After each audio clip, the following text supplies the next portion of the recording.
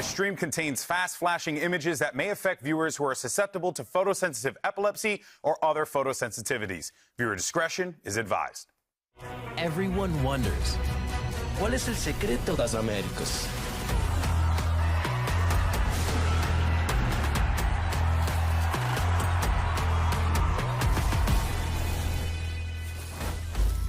Today, 4 squads are fighting to stay alive and make a run for Masters London. Hello, everyone, and welcome to Stage 1 of VCT Americas, coming at you live from the Smoothie Bar here in Riot Games Arena, where we're at the illustrious and a little bit gloomy Los Angeles, California. That's right, folks. Welcome, everyone, and we're sitting down today. You want to know why? Because standing sucks. Now, I'm Golden Boy. That's Athena. That's not Athena. That's Emily. Athena. That's I'm Athena. That's Bren. Yep. That's Athena. No, of course. Might as well. We're here to talk about some games, yap about some stuff, but most importantly, it's Sunday. And you know what that means. It's time for our, say it with me, Pulsar Flick of the Week. Yeah, Flick there you of the go. Week. All right, and this one's going to go to King. Let's see what he's got over here. Oh, yeah, I remember this clip. nice. Yeah, that one was, Oh, this was nasty. yeah, I had to do a cleansing bath after this. This was Boom. nice. Did he have time after this? Boom, no. boom, cloud. But we won't talk about that. We'll talk about Don't say that one, Don't Myrna. say that Don't one. say that one, Myrna. That's, dude, what about the flick though? Crazy flick. Crazy flick. Oh, man. I didn't have a reaction either. Yeah. Like, I would have been hyping myself Yeah, up that after would have that been one. crazy. Yeah. Bro Yeah, was yeah, locked in. He was Yeah. locked in on getting this fight. Yeah, when you do like that pensive, like that's the most reaction I'll get in that one. Good pivot from that one, Brent. All right, well, let's go ahead and take a look at the current standings because we're in Alpha Group today, and every team has 1 win, 2 losses. It's a make or break. Look at that bottom 4 there, G2. They're currently the ones that are sitting at the 3rd position there because of the differential, but Cloud9 right behind. It's basically anyone's game here. And the matches today, you already know. You got Loud versus Cloud9, and then our last matchup to wrap up this awesome Smoothie Bar Sunday. It's going to be G2 versus Envy. But let's jump into some side selection, shall we? Yes. Jump into it. Let's just do do it. it. Let's just do it. You know, run It's the been show interesting. along. Yeah, I've liked it. It's been interesting. Begin a little bit of back and forth. Got Some Zeppa. gentlemen's agreements. I don't want to see any operator Luck uses show. though. I gotta say. I think you're probably I gonna hope get they it. up every Dude. round. No. 100% Luke Show's What? gonna op. Oh, That's an op. That is that. Cruelty. Luke Show. It's so cringe. I'm just gonna say it, man. No. One You over, can't be one over. doing that, bro. The gun you. Oh, yes. Dude, I love this side by I side. don't, This I'm is rooting for great. Zeppa. Nice. I'm rooting for Zeppa. I'm Okay. rooting Wow, for he Zeppa. pulls out the bandit? I'm rooting for Zeppa. I'm just saying it. That's Wait okay. for the right. We're now. Phantom. There we go. Phantom Gaming. Okay. Oh, he's not saying on him to Don't pack stop up his hopping now. operator. Why you stop hopping? Yeah. Oh! That's Time for me, messed you know, up. so, yeah. Tell me, man, it's the hair. The hair gives him confidence. Oh, Dude, his hair is wonderful. I Yeah. always has been. I don't like. How I mean, confident- everyone's probably sick of me mentioning it, but I mean, when you look at it, you kind of just need to. I'm not liking how confident Cloud9 are right now.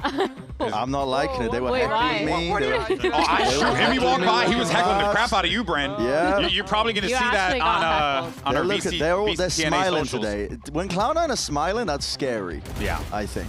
yeah. Okay, Oh, now he's that's hitting a some crazy nasty question. stuff. Wait, that was Zeppa. actually an insane He's- shot. Oh, too fast. Luck show's rattled. Oh, He's No, rattled. I don't like the Get look of this. out. I don't That's like the not look of this. good. No way. All right, well, Zeppa picks up I the love win, it. and we'll No get that way. side selection. No way. No way. Oh, man. Okay, well, folks, look, every single team in this competition, and especially today, the story is the same, right? This match, the match that they're playing, must win. Got to pick up the dub. Cloud9, look, it goes without saying, this is a squad that had a rough patch at the beginning of the stage, but they got a massive 2-0 victory last week that, honestly, Brent, kind of set the tone for them coming into today. Maybe even let Zeppa have that confidence in the skirmish. Dude, I thought they were going to be, listen, a turning of a new leaf, double duelist going to be played, and guess what? They decided to switch up their card, they switch up the team anyway. They got a couple of players out. We're going to talk about that later on, but this was such a delightful look from Cloud9 where they were just flourishing with confidence to take fights, take risks at the right times. I was loving what I was seeing, and then the question is, Yeah, is that going to continue? Because I don't know, man. Yeah. They've changed their team up. Like, Yeah. who the hell knows what's going into the machinations of the minds at Cloud9, whoever the hell's running this team, because they don't know what they're doing. They're just changing it up every week. Jack is That's- just angry in the background. Literally, that's why they heckle you every time. Yeah, they're on but at least I'm honest. Like, this is what we're all thinking, no? Yeah, no, I don't disagree with you. Look, it is extremely bizarre to do a change like this and such a desperate time. But look, let's talk about some of the things that we're seeing here, because Emily, I know you wanted to focus on some of the rounds that you were seeing. I did, because a big thing for me is in the first two best of threes that they played, the first two matches of this, they had a hard time at breaking momentum, but then against MIBR, we saw them have some great calls coming in from Zelsis and some great aggression. So starting with this round, a little bit of context is right before this, MIBR went for a full A split, right? They had Aspas having a hero rifle, and he just completely won it out. So the next round, instead of making those micro adjustments, they went for a full A main trap here that we'll see in one moment. Just sending Oxy running up middle. They're using a lot of that delay util that we like to see coming out from Harbor and these smokes. And so they will throw this smoke here, and then they'll throw the little, not decay, but whatever. The vulnerable. The vulnerable, Yeah. thank you. So Aspas cannot pop his knife, and then they just full fight it with Penny and having Oxy come in on that flank, just securing them and immediately shutting them down, because one thing about MIBR is once they have a successful exec, they like to keep hitting it and running it until it doesn't work anymore. And then moving on to the next round, it was actually the round that brought them into OT into that second map.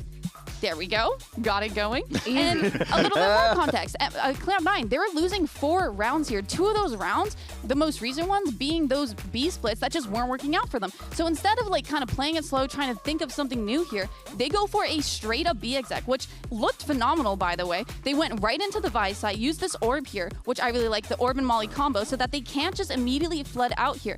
Now, the only thing is that this gives MIBR a lot of time to kind of prepare for their retake, group up, and get something going here. But on the other hand, you have Cloud9 now setting up in a little bit deeper positions here. Right here. Whoa, Sorry, we're whoa. having a rave. We're having a rave. Okay. Because I'm just that excited. But no, setting up in these deeper positions, and they know that they're setting up for a full retake. So as soon as Zekin comes towards Heaven here and sends out a stun going towards Hell to clear that out, they immediately pop their Sky out. They immediately start spamming the Viper Orb because they are coming out of that, trying to flash out of that, trying to just flood, and they get 2 picks immediately here. After that, it really just slows down, and they just have to, they're in great spots, they're holding great crossfires. Yeah. They just have to make sure they're getting those trades, and they end up doing that. And then obviously after that OT round, they bring it into, after that round, they bring it into OT and close out winning the next 2 rounds. And that's something I want to see C9 continue with. Before, I felt like they were playing a little too passive, trying to find these answers, making those micro adjustments within their game plan.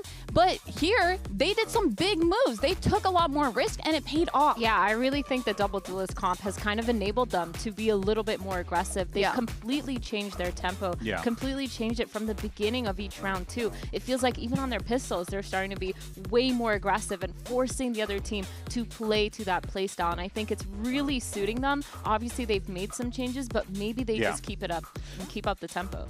I think it's funny because in the Cloud9 podcast that they like to do after every match, they were talking about why they weren't running the double duelist. It was just because, it wasn't working out in scrims. They didn't want to take that risk. They want to play to their comforts, but they look really comfortable running it. I think Zelsis calls amazing around when he has that firepower and that comp to kind of just run it down. Yeah, well, I mean, you had the firepower, might as well take advantage and use it. But here's the thing that kind of adds a wrinkle to this whole thing, because they made a change. After defeating MIBR, Cloud9 made a massive roster change. Penny is out. YFP's Jack, not to be confused with the person who runs Cloud9, has been added to the roster, and Athena, this is, we were talking about this is a crazy change to do when you only have 2 weeks left in the stage. Dude, it is crazy. But the thing about Jack is when I went on Challengers and I saw this guy's stat line, I was gobsmacked. Actually, it was insane, right? That was inspired by our British bit yesterday. Love it. Is that British? I have no idea. But he has Jack has been the most consistent initiator player that I've seen in Challengers. Not only that, he is consistently top fragging for his team of YFP. He was constantly on the top of the scoreboard, playing a lot of that Fade, playing a lot of the Sova and the Sky, and he was just so good at doing it. And it felt like he really enabled his team for success because we saw them kind of falter a little bit in their next game once he did leave that roster. So it's really cool to see him kind of come up to this. Yeah, I don't follow Tier 2 too closely, but I was asking the streets, and the streets are saying that he's next up. He's actually the next. He's like the Tier 2 Verno. That's what the streets have been saying. Streets are whispering it. Accurate. Verno's a great player. Like, listen, if he adds that level of consistency, coming into this Cloud9 team, they desperately need that. Emily, you're familiar with the streets. No, I am. I've watched Challengers basically since the start of the year, and you know, Jack has always been one of those standout players. We can't not highlight him whenever we're watching YFP because he brings so much impact. Not just dropping 300 ACS, not being the highest rated player in Stage 2 right now, but what he can do with his utility. There's always a purpose. It's never wasted, and he does a great job in initiating plans around that, which I think will add a lot to C9's game plan. Yeah, hey, look, it's going to be exciting regardless, right? And great opportunity for him as well to kind of start off, you know, playing in a little bit more of a quiet space and not necessarily playing on the big stage right out of the gate, right? It might actually be a blessing here. A great way to kind of ease your way into the big leagues here at VCT Americas. But let's go ahead and meet the newest member of Cloud9, shall we? Because Dryad had an opportunity to catch up with Jack earlier today. I know everybody's talking about it, but Cloud9 has a new player. Jack, welcome to VCT Americas. It was definitely a last-minute decision here, and we're all excited to see you based on your performance with YFP. You went undefeated on the Swiss stage and moving into playoffs. You left kind of halfway through, but I think we're all impressed by what you were able to do. Even though we're kind of wondering how their role is going to play out based on what you were playing then to how you would be fitting for Cloud9. So can you tell us a little bit of that? I'll be playing Duelist to take over Penny's role. So yeah, Zeppo will be on Initiator and I'll be on Duelist. And what was that decision of, you know, hearing the call from Cloud9, being in the middle of playoffs as well for YFP? Because I know your friends are also very supportive and they were kind of joking about it too. Yeah, I mean, it was a seamless transition. It was kind of hard for YFP, but, you know, it's good for me. Sounds good. Thank you so much. Good luck today. I don't know if I'm sorry, Jack. what is I don't know if Jack up? got the memo that in the pulling this interviews up. you're not supposed to say real things. Give me this guy's stats. I gotta pull this up. No, he hasn't seen stats. Dropping like no, but like ACS when has he on it. last played Duelist? That's a beautiful question because I haven't seen it. Yeah. But I'm also kind of excited. Well, yeah, hey, I am too. Look, there's a clear idea that they have coming into this one here, and are you sure about that? Clearly, they have an idea. I mean, whether or not it's one that will work will yet to be seen, you know. But hey, listen, Jack isn't the only new face that's you know, in the server today. Because as a matter of fact, we've been talking about him for weeks. Erde is actually going to be here as well to play with Loud. And let's take a look at what our two rookies can do, because there is some talent here. For sure. Absolute skill without a doubt. Sí, se calienta, cuidado acá porque él le tiene que dar cara y logra hacerlo en contra de Mioris, que estaba mirando para el otro lado. ¡Ay! ¿Qué pega Erde, manito? Toma, otra vez, latigazo y el 4K de Erde.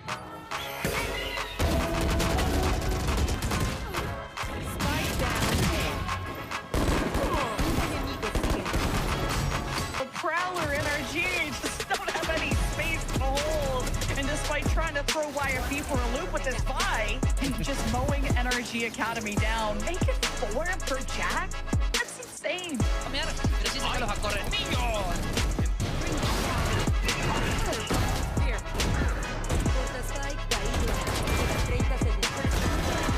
That's one that Dynamics can be kicking himself for, and then Booming gets caught. And this round is over. Hey, it's going to be a good showing for those boys. We'll see, of course, as they take the stage in just a little bit. But for the past 3 weeks, assistant coach Bati has been the man, subbing in for the squad and IGLing with the squad as well. But now I guess the pressure, it's going to shift up entirely now. And here you have Erde coming into this very different situation to Jack, I would say, Bren, because Jack's coming in as the player who is being given a great opportunity. But Erde, this is his team to lead to the promised land, for sure. And it's starting now, week 4. I'm quite excited for this, honestly. I think an injection of having a fresh voice into the server, of somebody that was expected to be doing this from the get-go, but they weren't able to because of those outside circumstances relating to the visa stuff. But I think this is going to be much needed for Loud. I think I've had the biggest issue, honestly. Buddy did a fantastic job stepping in last minute. I've absolutely no disrespect to him to be able to do that. He did more than capable job, right? But Erde coming in, I'm hoping that it's going to be speeding up their mid-rounding a lot more, less hesitation in terms of their decision-making, because that was where Loud are being thrown for a loop. They were winning pistols, they were converting bonuses every now and then, but the middle of the rounds, the gun rounds, that sort of aspect of the game was just missing now. I'm hoping that that will be elevated now, and I'm also hoping that maybe Baddy as well is going to be having some I think more improved in terms of how he can provide for the team, support the team, now that he's actually played in the system as well. Yeah, I think too, like I'm really looking at Erde to kind of provide more support for Verdi as well, like the duelist, just kind of bringing all those pieces together, because this roster has so much potential, so much firepower. Plus, Erde in those clips, if you didn't see what that guy was doing, he was insane. Insane shot, super crispy, and he's super aggressive on that controller roll most of the time. And I think that's something that, while Bati did a really good job, even on his KO, his flashes were sick, he still doesn't have that same level of fresh firepower, of that mindset, as well as the aggression. Yeah, well, let's actually get an opportunity to meet Erde, because Dryad had a chance to chat with him earlier today. Let's meet him. It feels like everybody has been waiting for this moment, especially the Loud fans. Erde, welcome to VCT Americas. How are you feeling ahead of your debut today? I'm feeling great, feeling calm, confident. Just like nothing too crazy, to be honest. Like this feels normal to me. I don't know why, but yeah, I'm feeling calm and confident. And everybody has been very excited because back in Lev Academy, you only lost 3 of the 28 games that you played last year. So how are you going to bring that success to Loud right now? Oh yeah, I mean, me personally, I got crazy vibes. Like I'm a great person, happy person. So I think that's my main goal to bring to this team. Like that's it. Like I'll do playbooks and like do strategic things, and that's it for me. Not so crazy. I think we're all super excited to see your debut. Good luck today. Now, while our clearly humble king may be a new face in Americas, Leviatan's Neon and Blows, they know him quite well. And we actually had an opportunity to ask the former teammates about Erde's impact. Why don't you go ahead and check this out? Mano, tal, o Erde é amigo muito querido nosso. Eu acho que jogar contra o Erde vai ser muito legal, porque ele sempre foi um amigo nosso, desde a Academy. Eu acho que o Erde pra Loud ele vai agregar muito pro time, como o mindset que ele tem, o entendimento que ele tem do jogo. Eu acho que ele aprendeu muito no ano passado. E eu acho que ele vai trazer novos ares pra Loud, que eu acho que é uma coisa que vai ajudar muito eles esse ano. Sim, tipo, ele sempre, nos momentos difíceis, ele sempre vai fazer piada, vai tentar sempre estar ali apoiando o time, torcendo pro time.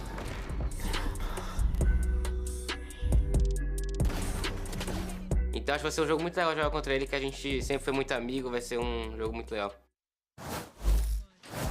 Now look, both Loud and Cloud9 desperately need a win today, and we want to know who's going to come on top, because there's been a lot of debate and discussion about our predictions not being all that good, so we wanted to clarify. It's time for Debate Club! Yippee! Now, Athena and Emily, you're going to make arguments for each of our squads. You have 30 seconds to sway the audience, sway the masses, and then you at home get to vote as well on the winner. So Athena, you are up first, amiga. Who do you want to talk about? Loud. Dude, you got Loud. I'm going to talk about Loud because guess what? They had 2 super close competitive games against G2 and MIBR, who we thought were some of the top 4 teams in Americas, 13-9 and 13-10, bringing those really close. And they were doing it with their assistant coach, IGLing for them, Bati. And now guess what? Erde is here. He's going to frag out. He has a playbook. He's no longer just a sub stepping in. He's here to fry and he's here to play. This is insane. When you have that performance with a sub and assistant coach against some of the greatest teams, imagine against the next. Oh, that's time. Woo! Okay, well done, well done. That's all right. not bad, Good job. I just want you guys to know I was staring at her the whole time. Yeah, well, I wish Erde finds success here. I also have to say, like, I don't think G2 is necessarily a top team right now. And also, yes, close games, but they still lost on top of that, though. No, on top of that, though, MIBR, Cloud9 beat MIBR. MIBR beat your team. You know what I mean? And also moving on to my points, Transitive they have literally made it to playoffs ever since 2024. They have not missed the playoffs. What happens after that? None of my concern. It's irrelevant. That's not the argument here. And they're in a great spot here. All they really have to do is win today and then pray on Envy's downfall. It's not that big of an ask. With a new sub, even though they just won against Jack's talented. MIBR. I don't know what you're talking about. With that person. Counterpoint, Erde's in this coming. Yeah, but he's their original roster member. All right. There is a switch. Now we have. Anyway, so to my next point, I'm going to talk about actually their next 2 games, because today, yes, they're playing against C9. And bro, C9, they just got a new player into their roster after beating MIBR. And this player is going to be playing a new role that we've never seen him on before. So this is going to be really good for Loud. Sorry, I heard time. She said that they allegedly beat them in the quotation. Okay, back to this, but yes, yet again, all they have to do is beat Loud and pray on Envy's downfall. That's crazy. Let's go, guys. Bro, you already won, dog. Teams. They have a It's not that deep. You already won. Well, actually, guys, numbers are the matches are about to begin. VCT Americas starts right now. Get us out of here. Actually.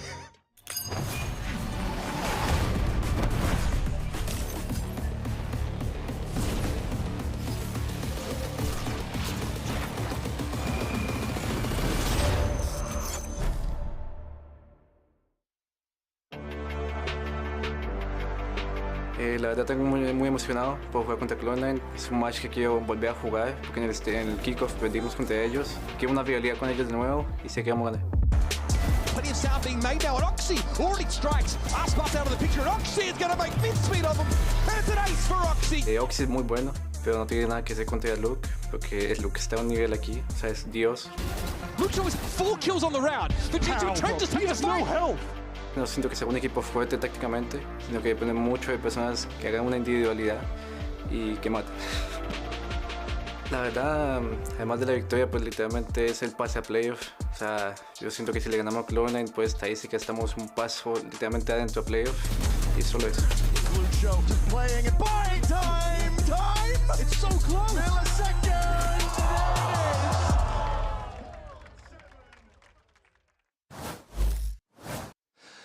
Welcome back. Cloud9 and Loud are ready to take the stage and get things underway here. I'm here with Mimi on the couch to break things down. It's for true this about match. where we are. We're on the couch. There were 4 people, now there are 2. Uh-huh.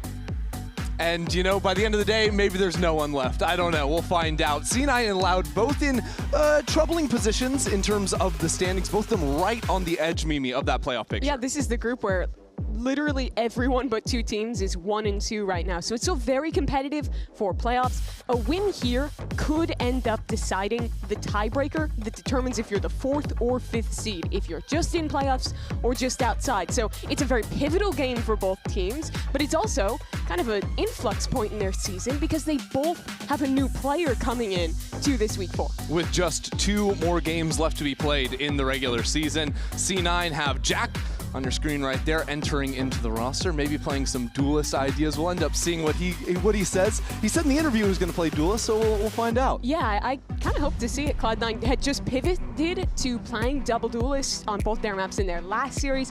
Talked a little bit about that in their podcast, that they were just kind of lost confidence in the system, wanted to try something different. Worked in their game against MIBR. Here's the map veto. Both these teams are fracture banners, but they both floated it through the first round, allowing them to get rid of a pick that's pretty strong for their opponent and land on Lotus and Split to begin. Yeah, interesting decisions here. We got some wide open maps of Lotus and Breeze to end up finishing off on. It is interesting to see this Lotus picked up by Loud. Historically a great map for Cloud9, but they're yet to play at this stage. I kind of expected them to go pretty heavy into that map based off the history of these players, of IMI and their strength there. So I'm pretty excited to see their Lotus in play, and taking a look at the compositions, I don't think you can be super surprised, at least on the side of Loud, but up for Cloud9, they are committing to the double duel, but it's not Jack. No, it's Zeppa, and this is really fun.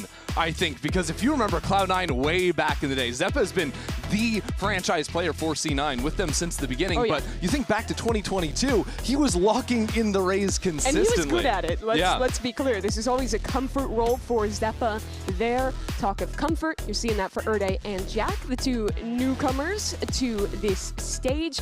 Both of these characters, the Omen, Fade, respectively, had a ton of playtime for them down in Tier 2.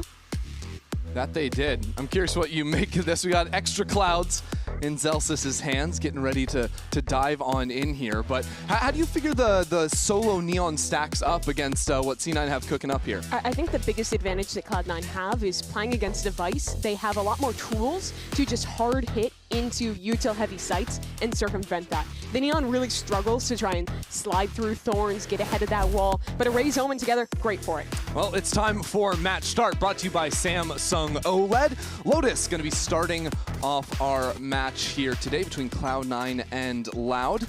See what C9 have cooking up for us here with the new guy in the roster. That's a lot of damage onto Zelsis early. He'll back away, but the strong part of this play is 3 players walking up B. The Lurker will be cut off towards A, so if he rotates back, it's trouble for Luxio. Or he could be the decisive factor. It's actually Darker with 3 kills out of nowhere. That was excellent from the Vice player. Now Loud should have themselves an open A site. Yeah, they got that damage and immediately reacted, suspicious of the walk through B. With Luxio's lurk towards A, this site is secure and just a low HP Zelsis. You love to see that Sheriff come up big in a pistol round. Darker there, 3 shots, 3 kills. And Zelsis, remember, he was chipped away at the beginning of the round. He's the first player on Cloud9 to take damage, so he finds himself in a tough spot on limited HP. Player might not have been looking at him. That could have been a chance if he'd hit those first shots against Erde, and he does! Back-to-back 3Ks, but it's Zelsis on top. Now Luxio, last alive. He won't let it happen. The round still belongs to Loud. Zelsis has been looking scary these last 2 weeks. He was really a beast. Map 1 against MIBR, and here again stepping up with that 3K. Fortunately for him, that dink that he took at the very beginning of the round, not enough to win it. Those shots were beautiful and Darker as well, though. You look at Loud, and I think the big questions come down to the leadership, to the macro, how they want to play that. Obviously having their assistant coach sub in, he's IGLing. Now you're changing him out in the middle of the season for the player you've been waiting for, but haven't had there to play with, to scrim with, and trying to figure out a lot really quickly. Oh, so much young talent on the roster. Don't have a lot of time to settle into the stage, but Darker has made a home for himself over towards this C site with another quick kill. Same for Luxio, that Marshall in hand. No Zeppa is stuck on rubble here, and he's not wasting any time either. We've had quite a few 3Ks already, Mimi. Yeah, tallying him up in these first couple rounds. And this is going to be a real clean one as Darker's running it down for a bit more damage. That's a Visal online for round 3. Pretty big win for Loud. You almost never see that online so early, especially on the attacking side. Yeah. Not ready yet. So first couple rounds, we saw that aggressive look from C9 that got absolutely cut down. And this one more of a formality, is C9 players are just looking for their own picks and just won every duel. I do expect that kind of activity to be a continued theme for C9. With Double Duelist, you don't have a ton of active info unless you're pushing for it and you're proactively taking space. So a lot of the onus for success on defense has to come to Zeppa and Oxy, this time over towards C. Yeah, Loud have bought up a little bit into this round. 3 rifles to work with. Zeppa, though, with quick satchel, boosted up, and that'll be the Steel Garden. Round 3 coming online. The spam for Erde's first kill here on the VCT stage. We'll get Loud off to a fantastic start. That was a combo attempt with the haunt from Jack, trying to send in that paranoia to not let it get broken and spam through the smoke. But Loud were wise to it, break the haunt, spam them down, and now they're in a great position on this bonus. C9 still have some control over the map. There was Viswall on B, so they're not so worried about Loud being in there already. Oxy's also repositioned there to receive these 4 members of Loud. They're making themselves known. Prowler as well. Zoxy gives up his own position. That paranoia sends him back into the smoke, but he wants in. He wants that fight, and it's misguided from him. Verdi had been isolated on the left side of the wall. but comes up clutch to get his team this site. It's one of those plays you have to make, but losing it now means this retake so difficult. Jack now for his own kill. And the rest of Cloud9 trying to make a go at this. Cloud have fully retreated back into main. Spike in a good position for them, though. Right now, Vic may be waiting for that smoke to refresh. The dark cover comes down, but Darker has been waiting for it still. Vic gets a good angle, but needs more. Plenty more where that came from if he's going to win this round. And won't be there. Kaunzin to finish it off. Yeah, bonus round 1 there for Loud. Really good start to the series from them. And it comes down to that failed play early in the round from Cloud9. Going for this hard commit, double satchel up with the Haunt. And as soon as that's gone, I don't even think that Steel Guardian was the main factor in that. It was just that the util missed out, and that Zeppa, I think, got bullet tagged and couldn't quite drop away in time before that spam connected. I think the idea there is you boost up inside of the smoke, and then there's a Haunt that you can then get the spam shots through once the reel comes in. But if that's getting broken, if Loud are calm on the approach, you're not going to get much.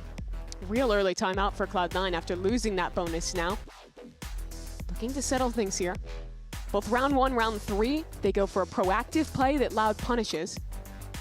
Yeah, I'm not sure what Indy's going to be working through here, because it felt like the round kind of just got away from itself, and then Oxy took that forward fight. He just lost a duel, so yeah, exactly. Not sure what and I do think Oxy there. taking that fight is the right call. You're down a man, you want to make an attempt when someone's isolated like that.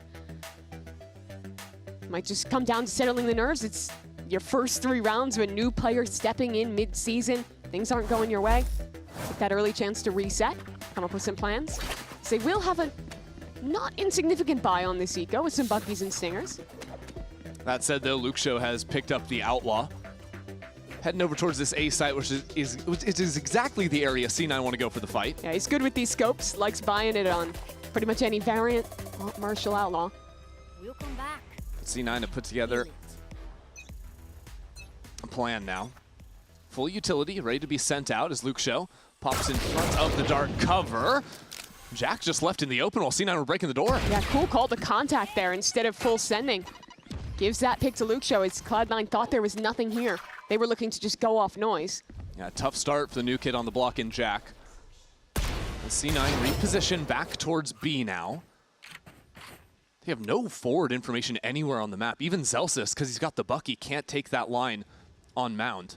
So it's a full gamble as C9 lean into the C side. The gamble's looking pretty good. Vice util here. Loud walking this direction.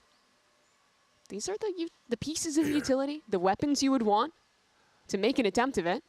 We'll see. Still Thorns on the ground. And Kaunzin was trying to sell some presence over towards the A side, but I'm not sure that they don't even know that went down. Here comes the fight. Bucky's online for Cloud9. This is their chance to get back into the round, not to be had. The first kill goes Luxio's way.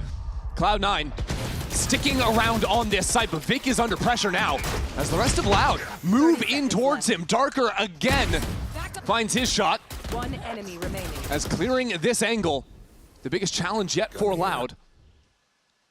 Oxy taking his time, but in the 1-on-2 now. Loud are working together.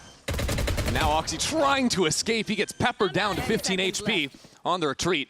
That should be an easy enough plant. There's guns down, but he has no way to get him. No, they're way over on the site. Erde was patrolling it, and Erde will win the round. Yeah, good job. You even saw that, I think it was Erde pinging that gun on the ground to make sure it wasn't a rifle he could pick up. Once they know he's stuck with the Bucky, you just hold that angle, and there's literally no shot he can win. I want to talk about Luxio, though. He's flying this Viper like he is still on chamber. Just contacting into angles, completely confident, and you know, there's a risk to that. If you're not instant, you just lose. And he's now upgraded into the op, so now that there's heavy armors for C9, he might go for the same exact play on A. This guy's crazy. If he gets bogged down by util, there's basically no way out, but he's so confident. Last time was a contact play.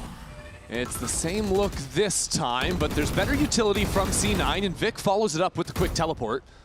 So Loud will halt for the moment. But he can still look to just hold outside with that operator, wait as his team works back in. I'm impressed with how active Loud's lurkers have been. Both Luxio and Darker are the top performers in this match, but also just taking space on their own. To be fair, Cloud9 hasn't much conditioned posting players on those angles outside of early, faster plays. I've seen people up into rubble, but Seaside has definitely been passive. Zelsis just hanging out, waiting for Loud to actually come into the site before he takes a fight. Darker's already heard this utility. Knows that there's that standard Vice setup on C. Pretty similar to last round when this Prowler comes in, although this time Luxio sticks around on A. A pick could be big, but Zelsis drops over on C, and that's no more Vi's utility left to play with. C9 have some members here. Verdi realizes it. Tries to lock down this angle to slide on forward. Nice play from him. And the rest of Loud obliterate Bend. Seaside has been paper in the eyes of Loud. You're playing a passive weak side like this, you just cannot give away those picks. Zelsis got caught on a jiggle, and that was basically already the round for C9. Site is basically impossible to hold without Vice utility when there's a Neon going up against you. Pretty crazy round, because Loud weren't even overcommitted onto C. They just had 3 guys hanging out there while they were trying to re-clear a little bit of rubble. But it's just that quick kill from Verdi and then him snapping into that space to get the second that takes the round. Yeah, once they have money, I would love to see C9 buy an op. I think that Loud is getting away with murder here, being allowed to just contact into this many angles and get opening picks. Yeah. 3 of the 4 rounds that they've won, we're now coming up on 5, have just come off of someone contacting into space, getting a pick on someone unsuspecting. I'm just not sure if they're ever going to have the money, right? Because C9, they keep buying down to 0. Let me tell you about a cool new op that's less than 2,000 credits. It's called the Judge. Whoa, that seems pretty good. Yeah. You just have to be like right next to the person.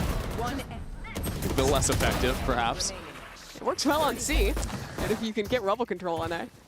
Yeah, because the thing is, C9 keep going for these half buys on the ecos. I think that's been stopping their options to actually pick up the operator when they actually have the buy rounds. They're playing for an orb for this ult, so Loud might look to contest more heavily. C9 have been 4 players on A the last 3 rounds in a row as they run it back here. This time, though, Verdi is all the way up.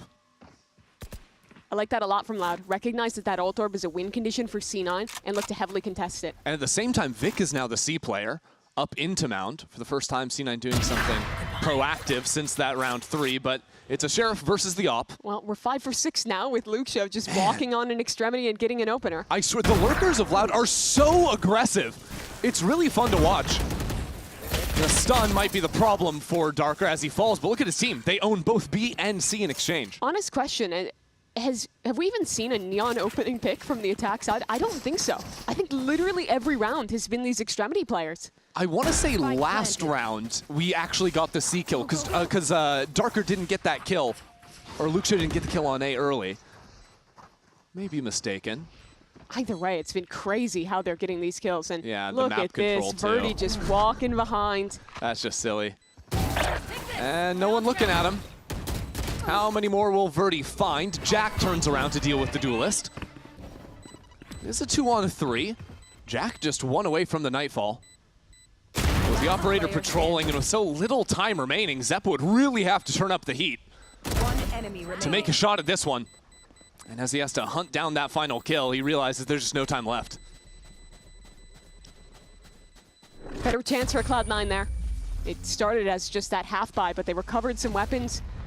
Still, it just keeps coming down to Luxio and to Darker and how much they're doing. Here's that opener. Yeah. Again, contacting in with the op, and then a second he does that on the other side. Darker is taking that presence and looking for a fight of zone. And I love seeing this because I actually think something that's been holding back some teams in Americas on Lotus is how passive their lurkers have been playing. Like, we've seen a lot of teams playing just full containment, never actually stepping into the space. And that's because the comp teams are playing right now are really scary for active re-clears, right, with that Neon, things like that. But I just respect the confidence a lot from Loud to go for these plays. Oh, yeah. And now matching C9 with a fight on Mound. Throw down in a dark cover to break the one-way. But I think Loud realized that all of a sudden the util patterns have changed. There's got to be people from C9 behind that. And so they contact back towards A. Luxio, as always, post-aggressive, no util needed to get him on this line. By the way, Loud have 5 ultimates available. Darker already has a second Steel Garden ready to go on round 7 of the half. He has been tearing it up. And now the Nightfall to catch out the enemy Vise. Zelsis a bit isolated on site, but now C9 with a Nightfall of their own. will bring in some support. And a Steel Garden as well. Verdi in front of it, though, will take down the Vise. But things have stunted for a moment. Now Zeppa. Oh, the showstopper not gonna connect on anything. He is inside of the smoke. Shorty in hand for a kill.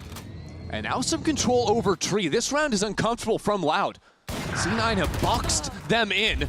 And Zeppa with 3 kills already. Puts a spike down. All of a sudden, Luxio steps forward to knock out Vic, and it's Zeppa caught in a one-on-one. Needs the ace to win the round. With only 25 seconds remaining, he chooses to wait right on the other side of this door. Pops out from Tree. That's a good clear from Luxio. 10 seconds left. Has to commit to the plant. Spike planted. Zeppa's quick back in here. Zeppa needs an ace to stop this map running away, and he will find it. Excellent work from Zeppa. The only factor for Cloud9 in that round is him, and he delivers. Set that round to Looney Tunes music, watch it back, because what the hell was the positioning in this one? Okay, there's like 4 different ultimates used into it, and through that chaos, Zeppa makes the decision to double satchel into Tree. He misses the ult, but while his primary is taken away, gets a kill with the shorty. And while everyone is trying to fight his teammates who are flooding in, he's just walking around, picking Loud off one by one. It was a ridiculous round, but it was a step up you needed from this man who's finally back on his raise. And now winning this round, finally the operator comes into play. Oxy picks it up. The fight moves back onto A. Loud slide over to Rubble. And those shots exchanged. Oxy gets tagged up by it. Will fall back up the rope. So no harm, no foul for either Opper. Zeppa looking confident now. He'll step back into front B. C9 have abandoned the C site, just leaving the Vise util there. Instead, really stacking into the B site. They're anticipating a pivot back into B. At the same time, Loud work their way up into Tree. The op is still here. Oh, Luxio steps out early behind the wall. Wanted to take that duel, this time shut out of it. And now Loud forced into this A site without Luxio. Some smokes to guide their path into the site now. And a drop down from Oxy. A second kill with the operator.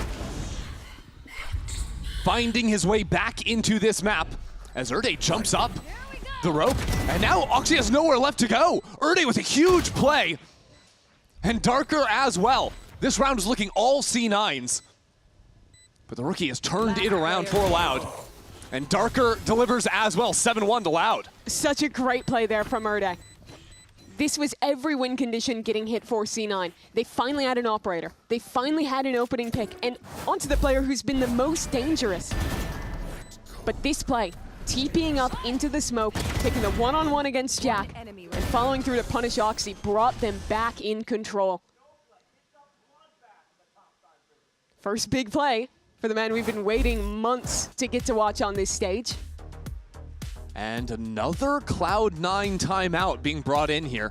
2 timeouts in just 8 rounds for Emmy, but he's realizing this map is getting away from them. It absolutely is, and it's so tough for them to lose that round because I think a lot of the things they had been waiting to come online worked there, right?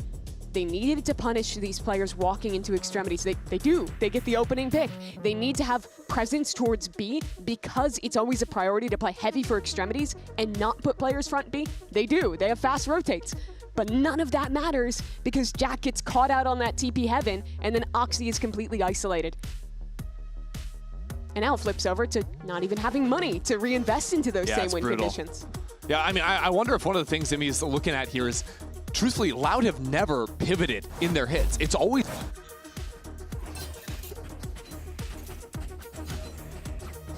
options to go for some more aggressive gamble stacks or just play a little bit more together because I think they've been very scattered.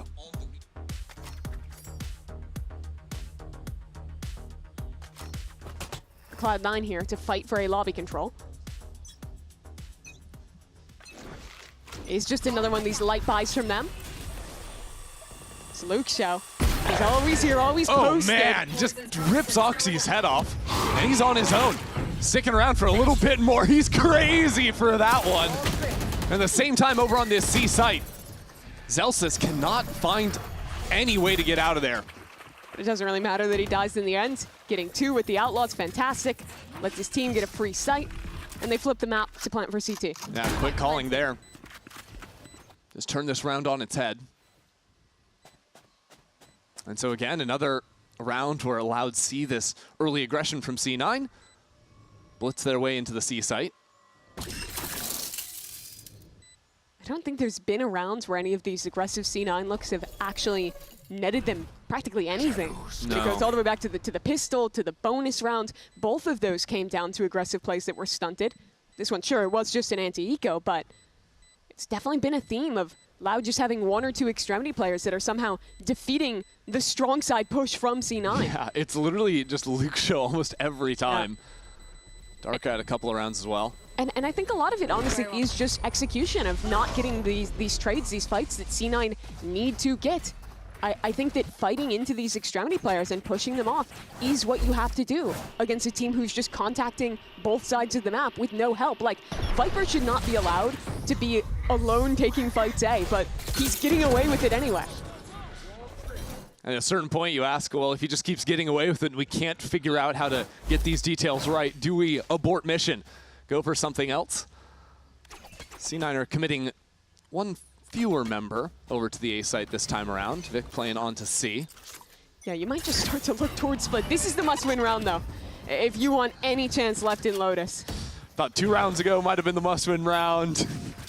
But this one certainly delivers as well.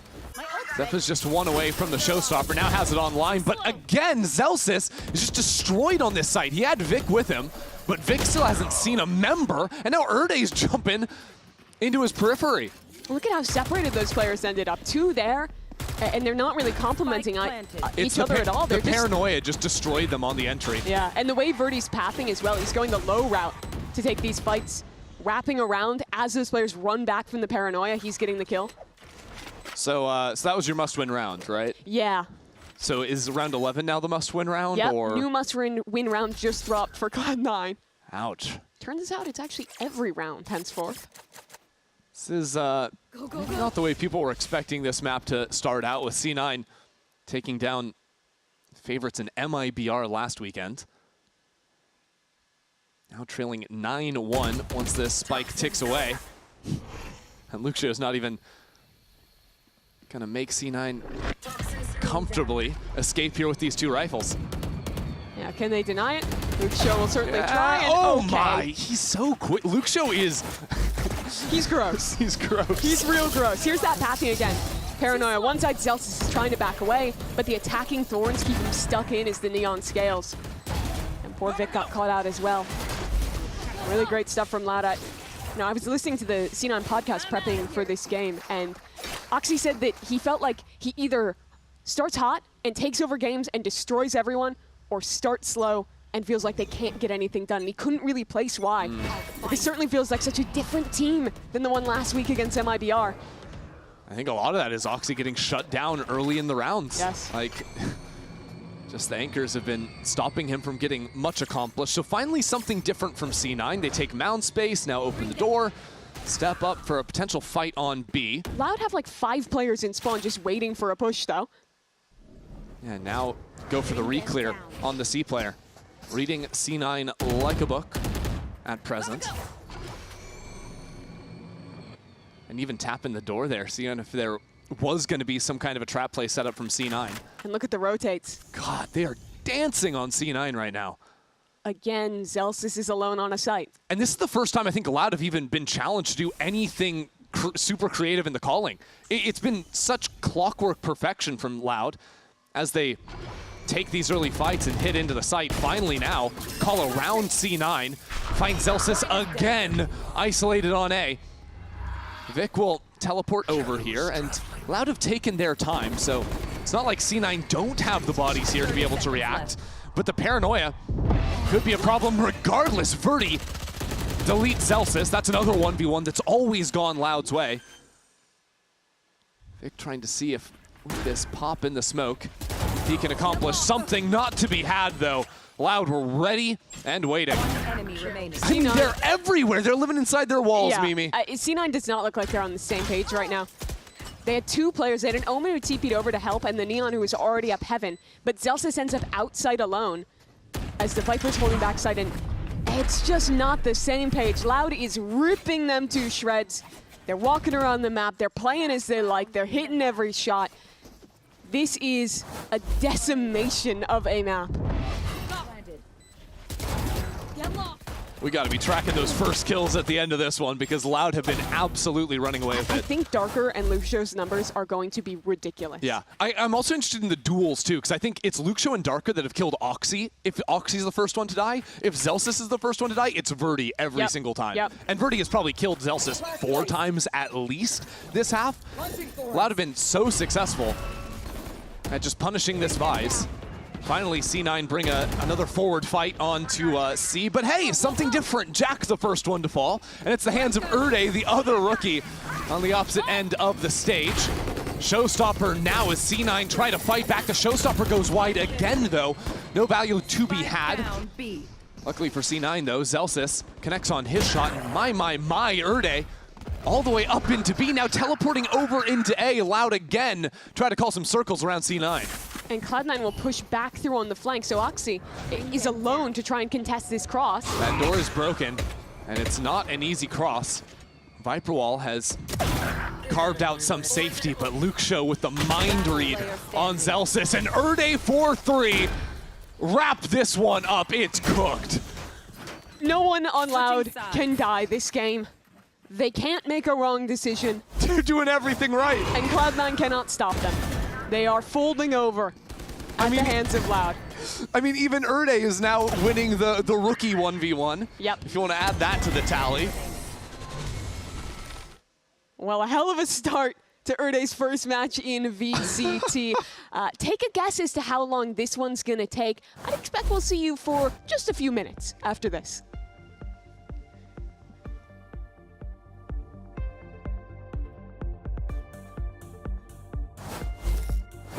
Old mattress, waterbed, and the receipt. How about you beat it with a better deal on one of these fresh setups?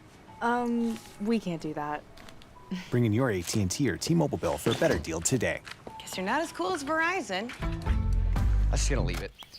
Not much longer now, and I will also take to the skies. Me too. You? No, you will always be a worm. Just wait and see. Red Bull gives you wings.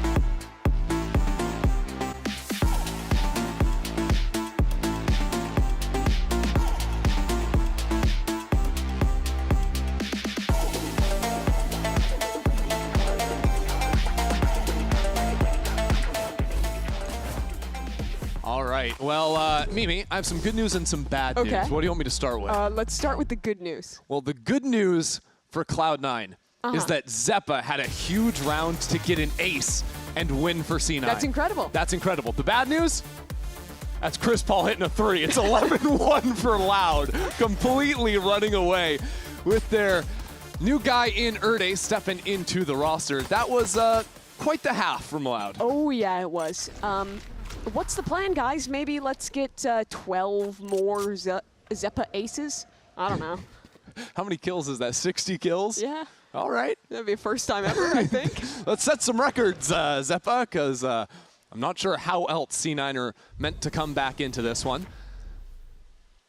We'll see, though. Zelsis is already moved way up into the A space. Unfortunately, 2 walls in front of him. Yeah. One the vise and one the revolving door. You know, maybe Erde's just a little tired after finally arriving. They wanted to give him a quick first game. Right, yeah. Don't want to waste all his energy out there on the stage. Well, Oxy up in front of the wall. Let's see if he can take down Darker. Darker was his nemesis in the first half, but attack looks better for him. Hello? Problem is, Luke Show is a little rat waiting around in tree here on the other side. Oh, no one's looking at him. What are you looking at, guys? Luke Show's been there the entire time. No one trying to take the duel. Worried about the player on backside. As, well, C9 got the first kill for the first time in forever, but they're going to be the ones running it out to be. What's going on in the C9 comms? I feel like I'm watching the Hindenburg go down. Oh no, no one's holding for him. Someone look at Luke Show, please. Please, someone look at him. It didn't matter. Zeppa was looking at him and still he turned around and killed him. Oh, boy. Yeah, you know wrap what? this one up. Wrap this one up. In the little video we ran before, in the video we ran before the match, forget who it was on Loud, but they said that Luke Show was a god. And he used his powers to just... His power of invisibility. Yeah. Sometimes you just go next, Mimi. Yeah, this is certainly one of those games. Oh my God. Certainly one of those games for Cloud9. All right, Mimi. Yep. On the is Loud back meter, are we back? One might think so. Are Loud back? I'm not quite sure. I know C9 are back to pre-MIBR upsets. That's why he's playing Escalation. Oh my God, stop it. Well, Jack, welcome to VCT. And welcome to Split, because we're going to write this map off. Loud dominates C9 13-1 to kick off their week 4. Yeah, that might be a world record fastest map. I feel like we were done in 15 minutes. Loud just took them out on a walk. And reminder, that's a 13-0 if Zeppa does not literally have to ace to win C9's sole round. Yes. This is a silly game. Valorant. Yeah. What a time to be alive here. Let's get through these highlights now. Remember the first half? Remember when Luke Show and Darker were allowed to walk an extremity every round and get an opening kill? Yeah, I certainly do. I remember. Oh, here we go. Zep with the 3K. And the 4. It wasn't even a huge 3. It was a huge 1. Yeah. Luke Show was actually not looking at him in that round either. That helps them get the kill at the end. But we'll see how much more Valorant is left in this series. We're going to step away and recover after what we just witnessed.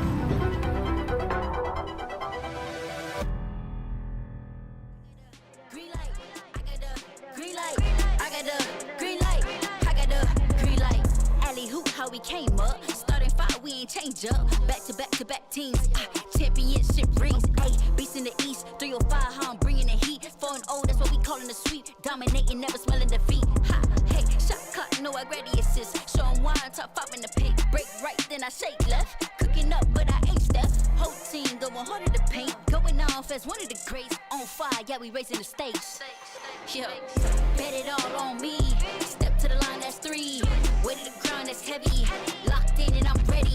I got the green light, I got the green light, I got the green light, I got the green light. Bet it all on me. Step to the line, that's 3. Weight of the crown, that's heavy. Locked in and I'm ready. I got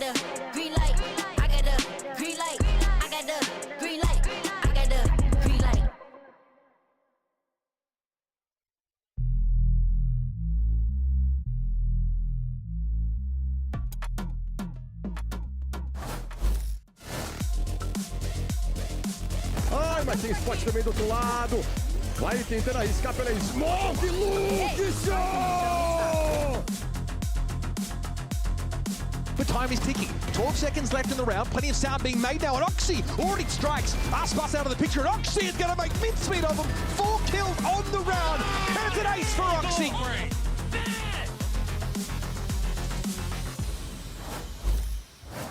Sometimes it is really hard to measure the impact of one single player, but with Erde, looks like a completely different team. Romanili, what is the difference for you hearing the team compared to the last couple of weeks when they've been playing to now the energy levels that they've been having? I think like everyone is happy that finally we have our full roster.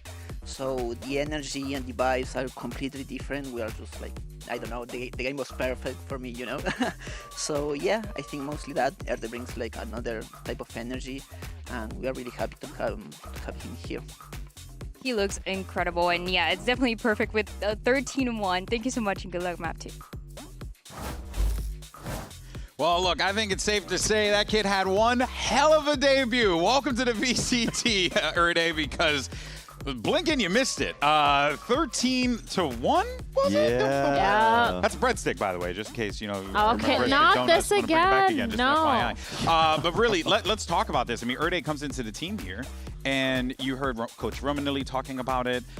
There is a very clear tone shift, energy shift with the players. It just has been very noticeable, but it's also been noticeable on the other side too for C9. You can't ignore that. Yeah, I feel like I don't want to judge everything off this game, but it feels like Loud has just found some sort of missing piece. And I think that missing piece was Erde all along, because the speed and the tempo at which they're playing at has been really nice. We saw a lot about Luke Show and Darker constantly playing at this faster pace, trying to get those picks, but now Erde is always there right behind them, playing with them, swinging with them, being able to set up a lot of those plays in order for them to have a lot of success. And of course, he's also fragging out. He might not be at the top of the scoreboard, but he's contributing to that firepower. Yeah, no, I also really liked, I mean, I don't think they needed to do a lot of pivoting, but I liked it when they did. I liked the calls that he made, whether it's, you know, on that pistol round pivoting towards B or like pivoting away from C and going into a B, it just not being like super one-dimensional, which I think they kind of had to do when they did have body stepping in, because it was hard to get them all on the same page. But I don't know, I liked it. Yeah, it was nice. They looked on the same page the whole time, and it was reflected in the scoreboard. Oh boy, because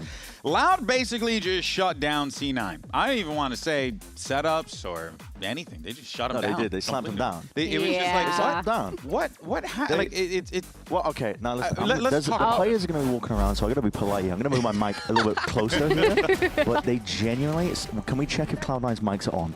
Oh, my God. I don't mean to be rude, but they were, I mean, it's understandable. They're bringing in a player last minute. They're not going to be as coordinated, but my God, like at times they were just looking in a complete wrong direction. They weren't even coming when they were dying to That was the thing players. that kind of stayed with me. This is just egregious stuff that we're seeing. I mean, Loud, credit to them, man. And I fully concur. Like, you can tell there's this injection of energy with Erde coming in.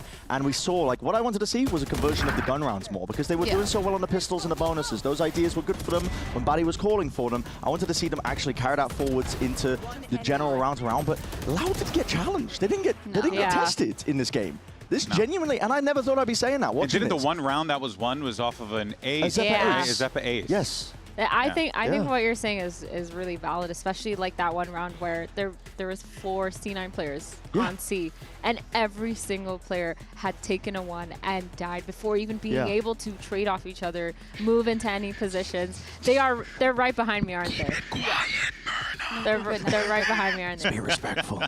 It's okay. I get heckled every time by them. They know. We have ongoing beef. Constant heckles. But let's actually see what's going on over on the C9 camp, because look, folks, it certainly is going to be a tough one to dig themselves out of as they get ready for map 2. But we have Coach Jimmy standing by with Dryad.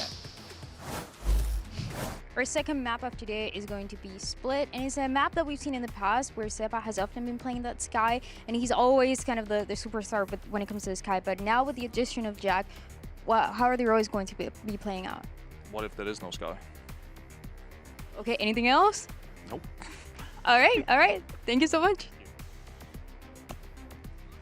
Then how does the atmosphere work? Oh, man. What is...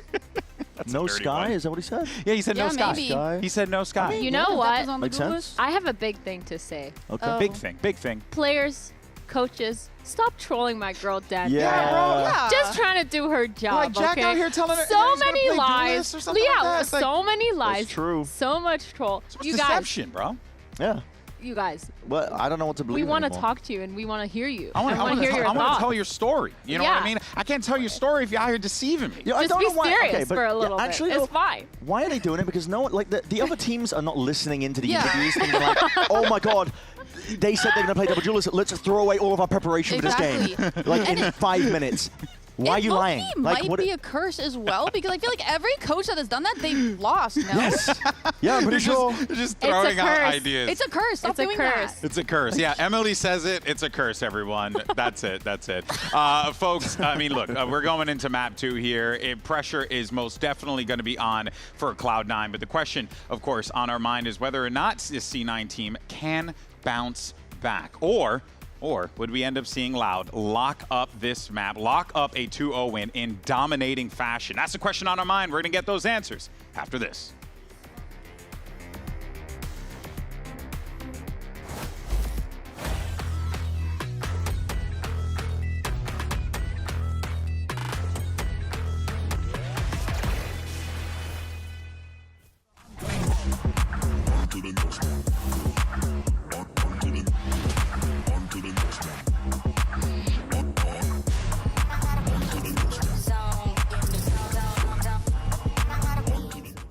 The human body was built to move.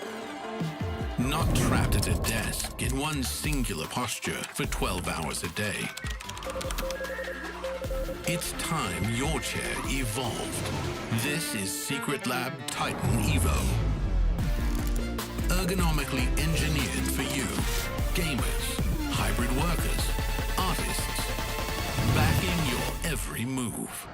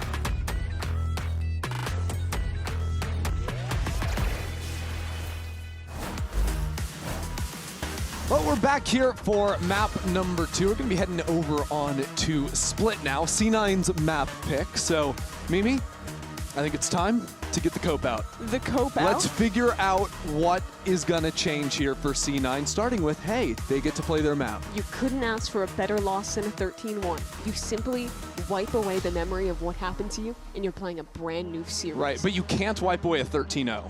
So that's why a 13-1 is better. That's and why 13-2, it's the best it's scoreline like to lose. Exactly. So that's certainly an approach for you. I'd have to say, Loud blew me away. I was not expecting well, they also blew that at all. Cloud9 away, I'm pretty sure. Wait a second. Are we just playing the same comps almost?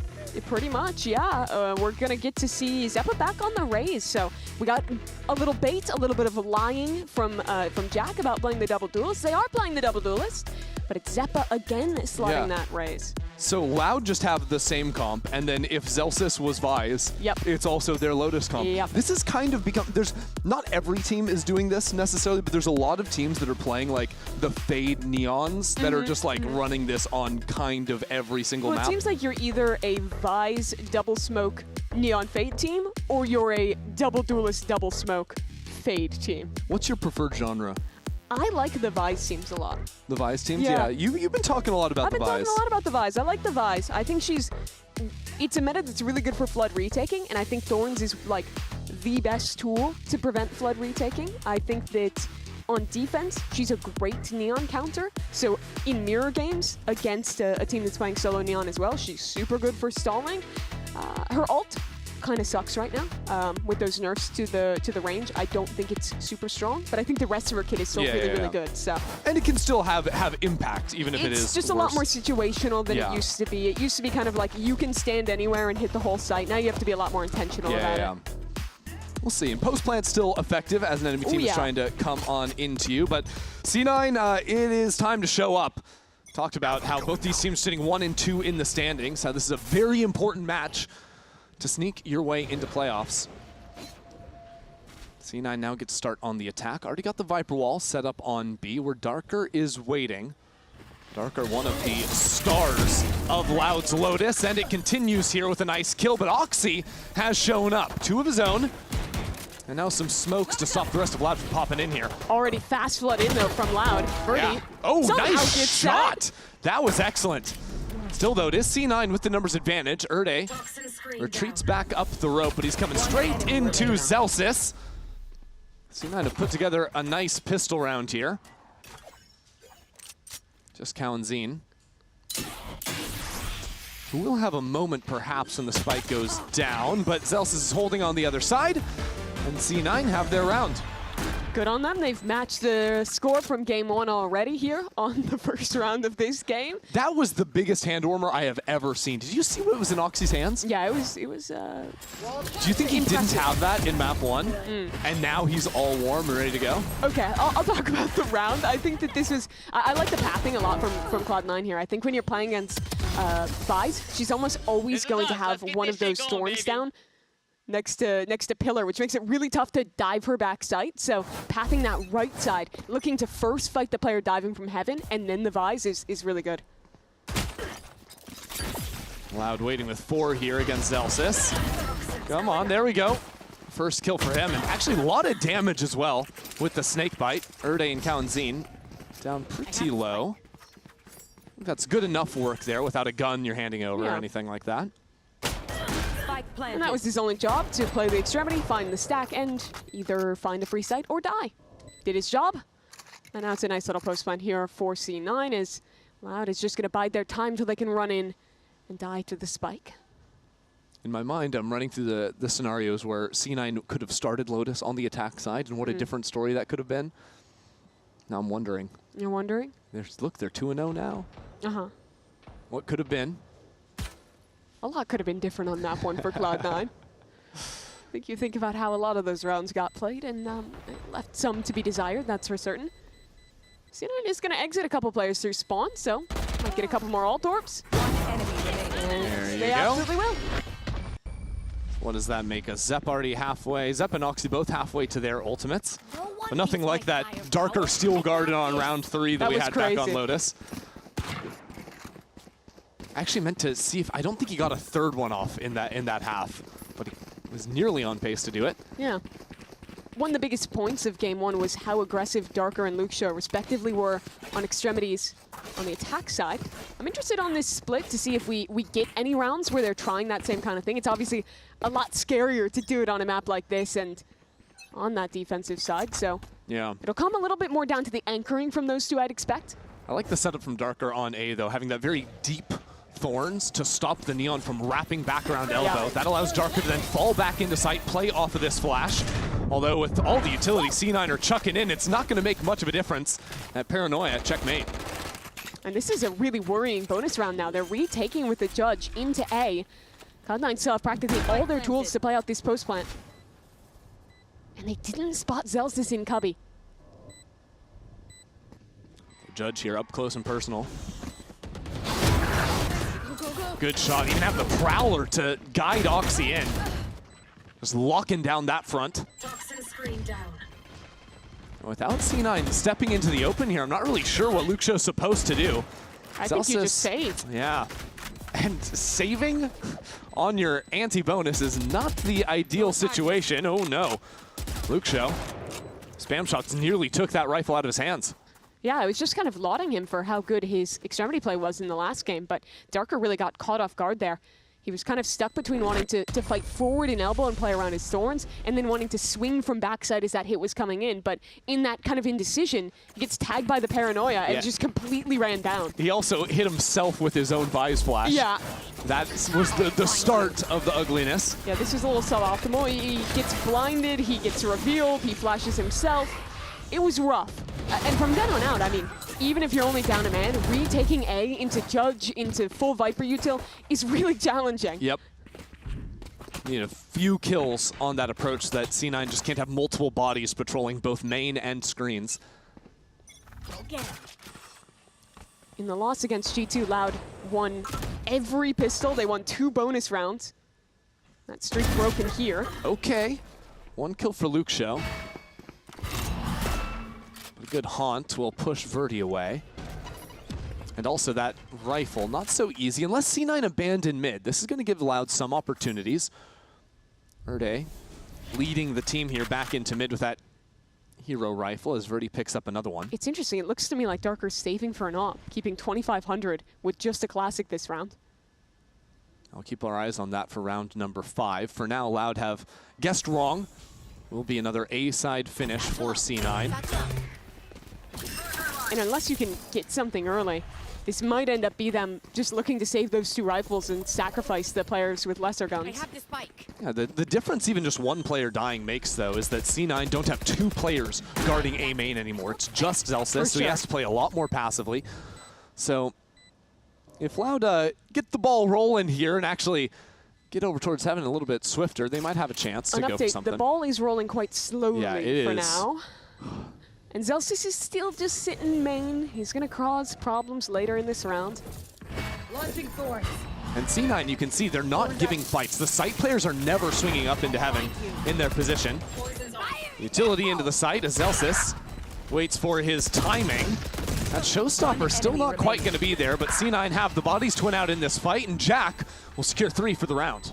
Nice 3K for him. He had a pretty rough go with things, as did the entire team. Map 1. But showing that confidence, he was one of those players that just kind of came out of nowhere. He hasn't even played that many years in Challengers. It's not like he's one of those guys that was grinding forever. But after basically only playing his first few seasons of Challengers this year, he goes into his biggest game ever, being the quarterfinals of Challengers Stage 2 this year, being the top-rated player of that entire event. 2nd place in the ADR and the ACS as well. He was really on point, and Cloud9 take what is honestly such a huge risk to 3 games into your season. Bet on a completely unproven rookie to show up and save you. But it's no surprise that things were looking ugly for C9 up until the MIBR win, when all of a sudden people start thinking maybe this team has a little bit more left in them. Yeah, I honestly half expected the roster move to move away from Penny happening after week 2. I felt like he was really struggling to find his form in those first couple weeks, especially week 1 on that chamber.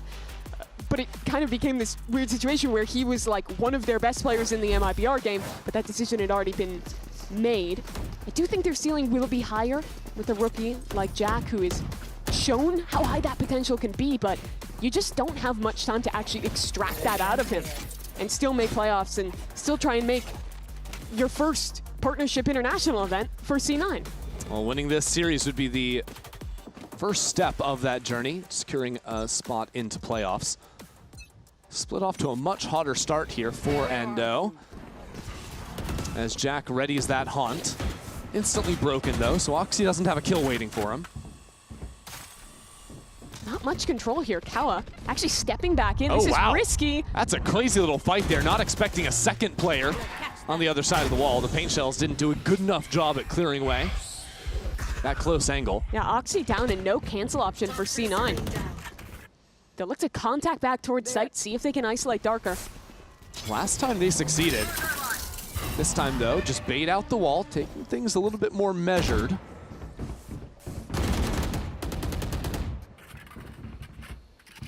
C9 needs some amount of heavy control here. Start threatening that they could pinch back into vents. It's a 3v1 pinching back in. Oh, it's Luke Show waiting for him though with the judge. 3 in the blink of an eye. Nearly lands the fourth. Yeah, I guess I don't care if it's a 3v1, if it's a Luke show with a judge. Wow. Over the blink of an eye. He's just cackling about how that one went. Yeah, I mean, they just came into him at exactly the right time. C9 did not give themselves a way out of that round. As soon as they lose Oxy in heaven on this play, their only choice was either to go all the way back main and try and re-clear, or take this super risky play with no info up vents. If Luke Show has a rifle, I actually think that might work, right? He maybe gets 1, max 2 kills, you trade him out, and then you're scaling into a weak B site. But instead, he just cuts them all down to size. So because last round they didn't have any mid control to patrol Luke Show, this time C9 split their investments. 3 players up ramps, 2 players taking their time, bottom mid. Last time Oxy came on through this smoke with the paint shells, but this time not full sending it just yet. Louder actually looking for a re-clear themselves. Oxy waiting for it though. Will take down the enemy duelist, and with those mid players walking in, that's a hard read against exactly what Luke Show did in the previous round. The only way to stop this would be winning the fight in heaven. Darker trades evenly, but he has no assistance from Erde on the other side. And no HP, swinging into 2. That's a death sentence. That was an excellent pivot in the macro planning from C9 just in 2 rounds. And it was a pretty bad start to this season for C9, but what impressed me in the MIBR game was how on point C9's reads were of MIBR. You know, they talked a lot about how they felt like their anti-stratting and their prep was on point, but also just the adaptation. Both maps in that game went to overtime. And I think that Zellsis came up with great solutions very quickly. That round, it was just, okay, we lost him solo pushing mid in the last one, immediately having that solved to punish. And yet still showing a lot of that same utility, that same presence, so Loud kind of put to sleep a little bit. Thought it was going to be a very similar look. Get caught away at. Jack going hunting. And all right. It's my little joy watching our rookies get those honest 1v1s against each other, tracking how those goes. Already getting the best of them. You're saying that like you're one of the people in the most dangerous game. You know what? In a way, VCT is. Look, you get like Penny got out of the team after just 3 maps, or 3 games rather. It's the most dangerous game, you know? You're not sticking around here forever. Not as dangerous as the story, anyways. Nah. This was a really great round. Holding for these players to repush and punish. I don't know what he's mad about there. Maybe going for that hunt alone from Jack. It's Immy. He'll be mad no matter what. It's okay. Won't be happy until they're in playoffs and win the league. You won't be happy until they're in London, Christy. Go to London and win London. Yeah, I'm not even sure. I'm not even sure then. Then it's champs. Always something more to be done for Immy. As C9 really changed their approach in this round to a 1-3-1.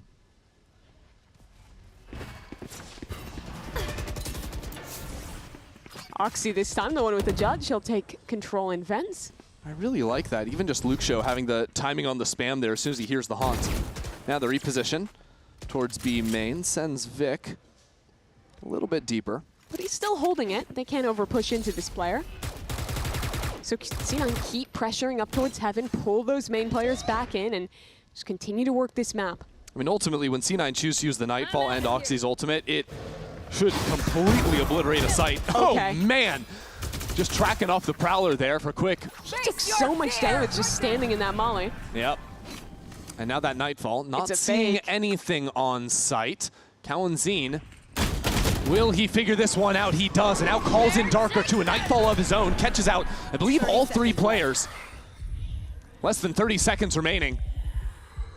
Kalenzine bides his time, but Oxy on this shotgun has been lethal so far. 1 enemy remaining. And Vic, too, patrolling mid. That'll secure the round. Luke Show only 60 health, retaking into a pit 1v4. There's just no way, even for this guy. Unless no one's looking at him. There's a 4K to close out Lotus. But this time, no such luck. He'll save, and well, Vic on the world's longest flank is ready for him. Vic's just hanging out on B. Little did Luke Show know there are only 2 players waiting for him on site, but Zellsis will get the better of him this time around to extend this lead. Clean stuff from C9. They lose that one round, have a great answer to it, and then completely switch up the style here. I like the call to go for that fake. They pulled 4 players over, and there was a bit of risk, right, when Kawa got that pick and managed to rotate back in, but with the pace of the Neon's rotations, Oxy can still close that window for Kawa to run back into sight. That's the only time where he would have been a real problem if he could get back sight. But that was locked down by Oxy, and this lead continues. Back to A main for C9. Haven't seen this in a few rounds, and Oxy's committing the ultimate into it. It's a great seize from Kawa, and he just gets the spam off it as well, doing it all his own. That's a judge. Yeah, but they do spot him out. Verdi forced to slide away, retreat back into heaven, where Darker's waiting to assist. C9 have no territory to work with, really. This is similar to that last A ramp play they did, where they lose Oxy early and then have a 4-on-5 with no map control. Look at Luke Show just jiggling down mid. There's Erde on the other side in B main. They have nothing to work with here. Yeah, the difference is instead of going into vents this time, they're going all the way back into mid. And Luke Show has that judge, so he's going to have to choose his timing here. The last round like this, he got a 3K with that same weapon. Yes, he did. This time, though, he's jiggling, so he's going to reveal himself first. He still hasn't seen him. There we go. Yeah, there they go. And the satchels try and collapse into him. What can he give us? Luke Show the seize, lands onto him, and Zeppa follows up. So now your eyes move to Erde, the only player on this B side remaining. 30 seconds left. He slow plays his hand, though. Tucks into main, looks to be a problem late round. C9 can't be comfortable in this post plant. They have to worry about their backs. They have to be worrying about people coming out from heaven as well. Zeppa throws down some shots, but now that steel garden to catch him out. Erde pinching in from B main as well. He's patient with it.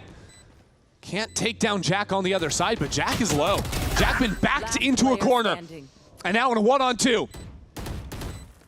12 HP to his name, and now there's none. Loud will take 2 rounds into this half. I love the way that Erde played that.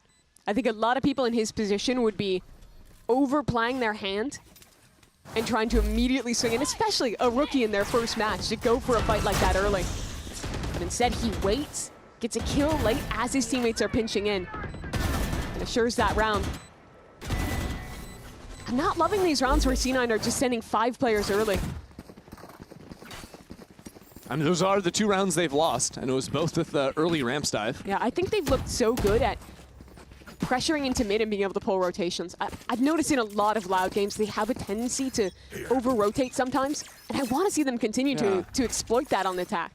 It's a different setup from C9, back to the 1-3-1, but it's Jack to show the Prowler. He's usually been throwing the Haunt over the top, deeper onto ramps.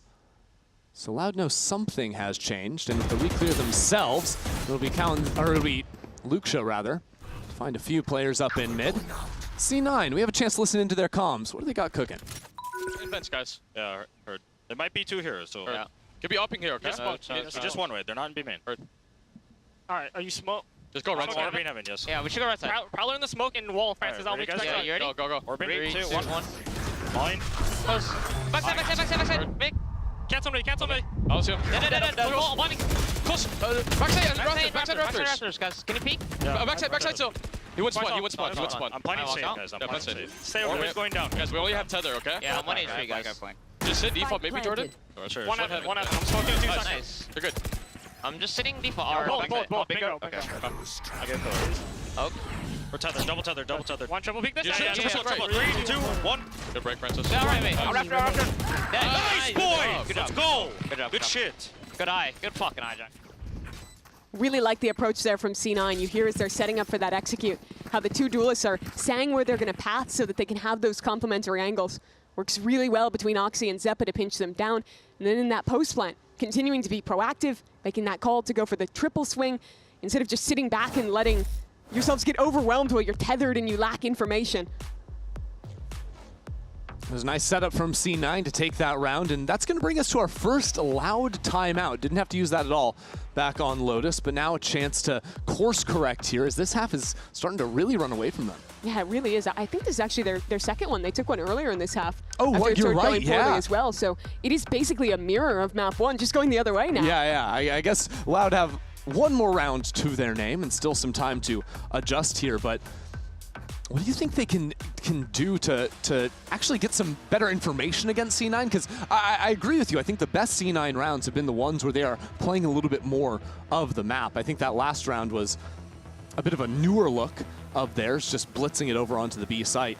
Definitely some learning as Loud can make. Yeah, every round thus far, they've basically been showing Luxio as the sole anchor in mid, and I think that's one of the big reasons why C9 has been able to just kind of go for these slower 1-3-1 rounds, where they're able to pressure back and forth on that clear. I'd like them to at least occasionally show us rounds where they're putting a little more behind him and are willing to like trap play and refight with that Neon. Yeah, it seems like Loud's adjustment the last few rounds has been to overload ramps after C9 were doing so much work there early in the half. I think C9 are going to stay away from it, though. They've lost the last couple ramps rounds they've went for. Here, they're just leaning B in. Well, only one player here. I know it's possible that Loud don't want to change up too much here, it being a half buy for them. And you do have a really easy solution to mid this round with that Viper's Pit. You don't have to overstack behind it. I'm a little surprised to see Luxio commit that pit this round on the half buy. I mean, you do have a Judge, you have a hero gun in Kawa, and with this scoreline, I don't think it's crazy to take that risk. I think to me it's almost signaling that I don't think Luxio is playing mid next round, and I think that, you know, mid is the best place to use the Viper's Pit. Yeah, that would suggest they're going for something more active like that. Exactly. Making those pivots. See if C9 have a similar read, but right now they have worked their way back A. Yeah, this is a Loud who started heavy A early. Just the Vice and the Neon. That Fade rotating back in as well. They'll have a pretty good hold here. Using the Haunt for the quick dive onto the site. Haven't seen this since the early rounds of the half. Showstopper fails to connect, but the assistance is on its way. Darker still alive into the corner for now, and he finds his kill. The rest of C9 worked their way in, though. No issues for them. Hi, Luxio. Anyone gonna look at him this time? No, he's in and out like a bandit.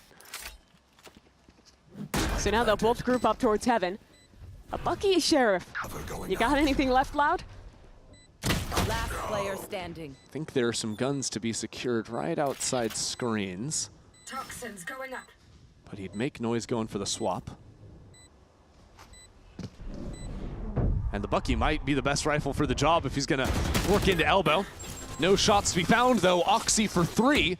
C9 extend this up 6. Clean stuff from them. That was just that half-buy round for Loud, but despite investing in Ultimate, getting at least a hero gun in there, it doesn't net them anything. Cloud9 made great choices in the way they scaled this site again. You see here after failing to hit that rocket and deal with the player back site, instead of Zeppa continuing his pathing and hard committing to a duel, they froze once people were out of the choke and fought the players flooding in first before dealing with the Vice. It's really good fundamentals. I will say it's interesting, like, I don't think we've seen Zeppa land a rocket yet today, but I think he's still always getting a kill on the entry after he uses it. Yeah. Always staying in the fight. So that's the util we've seen a lot for the ramps dive, but this time it's not followed up. But this is back to the little divergent path C9 took with 3 players A, 2 in mid. The duelists have swapped positions though. Yeah. Change from Loud as well. Look at that new Vice wall going across A. Zelsis just tried to bait out the wall, but now he's headed straight into the Judge.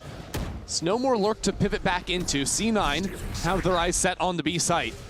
Luxio has retreated to Rafter. He's in a good position. These players slide into him. Oxy just deletes him for the field of battle. That was snappy from the Neon.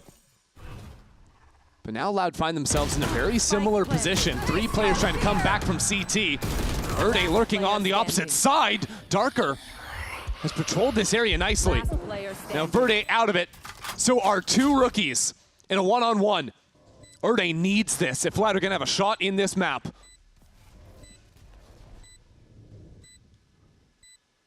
Cover onto the spike.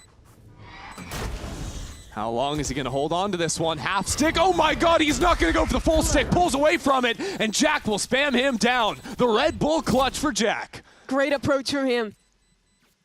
coming up big against the other rookie, both making their debut match here in VCT Americas. And this is a crazy round. C9 down a man, double path into this site. I love that entry pathing, both of them jumping around the corner. It's so cool, but look at how he plays this when it comes late into the one-on-one. Sees so he can't hear, and then haunt behind. Erde's looking for a swing in the smoke, so he doesn't actually break it. And it nets an easy kill for Jack. Comes up clutch to keep this game a landslide for C9. C9 back to this 2-3. Paint shells break the thorns, or actually pull them out. Look at Erde. He's just walked straight through B main, and he's already looking to flank the players mid. That is crazy. No utility to patrol. He doesn't take his time and look for more, just accepts the kill on Oxy. That's usually meant round win for Loud. That's a crazy read. He looks like a fool if he dies there, but knows they've been playing this 3-2 so often, takes the risk. And that's what Loud need, a little bit of risks to get themselves back in here. 3 rounds their best look as C9. They're kind of forced to go back A here. They have so little information on the far side of the map. Yeah, because Erde could still be up on B main. So the fight on Dark, which has been a good one, will have to come into the Steel Garden. And Verdi waiting for it with the Judge in hand. Upgrades to the Phantom. Now it's done into backside, but he knows he's going to have to take this fight before assistance comes online. One player above him. 30 seconds left. Waiting for it as he retreats into the smoke, and Kalanzine will help him out from the other side. C9 backed into the corner. But their post plants on A have been excellent. It just has to be fights. They're playing the wide open angles. They're looking for duels. Loud have no real utility to come back in here. They're gonna have to face up and win some duels. Jumping through the smokes though, Luke Show sets it up for his teammate, and Loud will close out this half with 3. It's another dominant half though. 9 picked up for the side of Cloud9, but 3 certainly makes it doable. Loud won both pistols in that first game. They've been good at their bonuses. This is a different game than map 1, even if it is still a dominant one. Yeah, it could become the same game if C9 get out to a pistol round win in the next half. Plenty more VALORANT left to be played here after this.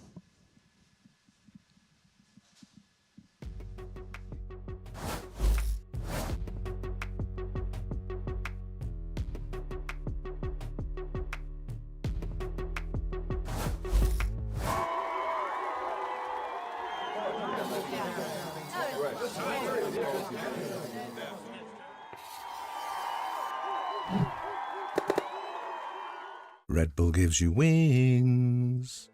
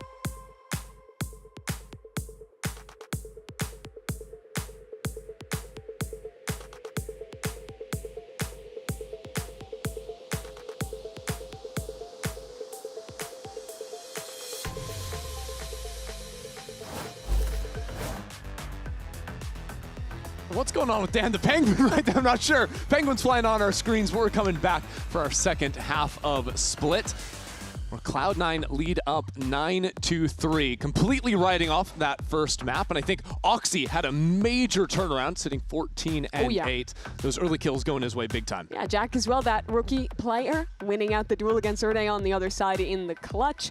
Getting a better map under his feet now. But looking at that other side, I still have some worry for Cloud9. Loud rolled them on the attack side back on Lotus. And well, the 2 players to look at were Luke Show and Darker. And guess who are on each extremity with some strong guns in this pistol. I remember Darker Sheriff had that 3K to kick off Lotus. Virtually unassisted.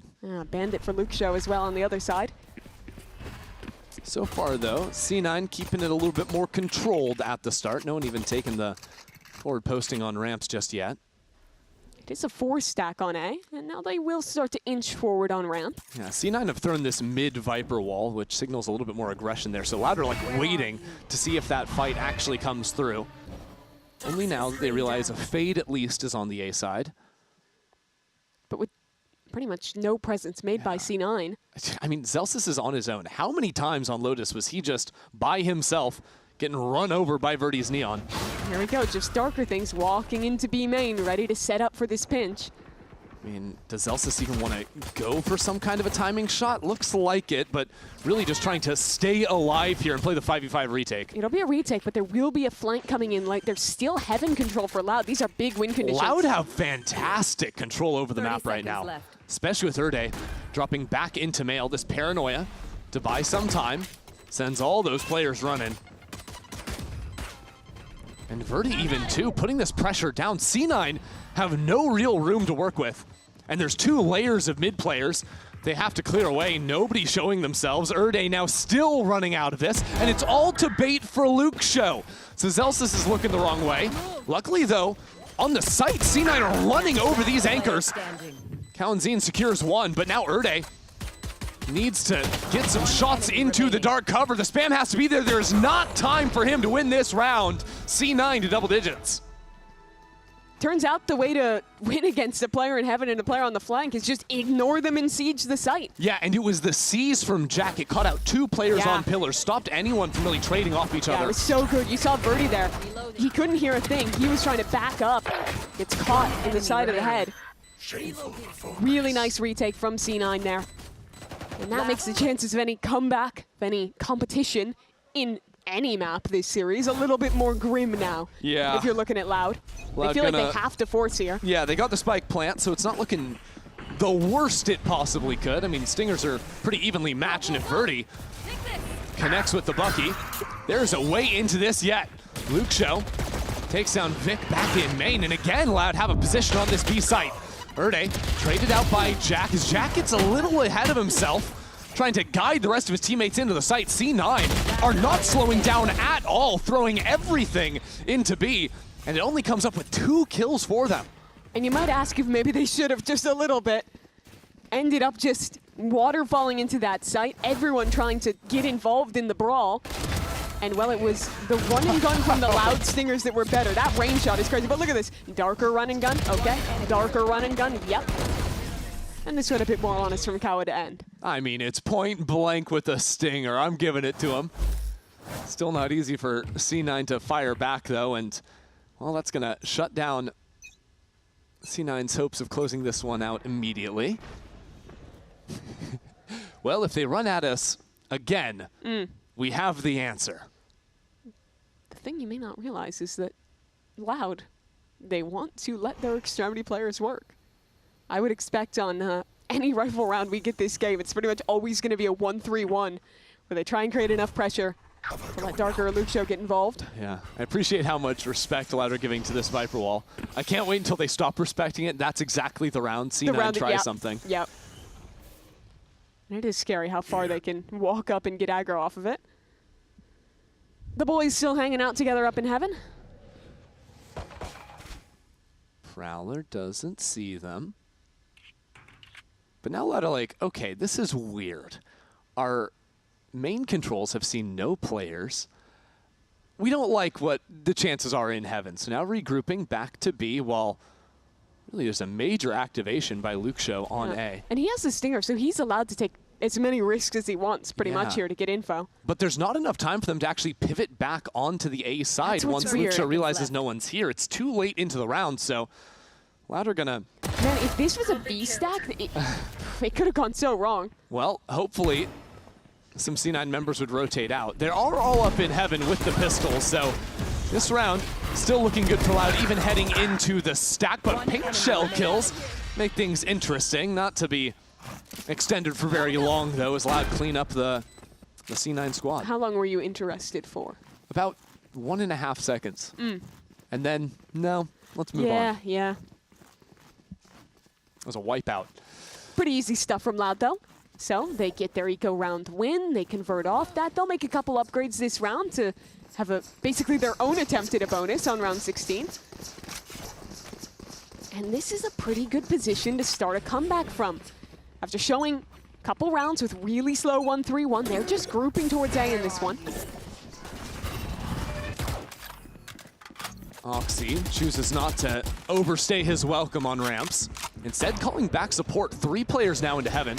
A fourth and Zeppa ready to respond. Verdi's about to slide into his demise. Erde's behind them all. No one's looking the right direction. Loud run a quick little pop out here. Only Zeppa to hold the line.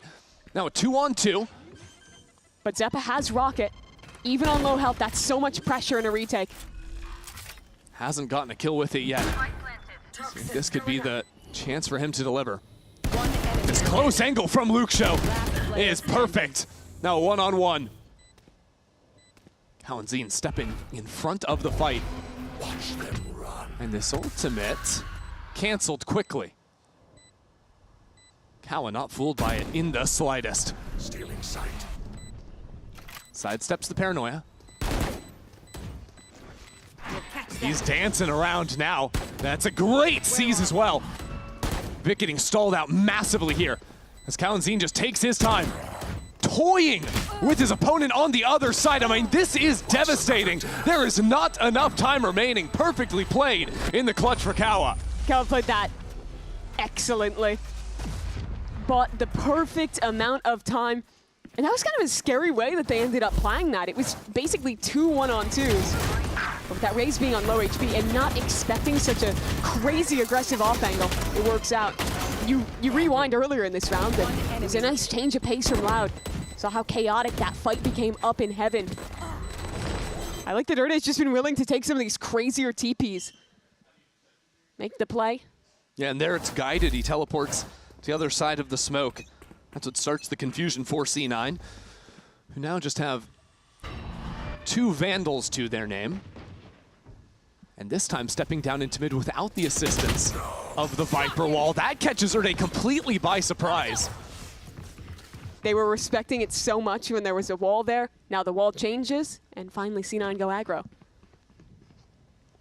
Both duelists ready to catch Loud if they go for this fight here. Great position from Oxy. And now the showstopper. I'm not sure. I think Loud might have escaped from this one more time. Well, it's a good trade when you keep the spike. Yeah. And Erde being dead means no ultimate to recover. Now Vic with another off angle. Dark with the hard clear, though. Yeah, that was gross. He was looking the wrong way for a second, just flicks around. Yeah, must have seen a barrel or something like that. But still, the spike is the problem. C9 choose to fill up into garage.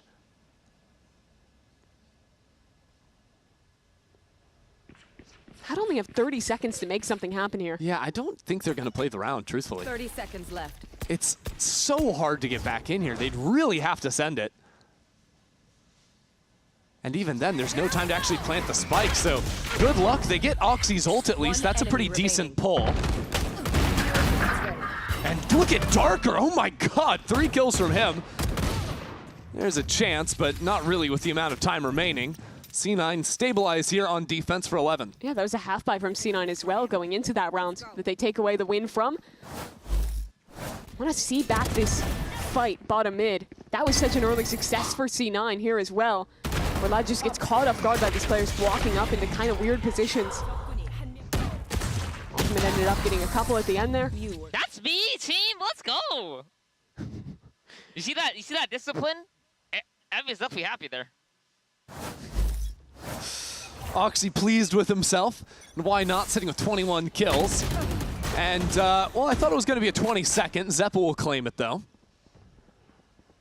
Not really sure how they're trying to sell the fake up ramps because there hadn't been that early fight, but now they have to pivot the complete opposite side of the map and quickly. This orb is going to be nice to work around in the post plant, as well as the steel garden. Yeah, that's going to buy some good time here once he actually procs the ultimate. Waiting for now.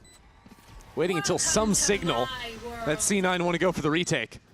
Adapt or die! And there it is. So a few more seconds. Bought now for Loud. 3 players dodge it though, so C9 can still get back in pretty quick here. We're going to listen to what Loud have in this post plant for us. In just a few moments, C9 kicking it off. Sai agora. Ah, não comia, não comia. 2 esquerda. Faltou acabar agora, desasboca, avisa. Vai acabar em 2, sim. Direita. Vai, pause. Vai, 2 esquerda, velho.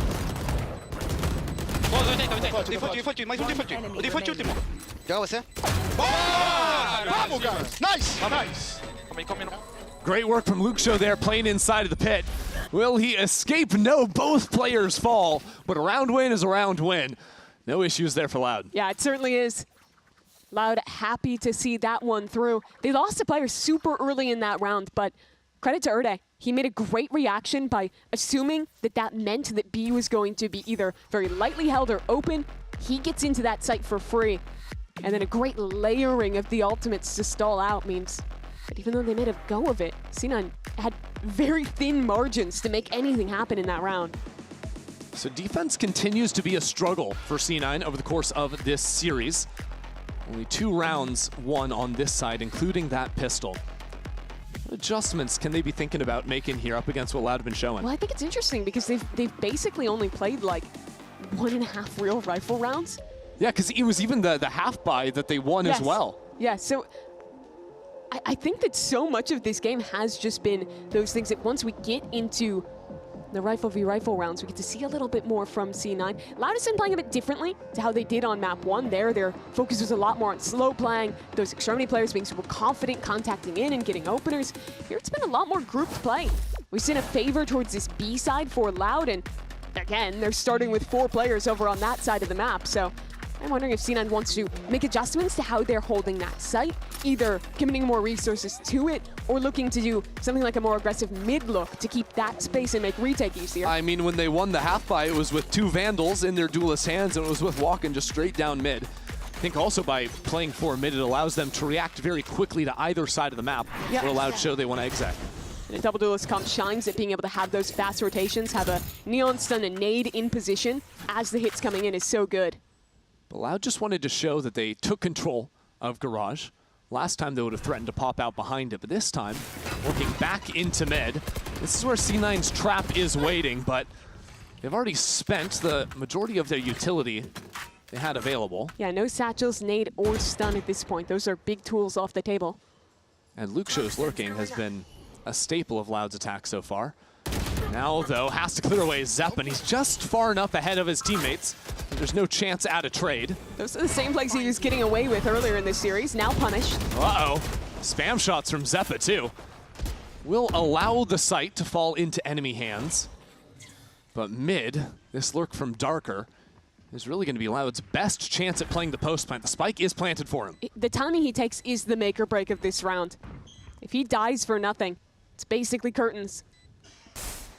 C9 still only have the 2 rifles to their name, but with numbers and with the chip damage, it is certainly looking possible. Nice connection from Darker. Working that flank, will be shut down though. And now it's just these 2 site players. Erde with no HP at all somehow carves a path forward. Sees some way to win this round. Cow and Zine much healthier.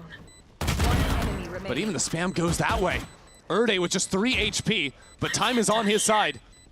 Zelsis didn't stick it to half, and that could be the death knell for him. 3 kills, but this round is going Loud's way.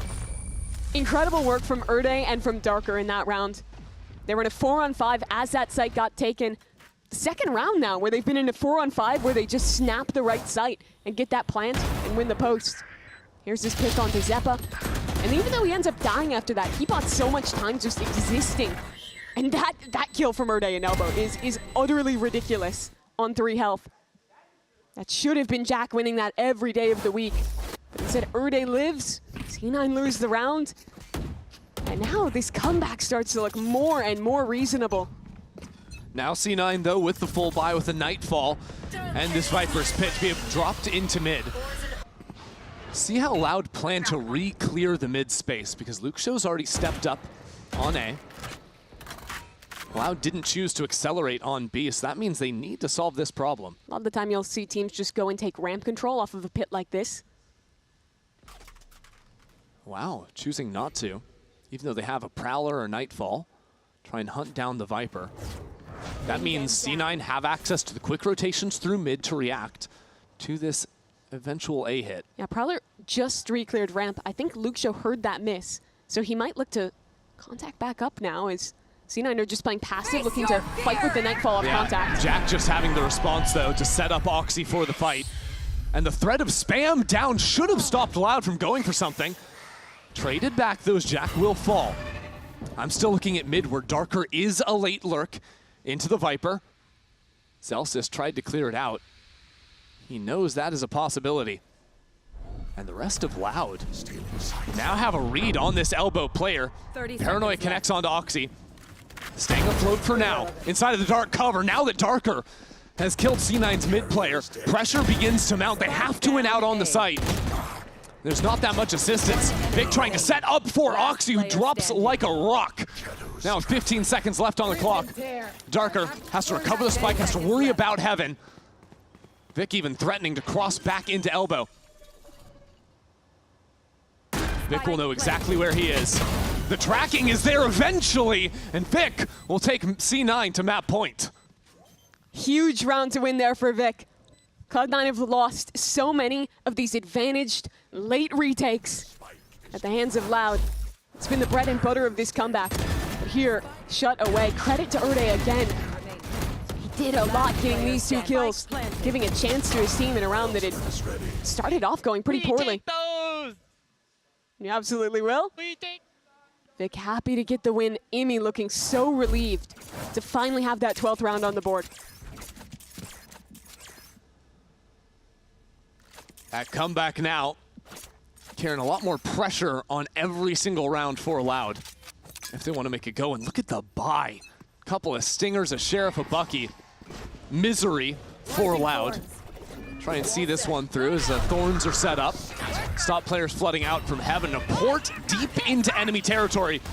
Erde will come in from there, and the showstopper connects for the first kill of Zeppa's on this series, and the rest of C9 will make quick work of Loud to send us directly into Breeze. Quick as it could be to close out the chances of Loud here on Split. I think you can look at that map and think that it could have been a little cleaner. Losing that eco round in round 14 sent Loud on a path that made it look possible. But at the end of the day, this is the turnaround they needed. They're picking a double duelist comp. Oxy's dropping 24 kills. Zeppa's looking confident. Their rookies turning it around after a rough map 1. And now this ever-important series that has huge implications as to who's going to playoffs. It's to go the distance. And finishing on Breeze, too. Wild territory to have our decider on.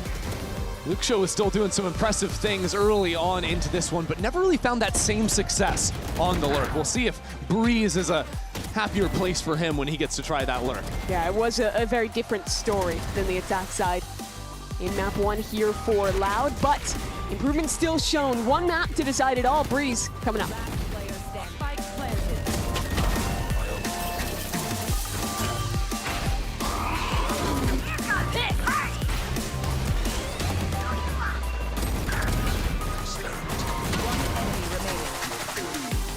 Defenders win.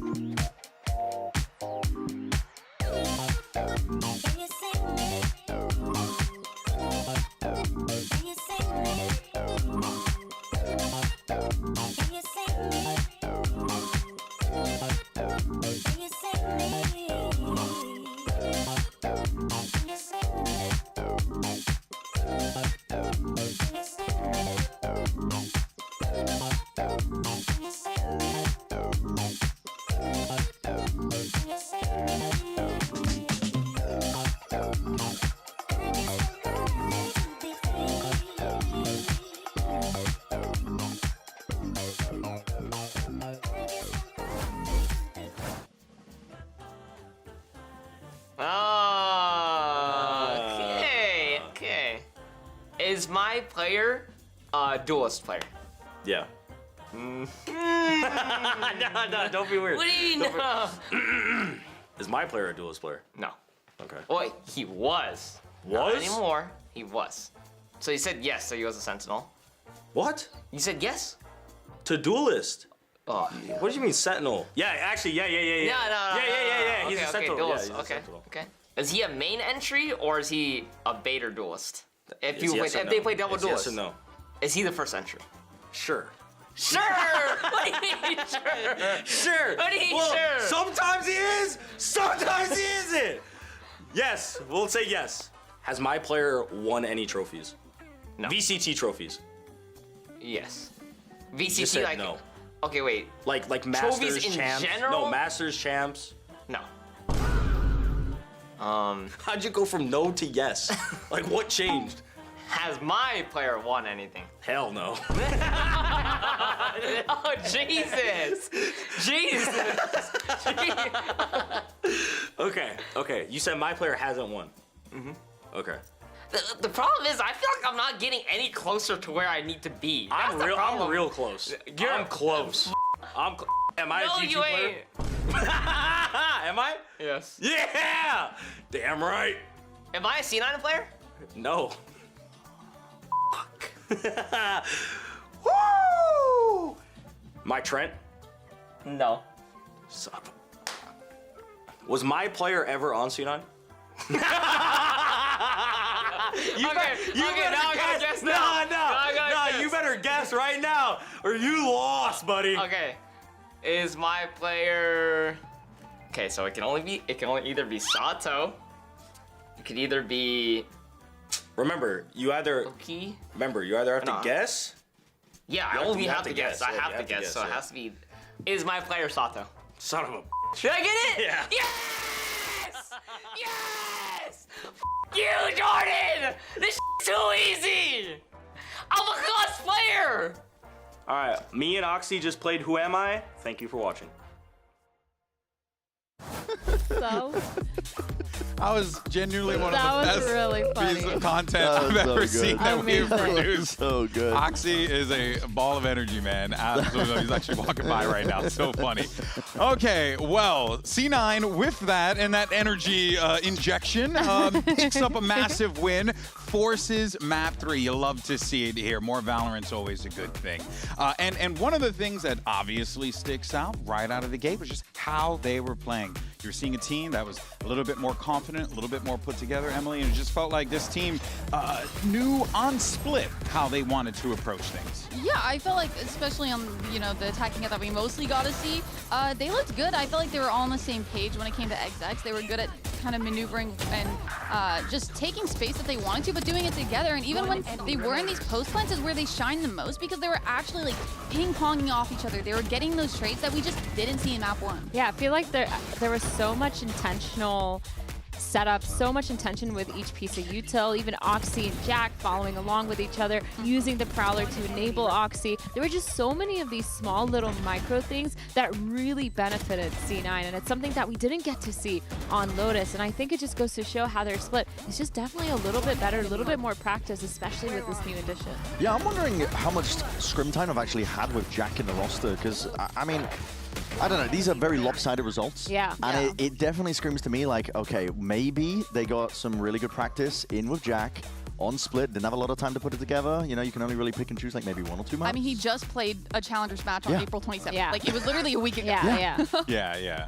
So I guess like that does I'm kind of wondering. track, I'm right? wondering then what's going to happen on Breeze as well. I mean, listen, we can look further ahead towards that as well, but we could have some sloppy gameplay. That's what I'm saying. We could get 2 teams down in the mud. We get muddy. Like they're going to get muddy perhaps because both of these teams have kind of like they're trying to integrate these players quite last minute, and I think it just showed. I think Lotus, you were looking at a very good Loud team that was just kind of slapping down a weakened Cloud9. Cloud9 looked way better, way more improved. Yeah.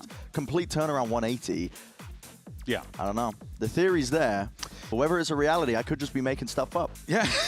So, I mean, look, listen, we're not we can't predict the we're future. not smart. Yeah, well, yeah, that's I'm true. not I mean, smart. I'm not. Speak for yourself. No, you guys are actually pretty smart. I'm not smart. I'm not smart at all. I don't have much of an education. I barely made it to high school. That being said, though, we do want to reflect, though, on what we were seeing from Jack, right? Guy comes into the roster. Yeah. He's got a lot of responsibility put on him here, but it seems like right now it's working, but you were definitely seeing where those flaws were starting to shine in map 1. Map 2, though, certainly a different flavor. Yeah, I feel like he's had a really good synergy so far with Oxy, as I was talking about earlier, using a lot of that util to set Oxy up for success, using the Prowler in front of him, immediately getting trades off of it, most of the time through smokes. And Jack, just in general, even in those live comms that we heard, he is contributing to the communication, to what they need to hear, but he's actually doing it in such a calm manner that I think it actually brings C9 up a level, because their comms tend to be chaotic. You hear people yelling over each other a lot of the time. He's low-key. But he does enough. He does what he needs to. Exactly. He relays what he has, the space that he's holding, what he needs, also everything that he has utility-wise, because that's really important from an initiator. No, I mean, the energy is important. I mean, we know, I mean, we heard from that video, Oxy can make a microphone just peak. You know? But like, you obviously, you need that, you know, the different kinds of energy out there, you know what I'm saying? But this is going to bring us to Breeze, map 3, which is going to settle the score here. Big matchup, as we had noted before, because folks, I mean, you win this and you lock in your spot for playoffs. Lose this, you're not out quite yet, neither of these teams, right? But it does get significantly more challenging, Athena, and that's going to be the thing to look out for. But let's go ahead and set things up. What should we be expecting here on Breeze? You know what I'm kind of expecting is that every time that Loud is on that attack side, they tend to do really good. And C9 is actually starting on the defensive half of Breeze. So unless they come out swinging, kind of like how they did versus MIBR, lots of aggressive pushes, even on their pistol rounds, I'm kind of expecting Loud to start the ball rolling. Yeah, that is actually a great note and something I did not even factor in. We'll, of course, see how this unfolds. Map 3 is do or die for these teams. You want to make playoffs? You got to win this one. You don't want to miss it. Mimi and Ender will catch you on the other side.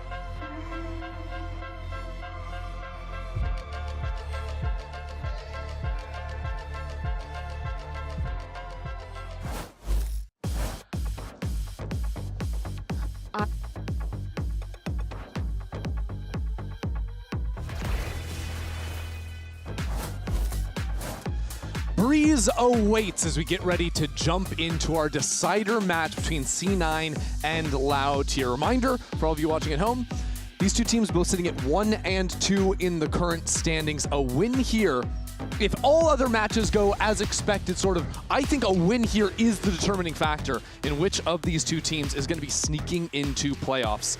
A lot riding on this match here, Mimi. Certainly, and looking at the compositions, Cloud9 seems like they're full committed to Zeppa's second duelist. They debuted this comp last week with Penny locking in that ISO. I honestly liked it a lot. I think they have great tools on defense to be really proactive at fighting into mains. That undercut is such a underrated tool, especially with the suppression effect that it brings now since the buff about a year back. On the other side, it's pretty standard for what we've been seeing in Americas, with an Astra Harbor bringing home alongside that Neon and a double initiator, where I would say most teams play the double duelist instead. Exactly. I wanted to ask you specifically about the KO, because this is a pick that we've seen here and there, but has really fallen out of favor. This is like the only map you're ever going to see KO on now. I mean, since Yoru disappeared, I think that having hard flashes, especially in a meta where everyone is playing double smokes is really nice.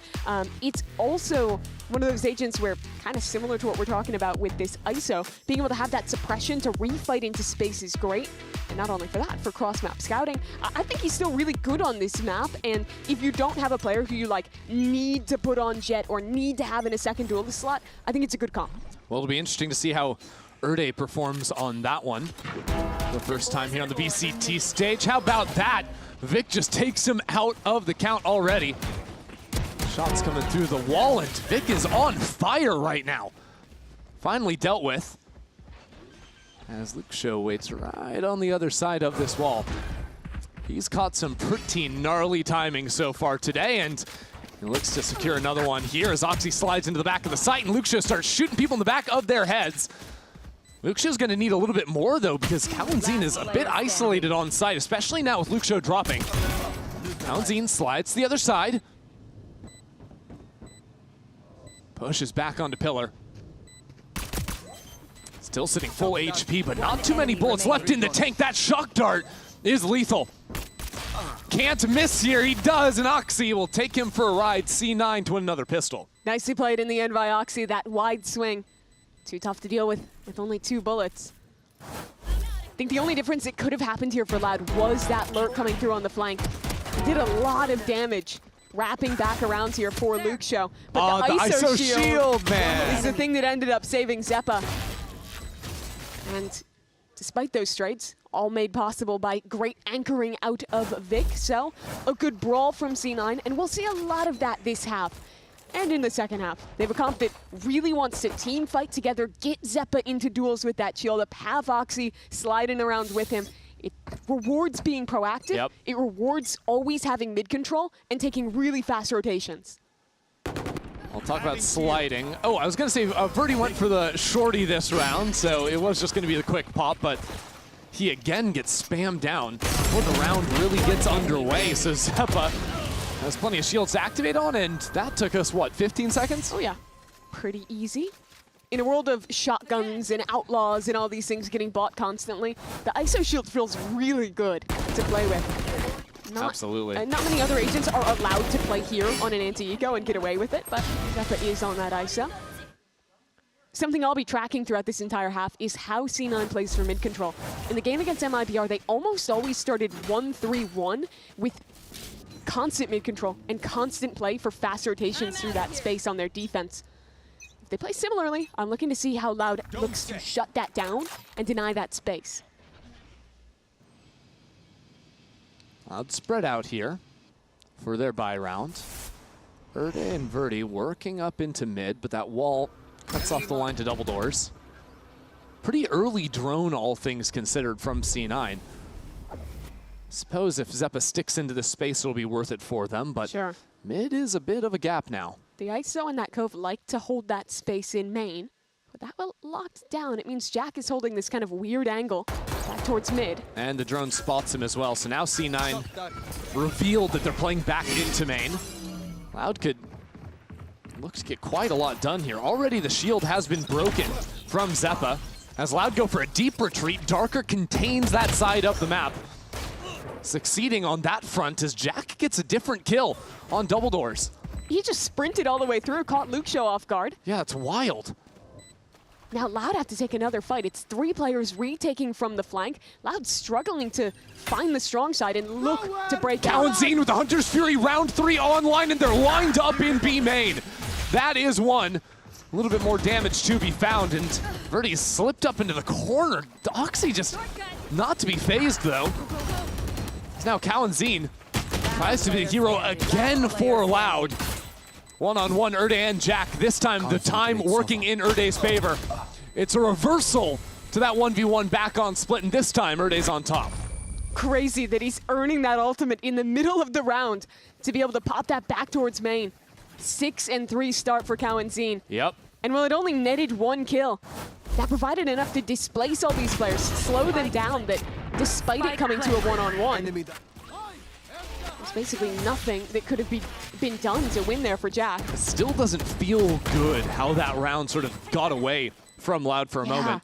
they lost pretty much the entire map so early on, with the players in mid then breaking out, the flank coming through from B as well. All of these things were kind of worrying signs for Loud. Loud just want to pop 5 players onto the A site. See if they can catch Vic out here, but C9 have already taken some mid space. They've shifted onto this side. Reinforcements are going to come in quickly. And I like how Vic is playing this. Up inside of the smoke, doesn't pull the trigger on the spam. He's choosing to stay alive. His teammates are coming in. Now timings it onto the other side. Vic is a monster anchoring these sites. Pistol round to now. He is locked in, but so is Erde. And now Vic gets swarmed on both fronts, and Loud line up a few more kills back yellow to tie things up at 2. Great team fighting from Loud on that site. Vic had done a lot of work, not only getting the initial pick onto the player alone back site, but buying time. This is where it changed though. Pop flash back through the wall. The entirety of Loud is, instead of playing to plant, fighting together off of that. This map, and well, just this meta in general, really rewards being the team who recognizes when your opponent fights, baiting the util, and then re-fighting back in. And Loud executed that so well. Don't place. Well, C9 have all the tools to fight over B at their disposal. See how Loud react to that. Take this fight back into C9. Because I'll tell you what, Oxy is just going for it. Full on sending for now. Erde will shut him down. Playing on both sides of the fast lane there. Erde is not dissuaded in the slightest. Flashes himself back onto the line. So pick up these ecos. There's the guy that was Duncan back in Challengers LATAM. Man. Now just running them down. You're literally just talking about it, how you want to wait out that fight and then re-clear the space, and that's a perfect display of it there from Loud. Yep. Simply wait and go back in. Kawa should have, by all accounts, been dead to Oxy there, but it was Erde who just swung in, one-tapped the sliding Neon, and kept his teammate in it. Zelsis and Vic just looking to exit and or die to spike here. Yeah, it's been such an interesting year, and especially stage 1 for VCT Americas, because we had a while there where LATAM, where Brazil, where none of their teams were really finding success other than the squads who had went international. But here, looking at 2026, it's really been reversed in stage 1. All of Crew is finally here, all of Lev is finally here, and those teams are showing up, playing so well, and I didn't think that Loud was going to join that class, but here they are with Erde showing up, playing really well. Still yet to see how high their ceiling can be and if they can find it in time to even make playoffs. But it's a great early sign to see your long-awaited rookie performing early. Oh, yeah. And already the warm sands of Breeze treating Loud a little bit better than Split treated them. Have the lead here. Erde has that ultimate online, too. Some chances just rip on into a site. But it'll be back to some mid control. Knife aimed at tunnel for now. No break on it yet. It's 5 players here in C9 mid. are ready to pop out and take this fight. With the undercut available, the stuns coming down as well. Backed into the corner. C9 trade evenly at the start. Luke Show has a little pocket to play with. Backs away for now. There's no chance for Loud to get the revive. Instead, just plant the spike as Darker steps up into double doors. Waiting for his moment. Luxo sees those players coming in as well, now turning the attention back to him. But Darker is isolated. Counting doesn't have the support, but he does have his second Hunter's Fury of the map in round 6. 1 kill, and then the shock darts, and that could just be the round. But he'd have to get out in front of things. And now pushed away by the snakebite. Switches over to the shocks. Jack up in his face, he gets the kill. The second shock is just too slow. C9 will take the round with a full stick. A second difference there, and Kawa could have won that round. Sprang through, gets the first kill. But the Viper's Pit secures the win from Vic. He has been the safe hands for Cloud9 in what has been a tumultuous start to this map. Kind of crazy he gets the kill on Jack there. Yeah. While he was really in the process of going for the spam on the diffuser. And I'd like to see, even though it didn't trade perfectly there for Loud, that they are looking to try and contest this play in mid. You want to deny those fast C9 rotates. You do want to fight for this space. They'll try it again, this time quietly. Yeah.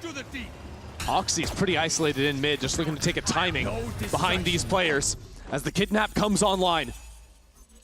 Zeppa on Verdi. Walls down, Verdi succeeds, but in behind is Oxy. Keep your eyes on double doors right now as Oxy shows up and doesn't get anything. A disaster for Cloud9 as both of their win conditions falter. Planted. And now Loud with a full control of the site, forward positions as well. They can bolster their line of defense. C9, I don't think they play this one. No. There was a window maybe they could have after Vic gets that kill, but still down a man this late in the round. Celsius picks up a gun and they all back away. That is another wild round out of Loud. They look so good when they're just playing this fast, aggressive style together. I want to give some credit to Erde, because even though it wasn't necessarily just him lighting up the scoreboard this round, it was great utility to set up that fight back site. I think the KO flashes have been super impactful already early in this game. So Loud back with the lead again. And while they did commit the hard ult into the last one, they still hold on to Kalenzin's Hunter's Fury. Verdi and Dark with some ults of their own. This is the utility you're talking about. Yeah, bounce off the wall, pushes it back. Verdi's also just somehow beating Zeppa in the ultimate.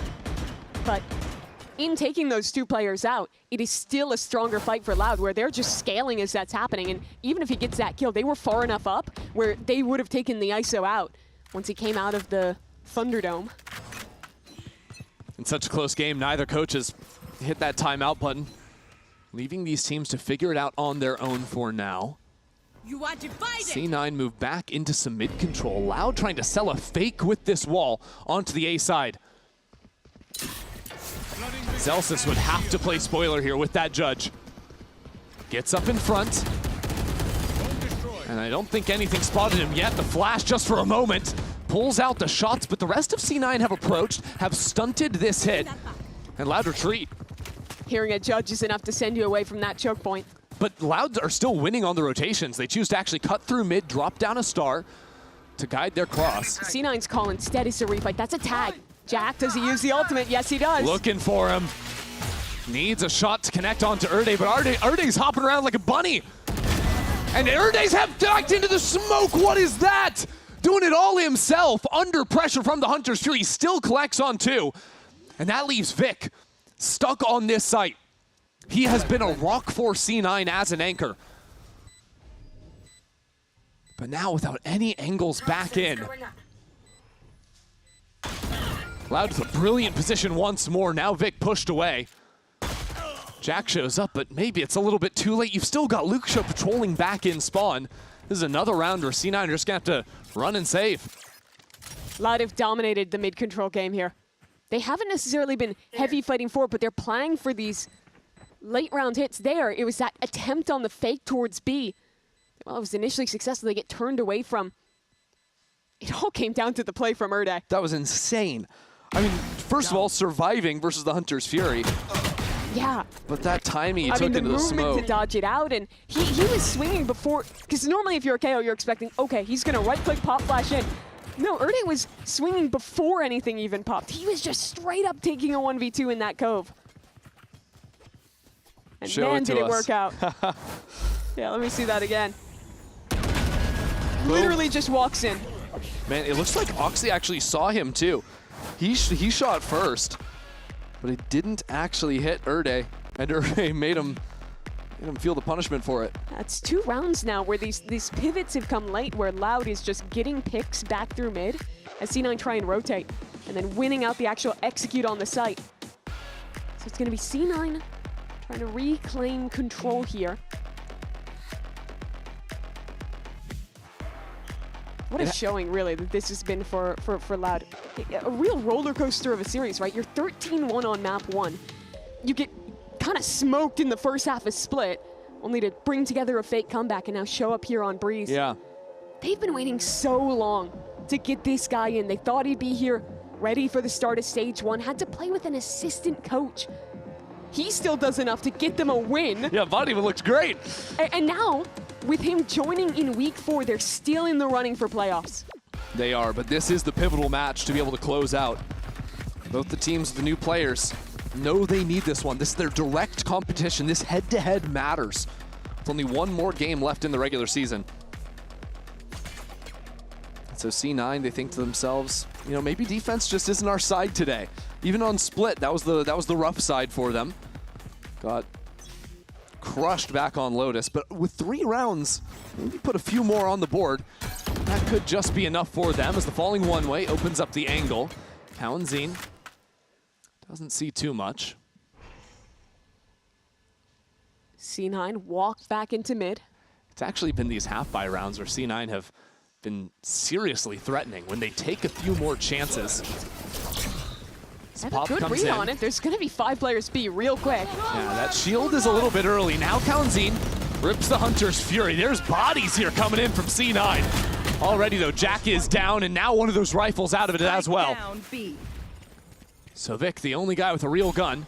That spike, though, has been claimed by Cloud9. And the shield's still active from Zeppa. He can continue to snowball this through. Switches over to the gun, and it costs him. But Luke Show caught in a 1-on-2. Steps out from the smoke, and it is again these hero rifles half-buy rounds from C9 where they come out on top. It was 2 rounds in a row where they lost players as they rotated and fought through mid. This round looks a lot more like the MIBR game, where they're starting a 1-3-1, their soul anchor holds long enough for the mid players to quickly rotate, and they win in the super chaotic quadruple smoke fight on a site. And it has just been Vic. I mean, getting he's silly with it, but dominating in the server. He's always that guy that is alone, that has to give the time for his teammates to arrive. He's doing really well at it, 12-3. Man, 4-0 KD there. Been shutting Loud down effectively. The attack up, didn't even get the shot through the wall. There's nearly some damage, but no dice. So in Discourse, when C9 made changes of what is next for Vic, here he is showing up, dominating in this game. Interesting round for Loud to try and play here with Verdi holding on to the op onto attack. Does have the ultimate if he wants to go for an exec eventually, but for now, the slow clear.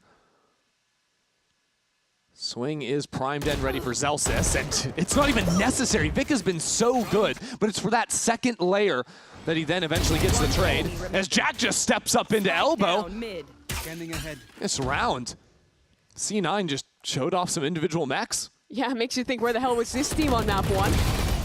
Nicely done from Jack there for 3. Those are the rounds where they were getting owned, right? Where Loud is just playing slow, contacting around the map with an op, taking picks everywhere they like. Here, C9's actually able to weather it. Nice hold out of Vic there.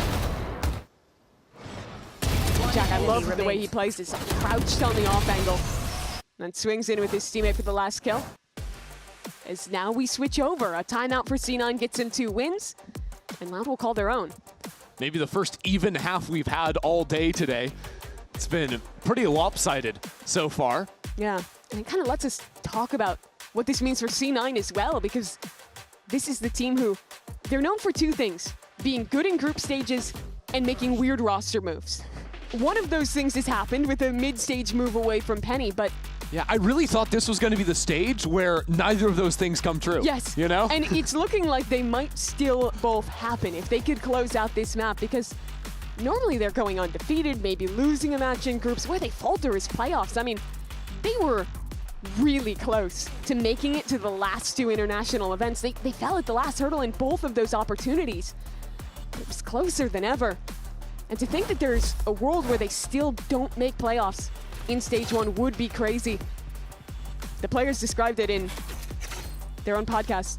It's also saying that they were like the cockroaches that cannot be killed. You cannot deny C9 making playoffs. But the cockroaches still have to win this map, win this game, if they want to keep those chances likely. And a little bit more left to be asked of C9. But in a good position this round. Full light armor from Loud on the other side.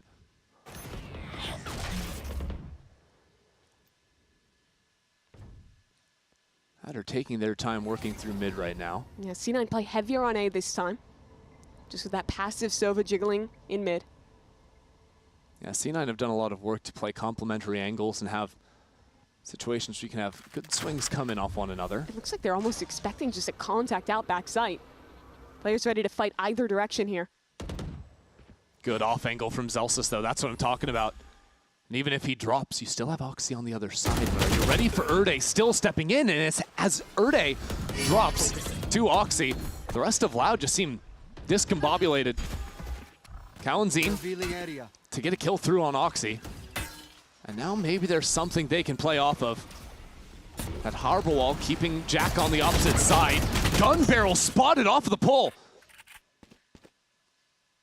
But Loud are still all on their own, and that's maybe where they thrive. Zeppa pushed into a corner. Luxo shuts him out. All of a sudden, it's C9 with Vic in the clutch. I can't believe this is winnable for Loud. But the toughest player to go up against, Vic, who has been on fire this game. 13-4, and now a 1-on-2 ahead of him.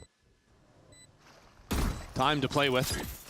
But now both sides know what the plan is gonna be, and Luxo just ego peeks him through the molly? Swinging that alone?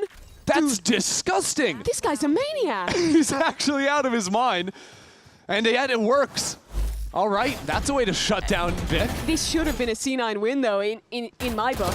They had such a good readout this time out to have 3 players holding A on those great passive angles. And Loud literally walked right in, only for Luxo to get these 3 kills and bring the round into the fold for Loud. I mean, you die there, you're getting flamed. Like, why are you stepping through the molly by yourself? But it's exactly what the doctor ordered for Loud to, again, take this advantage. Like, objectively, it's a bad play. Yeah. But sometimes that's why it works. Yeah. Now, plenty of ultimates at Loud's disposal. Time to just hurl them all at this A site. Maybe a bit of overkill, because the rest of C9 is elsewhere. Not on this site. That's for sure. Zelsis is just trying to stay alive behind the walls. Another ultimate enters the equation. But they've used everything. Now it's C9's turn to play. They have the ISO ult on this retake, but Loud is up deep behind the Astro wall. Verdi is in a great spot. The catch, though, might just take away that duelist. So all of a sudden, Oxy has a clear path into the site. Verdi wins the 1v1 in the pit, teleports back into it. It's just madness. No one can see anything. There's smokes, there's ultimates. Verdi is still alive on the other side of Oxy. No one is going to be ready for this ever. It's the sickest play ever. And the rest of Loud stands strong here, shutting down the rest of C9. Jack with 3 on the round, but 3 is all he'll get. It is Loud in the lead at the half. I really need to see how Loud got those early kills. I think it was just them swinging back through these smokes off the timing of that ISO ult and the Neon coming in and getting massively rewarded here. And because Verdi gets this kill, he snaps back to a position where now he is behind Oxy in a position that Oxy thought he had cleared. Insane that he's winning that in the ISO ult. 3 gone. And cleans up this half. 7-5, that's the lead for Loud. Can they close out the series? We'll find out in the second half.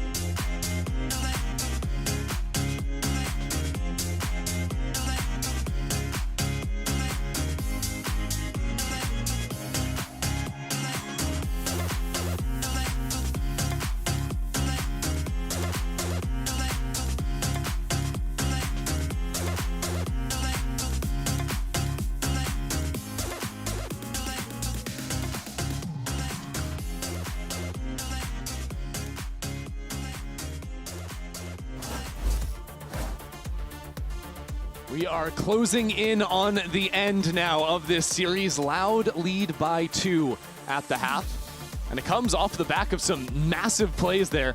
Kalenzine having a map sort of matched on the other side. Him and Vic have been the standout players so far to this one. Yeah, the two lobby admins today. A lot of this game is just going to come down to the second half pistol. Loud has been really pretty good with them. Won everyone against G2. 1-2 today in the opening map that they stomped as well. And looking at them on the defensive side now, I really look back to Luxio and to Darker especially. I think we're going to see a lot of rounds where Darker has to anchor alone against a comp that has some really strong execute power. This round, though, falls to that other side. As C9 walk their way up elbow. Yep, C9 have that Viper wall ready for the B site. It will be Verdi and Luxio waiting for it.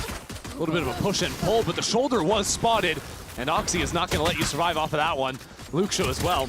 Peppered down to 4 as he eventually drops. C9 still looking dominant on these pistol rounds. I mean, it's been great ever since the start of Split. 3 for 3. And now with a 5-on-2. Ready to make this a perfect 4 for 4 and bring things back to even. One enemy remaining. There you go. Even getting that one. Couldn't ask for anything more there. Yeah, this is super clean from them. They were coming into this series with the worst pistol round win rate in the league. Like, it was right around 30%. But they're winning them when they matter here in these second two maps. So now the game looking to tie up.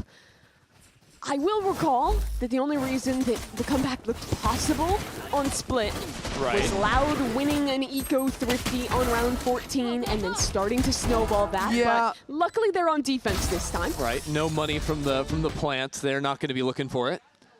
And their backs aren't against the wall either. It's not a must-force type situation. You aren't down 10-2.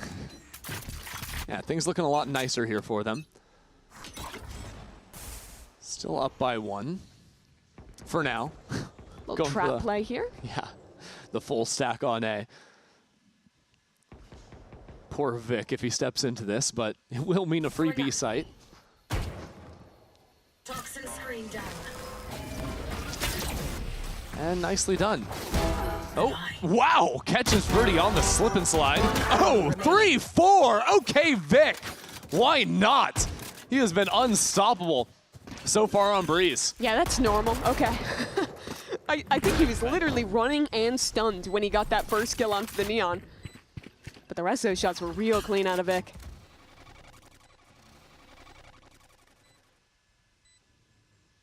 So the Viper's Pit getting pretty close to coming online, courtesy of his strong start to the half.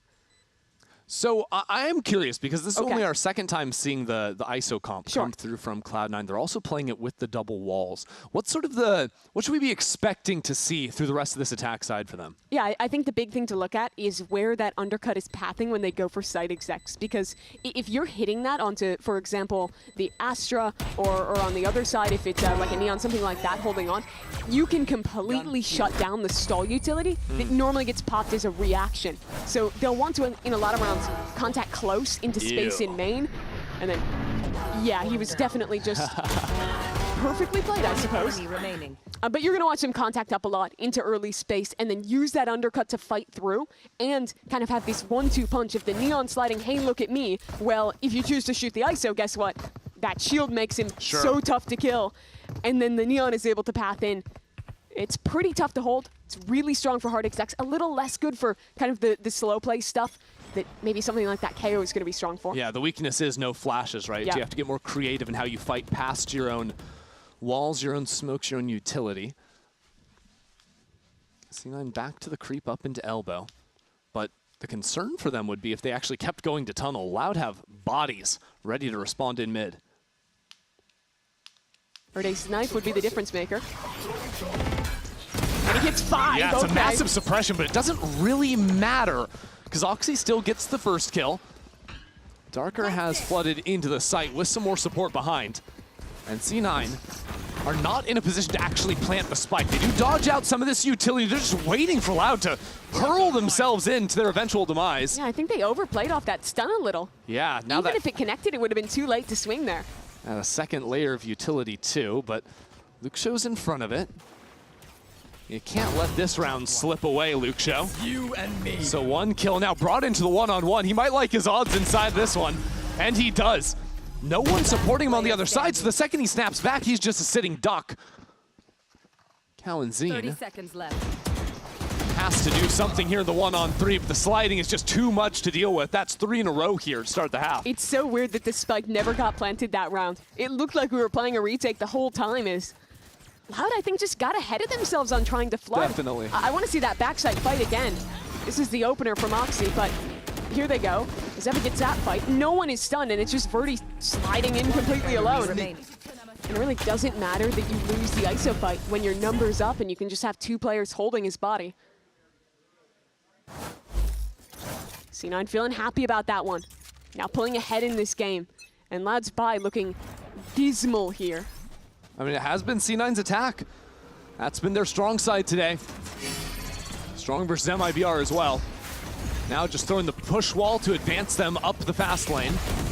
Oxy already into this site, shoulder and shoulder with the new duelist on his side in Zeppa. Luxo, though, sniped someone out with the Sheriff. That keeps C9 at bay for now. The harbor wall is getting real awkward there. But if you're C9, you just wait out this util and then refight with your advantage. Oh wow, Zeppa can't see much of anything. Doesn't no one's quite matter. looking. No one, it doesn't matter, yeah. C9 holding each other's backs. Darker the last one alive here, and Jack with a quick flick will settle the score. That round got quite silly in the end. Every piece of controller utility used in like maybe 10 total feet of space. Yeah. And so through that, C9 just freeze, wait for everything to go down, and Zeppa going uncleared there, I think was the difference between an eco round win and this one not looking doable. Him keeping that pressure up means everyone's head has to snap back to look at him as the players in main are swinging in, and yeah, you see the wince from the coaching booth there at Loud. I mean, 4 in a row to start the half. All of a sudden, you're now looking at a critical round from Loud. 1 away from Cow&Zine's ultimate, and C9, they're just back into this A site. Already the high tide. Into it as Luxo just skirts around the corner. Luxo in a tricky spot, and no one's looking for him. Oxy completely caught off guards. Luxo holding on to backside control with Verdi. As Verdi goes around the right side, his teammate falls. And now more is necessary from the young duelist. Spike planted. Now a pit to block the vision. Oh man, Zeppa finally drops Verdi. Steps even deeper inside of the pit. A 2-on-2 now. Erde. This is a must-win round for Loud. And if it's gonna happen, it's off the back of the rookie. Erde flashed himself into the site. It's a big kill to drop Celsius. Darker is there as well. Loud are right back in this thing. That was Erde bailing them out. Such a huge kill in that 2v2 to fight back in. Because Loud were, I think, tripping over themselves a little in that team fight again. You saw it get even, and then Verdi is sliding ahead of anyone else. That's all despite of this amazing work that Luxo did early, catching that timing. But they splash. He's deep pathing onto Celsius. Luxo knows what that round meant. Big emotion out of the Loud squad there. Now just trailing by 1. Trying to stabilize their economy a little bit, bounce back after those first 4 in a row. An ult for Kawa this round to react into a fight, and that fight is brewing towards mid. Mid pop ready. It's actually Luxo just on his own. Wanted to take a shot before retreating, but the drone will spoil him. Zeppa pushed away as well. As Luxo, 2 more players coming his way. Cow&Zine has the support, and that baits out a lot of utility. C9 going to be happy with the start of this round. Yeah, it never feels good to have to use that high tide to anchor. Especially as C9 work up into mid. Look at Darker. Darker! He gets pinged out twice by it doesn't even matter, the dart. The rest of Loud filter in, wipe the floor with C9. Last player standing. And Luxo drops Vic as well. These are some messy fights, but Loud keeps finding a bucket to bail themselves out of it. Yeah, Jack's just wondering what the hell happened in mid. It was over before it even began. I can't believe Darker lives after whiffing like that. Didn't even get shot once. Luxo takes the bullet for him. Jack at least claims the orbs. That's a third ult online for the next round. But yeah, the result of that madness in mid is that both teams who came into the round with 2 ults apiece didn't have to commit either of them. Yep.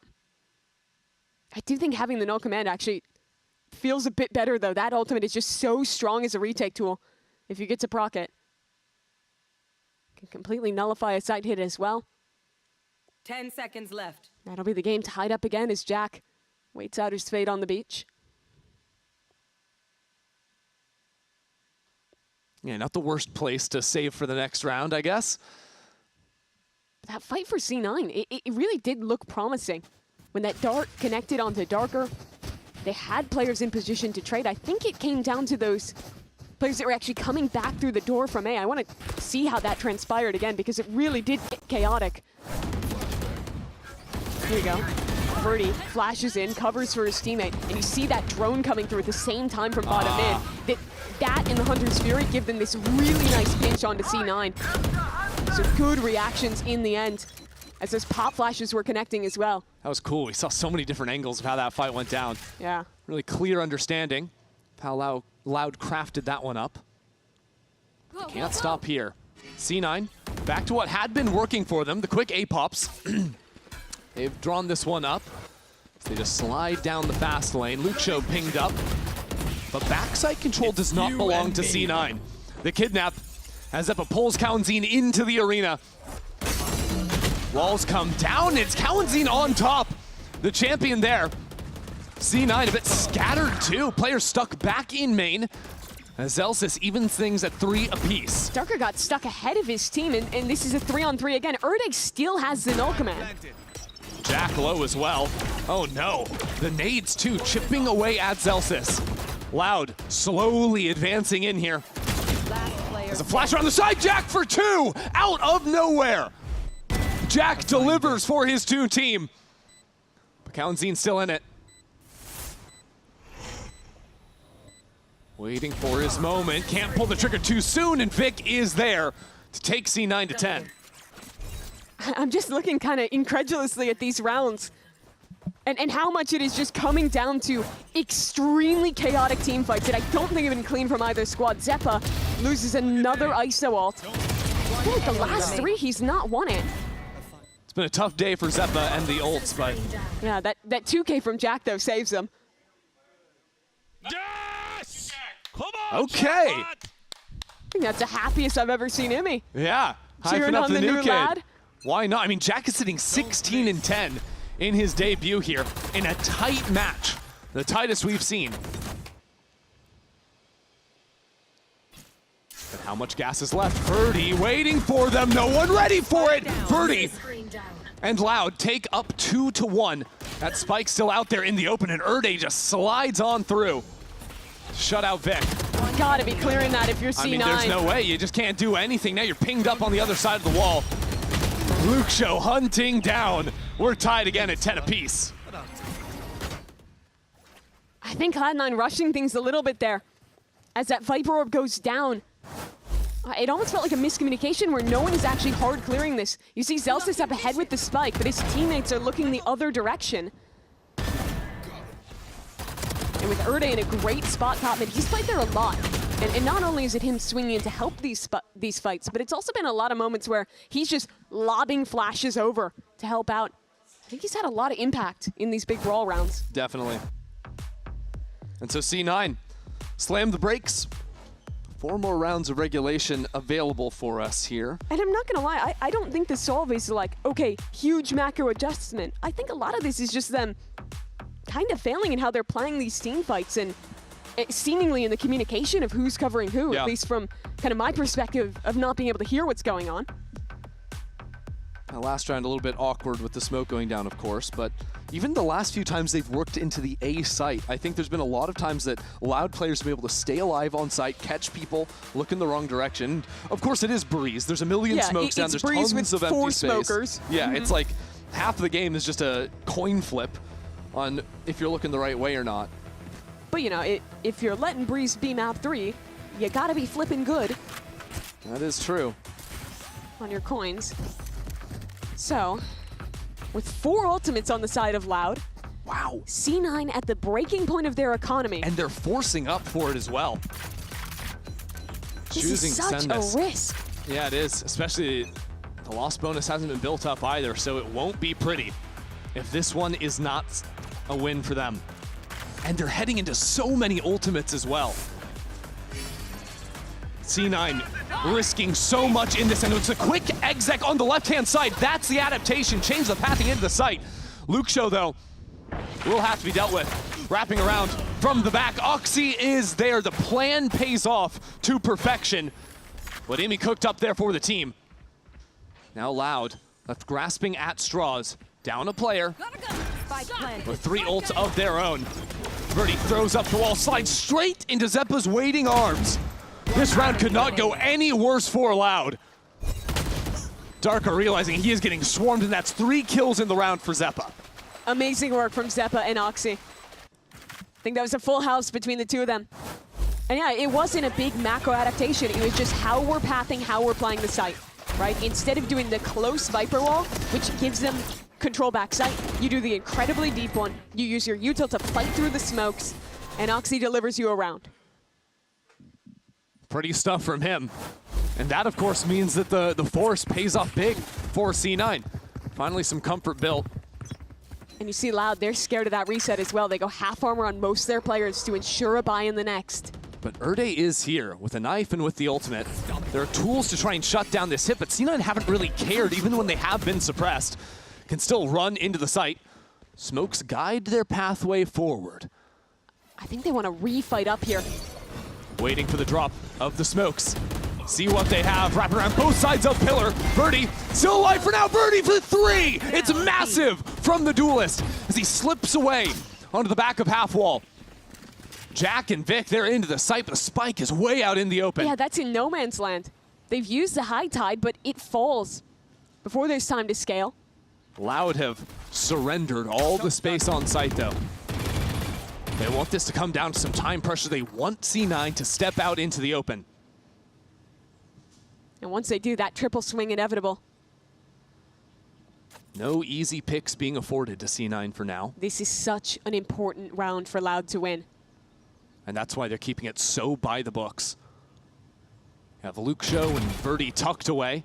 Houndzine just on the jiggle. 30 seconds left. Standing ahead. But now, time being whittled away at. Spike finally retrieved. What does it mean? No ultimates to come online with the plant. And now Vic is worried about his back. Verdi, 4 kills. Easy work from Loud to tie things again. That round is 100% Verdi. It was a stalemate, a 5-1-5 on the site, and he does this. Flicks around for 3 different kills. Impeccable stuff from Verdi. And he has to get that kill on Oxy quickly, tracking the slide. If he doesn't, he's always getting traded there. Absolutely. And then Oxy's in this deep position where he can fight up. Instead, the spike falls in no man's land. And they can clean up Verdi. You heard how hyped he was. Oxy's got a bucky on this round. Yeah, C9 back to the force and back to this B site.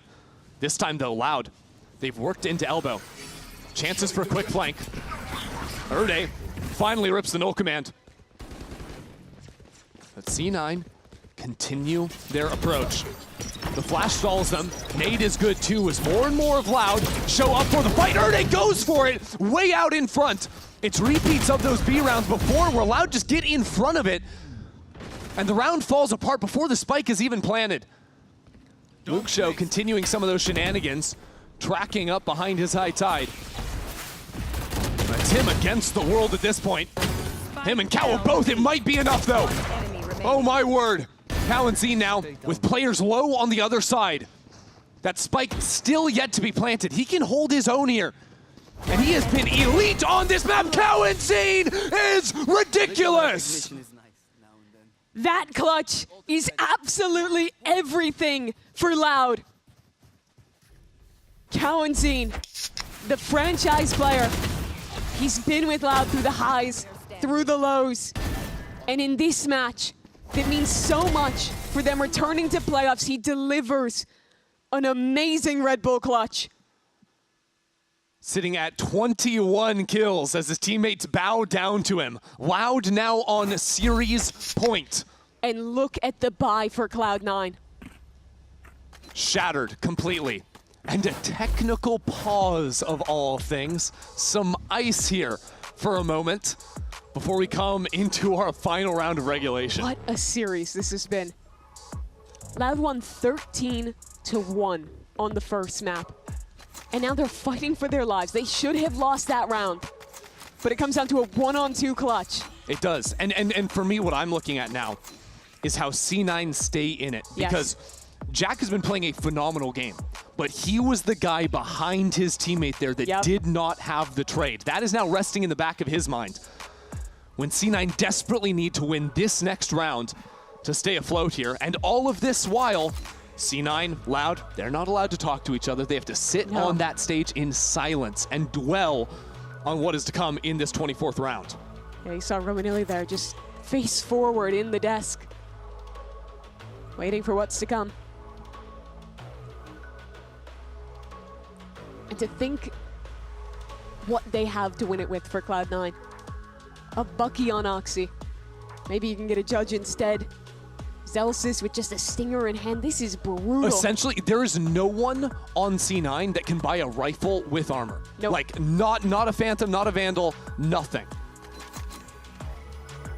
There are some ultimates, sure. We've got a Viper's Pit. You got Zelsis's Harbor ult.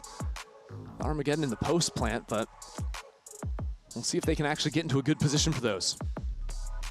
Still sorting out the audio issue on the stage before we get into the 24th round of this map 3. So I think it's a good time to remember what's at stake for sure in a game like this, right? Loud almost had this one in the bag after Lotus, but it's going the distance now. Both these teams currently sitting at 1 and 2 in the standings. And when you look at this group, it is pretty stacked. Your other 1 and 2 team, that's G2. Yep. If things go as expected and G2 find some success in their next couple of games, well, there's only going to be enough room in this group for one of these two teams to slip on through. And with tough matches ahead, that is where you look at this head-to-head between them being the decider. Again, there can be upsets, there can be different things that make give us some ties, whatnot, but if the matches go as expected, this is the one that decides it. And that would be if G2 wins the upcoming match against Envy. There are 4 teams in this group at 1 and 2, but there's only one round to decide how this one goes, overtime or bust. C9 on a half by Force It A. And they're heading directly into Cowanzine. The Hunter's Fury already primed. Luke Show is cutting them down through the wall. Cloud has a numbers advantage. Jack tries to fire back.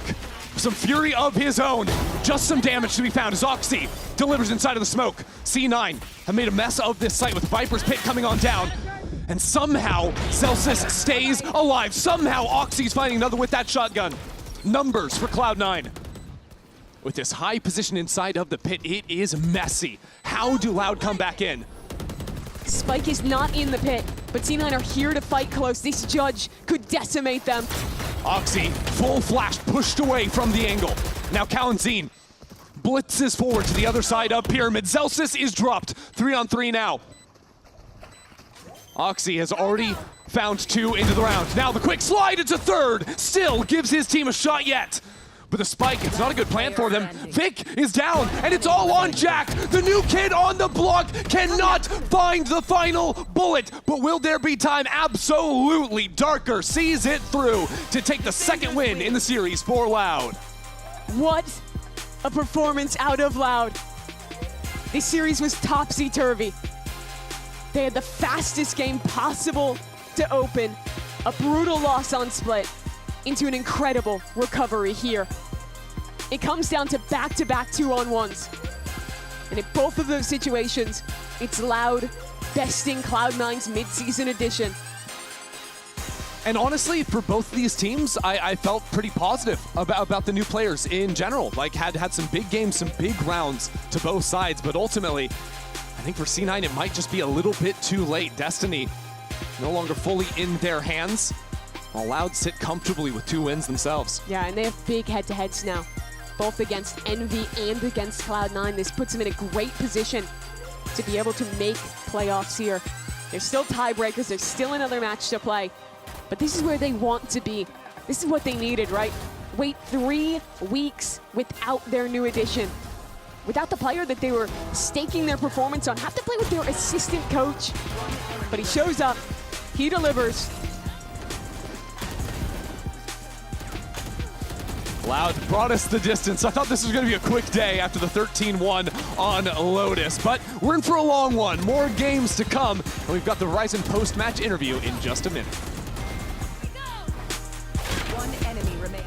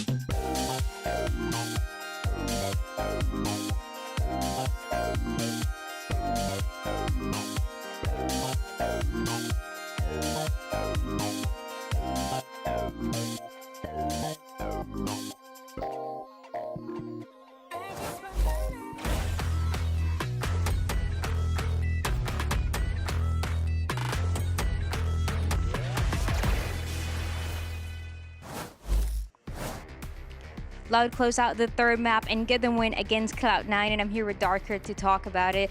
Darker, this is a win that you guys have been waiting for such a long time, especially with the addition of Erde, and it's something that you've been waiting for week after week. Now having him in the squad, having him IGL, what was the energy like? Es una victoria que han estado buscando desde hace bastante tiempo, lo consiguen teniendo finalmente a Erde en el equipo. ¿Qué se sintió poder jugar con él, escucharlo gelear y poder ganar? Es una persona que pasa mucha confianza al equipo, es un IGL, tipo, él es muy insano individualmente. Para el nivel de equipo que nosotros tenemos, él le está ayudando a todo el mundo, tanto en la confianza como tanto en las calls. He's an incredible player. He's insane, not only in the way that he's playing, but also in the call. So he's adding so much to the team because of that.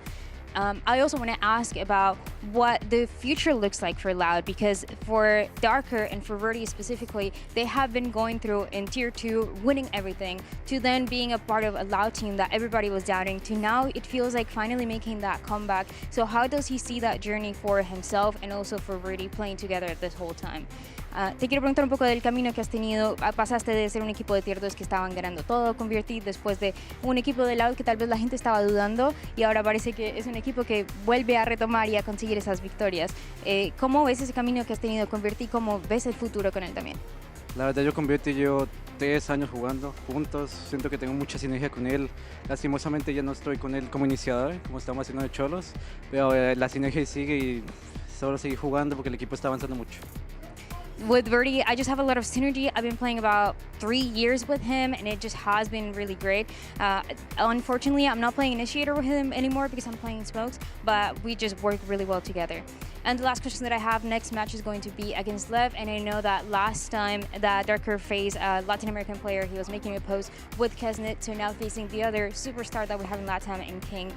What does he feel of that match can be? La siguiente partida va a ser en contra de Leviatán. Cuando jugaron en contra de Envy, subiste una foto con Kesney también, así como un poco de los ídolos, las estrellas de Latam. Ahora te vas a enfrentar en contra de King. ¿Qué podemos esperar de esa partida?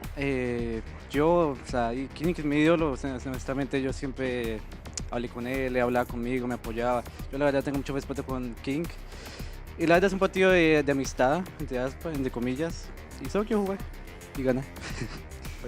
The truth is, I mean, I'm just really good friends with him. I've talked to him. We get along really well. So it's a player that I have a little respect for. So it's going to be a great match, and I hope that we have fun. It's like a friendly matchup, but obviously I want to win. This is everything that we have for the Verizon post-match interview. Darker, thank you so much. We're going to send it to the dust, but I'm not done talking to all the Loud players. So we have Erde, the superstar, and the clutch Kawantin. That's right, Erde made one hell of a debut, and of course we're joined by Kao, a long time member of the VCT, and Loud picking up a massive dub today. Fellas, congratulations. Erde, I want to start with you, man. You're coming into the team hot. you knew that this was a big game that you needed to perform in. Did you feel like, hey, I needed to make sure that I did it for the team, or were you just calm the entire time because you knew that your team had your back? Yeah, I mean, I'm always doing the same on scrims, on tourney, so I don't try to change anything, to be honest. I think I don't need to do anything outside of what I do usually. Yeah. To be honest, I play, I felt really well with this team. We had like 1 week and a half of scrims, nothing more than that. Yeah, we kept like doing some hard work after hours, doing some bot review. Yeah. We have to do like too much work because we have so much short time. For sure. So it's impressive. It's impressive. Yeah, to be honest, for me it's impressive because I was feeling like we were gonna win. Like I didn't doubt, but the thing is, it's impressive that we trained like a week and a half and we won. Yeah, no, it really is. Well, how would you define your calling as an IGL for the team and what you're bringing to the table here? Or do you feel like it's a collective of everyone working together to make the plays happen? No, I mean, IGL is like a thing, but it's an aspect. It's not it's not my character, but it's an aspect of me. Okay. So I treat it really well. I just try to call the best that I can. I'm getting better every time. I'm not stop. I didn't stop getting better. Yeah. So I think it's normal, really normal. Awesome. That's what's up. I'm of course joined by the legendary Dan Dryad. I just had to be here. Hello, guys. Congratulations on the win. You just had to be here, Dan. I mean, I don't know if you guys know, I've been the Loud fan since day one. Everybody was doubting me. There's a board over there. Everybody was calling me crazy, but I knew that you guys were going to win. Coming in, you were incredible today, especially in that last map. You were clutching, and especially that round 23. It was that 1v2 clutch that allowed you guys to take the win at the end. What was clicking today, especially having Erde, because I always see you guys celebrating the wins, but I don't think I ever saw you guys standing up and screaming and celebrating the way that I did today. I think playing with Erde is very good because like he makes all the calls, so I just need to focus on my game. And I think the third map, it was pretty good to me because I was pretty calm. Like I knew he was going to call everything. I knew I just need to play. Just need like to end, to kill the guys. So I think this is the best thing to play with Erde. You know the guy will call everything. You know he's pretty good, and that's it. Awesome, awesome. Well, look, we got questions out there. Let's play a little game, shall we?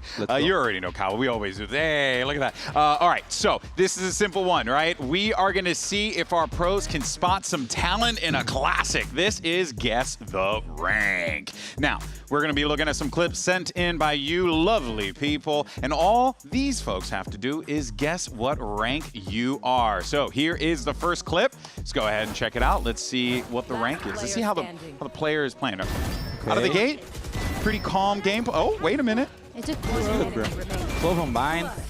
Yeah, okay. He's good, but he was very, how can I say, very shaky. Very shaky. Oh, you thought he was shaky. All right, all right. What would you rate it? Where do you think he is? I'll go with Iron. Iron. Oh, no. Can I change? You can change it. Gold. Okay, gold. That's a fair one, but honestly, I think you should have stuck with Iron.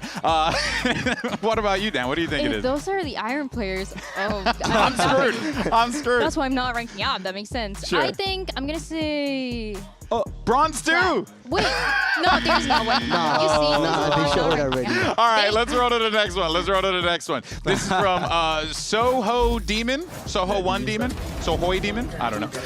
In any case, oh, wait a minute. Nice. You guys are just on this map. Yeah. Nah, he's good, though. He's pretty good. Good comms. Hearing some comms here, too, so, you know. Oh, right. An ace? Nah, he's very good. He's immortal. I would probably give him high diamond. Immortal. Immortal? Yeah. Okay. He's clean, like moving, you know? So okay. I guess immortal as well. So it's the movement that's sticking out. I will give him Radiant if he uses his utility. Yeah, that's true. All right, let's see what it is.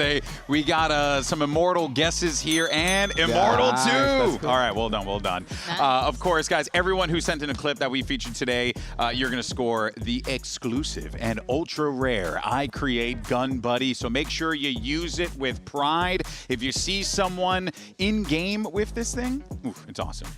I just have one more thing to say before we close it out with Lau. Next match is the last one of the regular season, and Erde, you're playing your old teammates in Lev. Yeah. How do you feel about it? Are you excited? I'm really calm, to be honest. It's not like a crazy game though, because if we win or we lose, we are really like in the same spot in the bracket, so it's not like important for me. To be honest, I have no bad blood with them. I'm really friends with them, but of course I want to win. Like, of course. So I'm really confident. We're gonna keep training. Yeah, oh no, they had nothing but amazing things to say about you as well. So it's going to be a fun matchup for sure. Yeah. We're excited for that one. Yeah. But folks, we got one more match today. Can you believe it? Coming up next, the last match of the weekend. It's going to be G2 Esports taking on Envy. Let's see how this one shakes out. You don't want to miss it, and we'll catch you in just a little bit.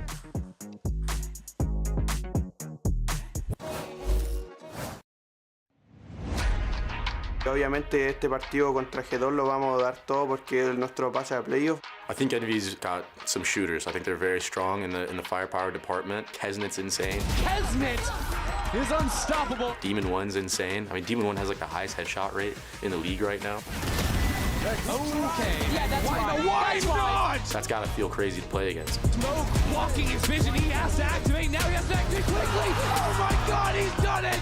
I know Demon 1 was like in trials with G2 as well. I know that he definitely wants to, you know, beat us. It's gonna be Babybay active. Right there into Babybay's crosshair again.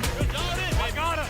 Obviamente van a jugar contra nosotros y creo que el gameplay que tenemos nosotros es un poco counter de ellos. Here's Demon 1 layering it down. I think they're pretty random at times. Sometimes I think they don't even know what they're doing, and that could be an advantage. I'm looking forward to feeling that firepower, and may the best team win.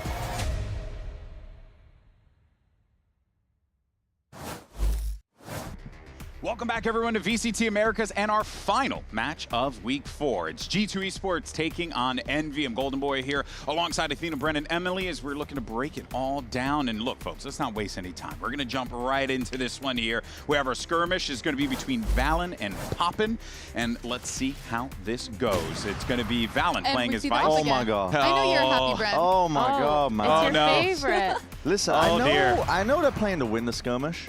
Because it technically gives you an advantage, but at the same time, it does give you an advantage. Oh, do you wow. Do you have any self-respect? like, I don't know, man. And the Valen, of course, is going to opt into it, bro. Like, it's literally a Cold War situation. Yeah, you have no choice. You can't not. If the other person's bringing that up. And it's not even that he's hopping. Poppin's hopping in spawn. In spawn. Wait, he's back. Okay. Unreal. In the spawn. It's 4-3. Wait, Balance. He's stabilizing. Balance stabilizing. He just knows. He just Wait a minute. Oh my God! It's just. To be fair, Poppin's been in spawn the entire time. Yeah, I know. There you go. Okay.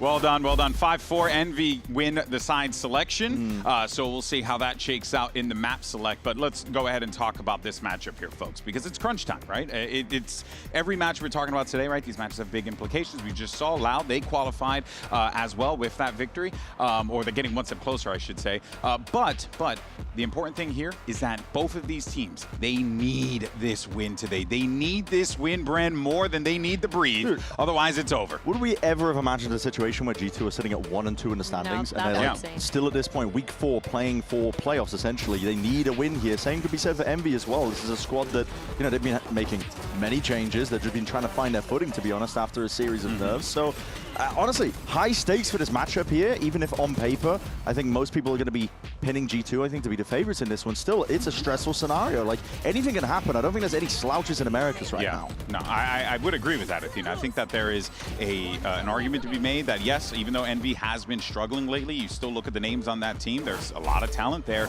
so you can't take them lightly. Yeah, I feel like they've done a really good job at trying to figure out their identity after a lot of those nerfs that really affected them as a team, and they found a really good playstyle with Extra on the Phoenix or on the Omen, and it feels like they're kind of building around that.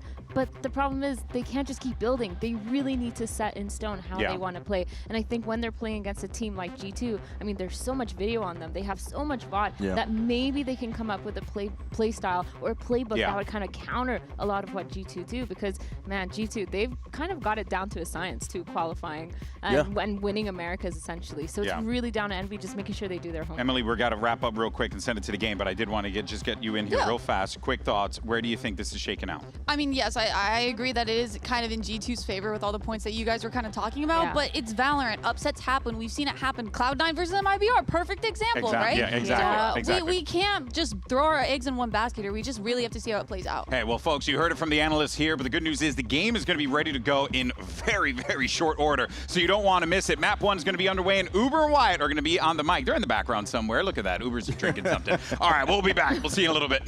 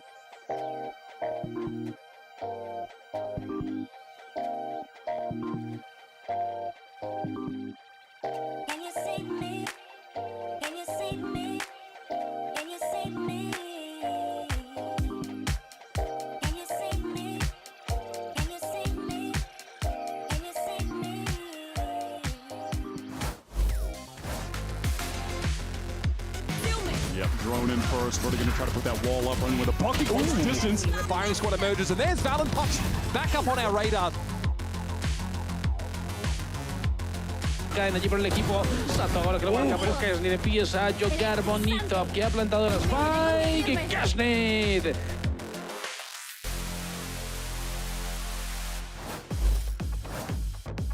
Funny how much our conversation, I think, about this game echoed what Bren was saying in this game lead-in about, you know, if you told me at the start of the year that G2 would be 1 and 2 fighting for their life here in Stage 1, I would have told you were crazy.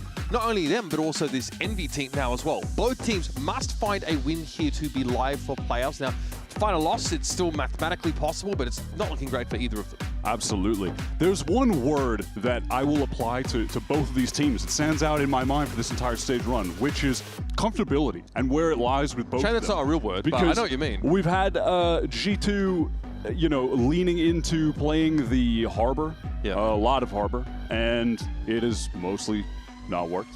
And then over on Envy, they've been trying to play other off-meta stuff, like running Demon 1 veto, things along those lines. And that's just not really what I feel like anyone wants to see from Envy. We want to see them run it down. We want to see them recreate put Demon 1 on Chamber. What they did in Challengers. Because they picked up personnel into this year who I feel like can recreate that. They have Kesnid, like one of the best LATAM duelists of all time. And right now, the only LATAM great that's kind of on the outside looking in. There's success for Lev, success for Mazzino, and despite how great he's been all time, he's, you know, on the back burner right now with this Envy team. And G2 having to ban Fracture first up here because they've seen Envy go for it in the past actually makes this map pool look pretty decent for Envy. In fact, these are all maps that Envy has won here in Stage 1. Yeah, I think this is about as dangerous of a map pool as it can get for G2. If you're Envy trying to win an upset game against G2, you want Haven, you want Pearl.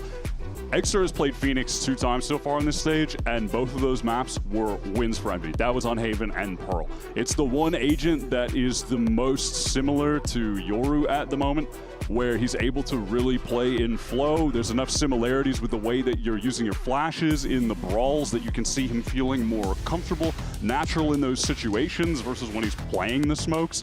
And they're going to have that here. They're going to have Demon 1 on the Chamber here, Kezit on the Neon.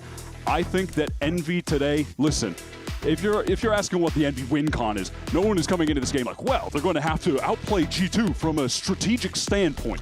No, they're going to have to shoot them. They're going to have to brawl them, be fearless, and shoot better than G2. And honestly, against a brawly team like Lev, G2 didn't find much success. Now, neither did Envy last week. They got battered. Envy tried to play the fast-paced style, but Lev were on an absolute heater that day. They were winning every duel. Demon 1 had a lot of first deaths. To me, this really is going to come down to, okay, what is the Envy form on today? And will they be more comfortable than G2? Because we've seen Leaf on the primary smokes, Valen on the primary harbor, having worse performances versus where they were at in kickoff. So I think there is a chance that if Envy are performing individually, if they play really fast and brawly, and if their players are more comfortable on the roles than G2 in terms of just fragging out, they have upset potential here. I mean, that's the kind of style that we also saw G2 get pitted against frequently in Santiago and have problems with, right? That really up-tempo, fast-paced style from you know teams all around the world. Now, things look different in this meta, but that same sort of principle remains, right? How good are they going to be, especially with these Harbor comps? These guys are playing Harbor on Lotus, for God's sake. Like a one-to-one plug-in for Viper. We're going to see that in map 2. Which is not my favorite. It's not been great, right? Yeah, I yes, don't mind the Viper and the other thing. One. Damn, that's fire. Okay. Yeah, give me a look at that one. I don't think... What's that from? I don't know. I don't think Dre is a weeb. That's your thing. I don't think he's a weeb, though. That's the thing. I kind of, I brought it up with him once, his eyes glazed over, so I'm not really Looking sure. into this. It's like a Yuki aim thing or something like that? I don't even know. Yeah, well, got my best people on it. Damn, that's fire. Oh, yeah, I think it was. Yeah. All right. We got a short delay here, obviously. Classic Dre emote right there. Yep. That's his go-to. I mean, on the other side, we've got Rossi who's mewing actively. Why? I mean, he's got a quick date with the ASU frat leader right after this, bro. And he's going to sit down and do a podcast with Chess Bra immediately afterwards. He was going for the maxed out hollow cheeks. I was going to say, the looks maxing on both sides of the table right now is pretty extreme. Yeah, it's a matchup of aesthetics. You will. No, that was iconic. Did you see when Envy dropped all of the player photos, the default Envy photos for all their players last year, and all of them were just like hitting the absolute mob. They were pose, swallowing the roof of their mouths. It's correct. It's like that has to be like surgically altered bone structure. Jaws, he's hanging down, man. Yeah. He just brings a positive vibe to the function every time. I hope we get a chance to talk a bit about Jaw today, because obviously in Santiago, really felt like he stepped up.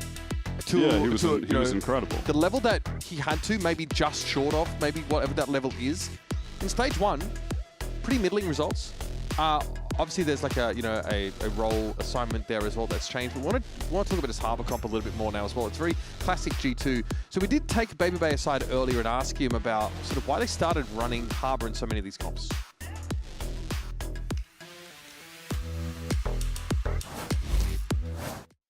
I think on G2, when it came to this meta, it's obviously very similar to Santiago meta, but we always try to be like one step ahead, and we knew it was going to be a gamble by running some of these Harbor comps.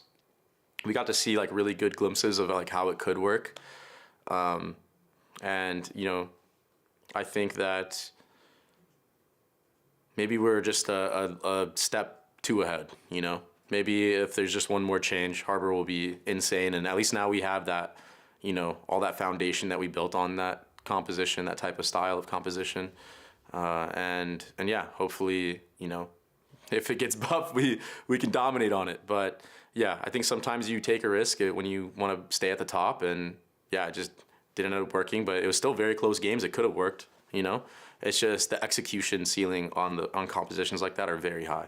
And sometimes it's just better to fall back on, we've played these agents a million times in every scenario. We could just close out the games.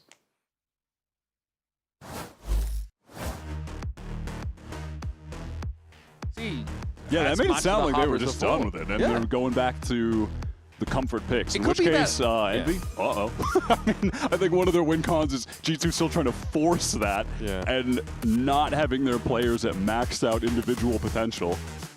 This is not the kind of map that we're going to see it on, obviously, but it's super relevant going into the rest of the series. Also, this kind of idea that like maybe they're too early to this idea, and maybe Harbor wasn't quite where he needed to be, I guess, for them to make that sort of work. But then Dre wants to talk about an execution ceiling, which is, you know, something that's an entirely separate issue, I think, to maybe Harbor being at the strength level that he needs to be ubiquitous in a lot of these compositions. So we'll be tracking that over the course of the series, because Lotus was the funky map where they were using Harbor in a similar way to the Viper, or trying to some degree, and maybe just felt that Ultimate was very powerful. Worth trying to abuse. And G2 did have a little bit of a different meta read coming into the year too, where they were really forcing that solo waylay, and then once they started running the double duelist, they were frying, which has just been the standard of this year for the most part, though it's starting to shift a bit with Vice having a lot of staying power in this meta and controlling the map a lot, denying some of those comps, but Haven's not one of them. You don't love to play the Vice here, that's why we got some Chambers in the mix, and Babyface Chamber, the last time they played this, he took over. He dominated against Loud, and the scoreline of that being, that game being 13-9 does not do justice for how much G2 dominated them. They lost both pistol rounds. That's really the only reason it felt close, or looks like it was close. And on the Envy side of things, we're still trying to see their identity come through. I think you kind of mentioned it earlier on, what you want to see is them to just brawl, to fight, to make use of these fragging players, but for a lot of this stage, Envy have actually been trying to go for some pretty, I don't know, like complex stuff. They're maybe not really leaning into the individual frags more innovative players. Yeah, which is not something I really want to see from Envy right now. That is just not. You just want to see. The recipe You want for to them see to win, challenges, bro. Team Envy. Yeah, listen, that got them here. They don't need to stop. You know. You sure? At this level? Against these teams? Is veto the solution, my friend? Will that be taking them to the promised land? That's probably the other end of the spectrum from what we would ideally want to see from them. Fair enough. Haven, of course, just about to kick off, folks. Thanks for sticking with us now. We're heading into the pistol round with Envy on the attack side. These comps, obviously, are pretty similar. It's just a Sova 4 fade difference. Well, not a great start for Kesnet there. Falls to the cringe wallbang. And now we've got some delay here on A main. The flash to try and get Envy out. Extra wants to play into it though. All right, Leaf just with the dry reswing after G2 have a nice early round setup with the baby base swing. You have the sheriff spam, and then he teleports back into a bait setup with the flash, but Leaf just overpeaks and goes down, and now Jure is trying to anchor this site, weak as hell. He has the rotates coming in, though, so if Envy try to overcommit at this point in the round, they are going to go down. Well, they're going for the walk-down re-clear? This is a bit risky, yeah. This is going to be double-faced.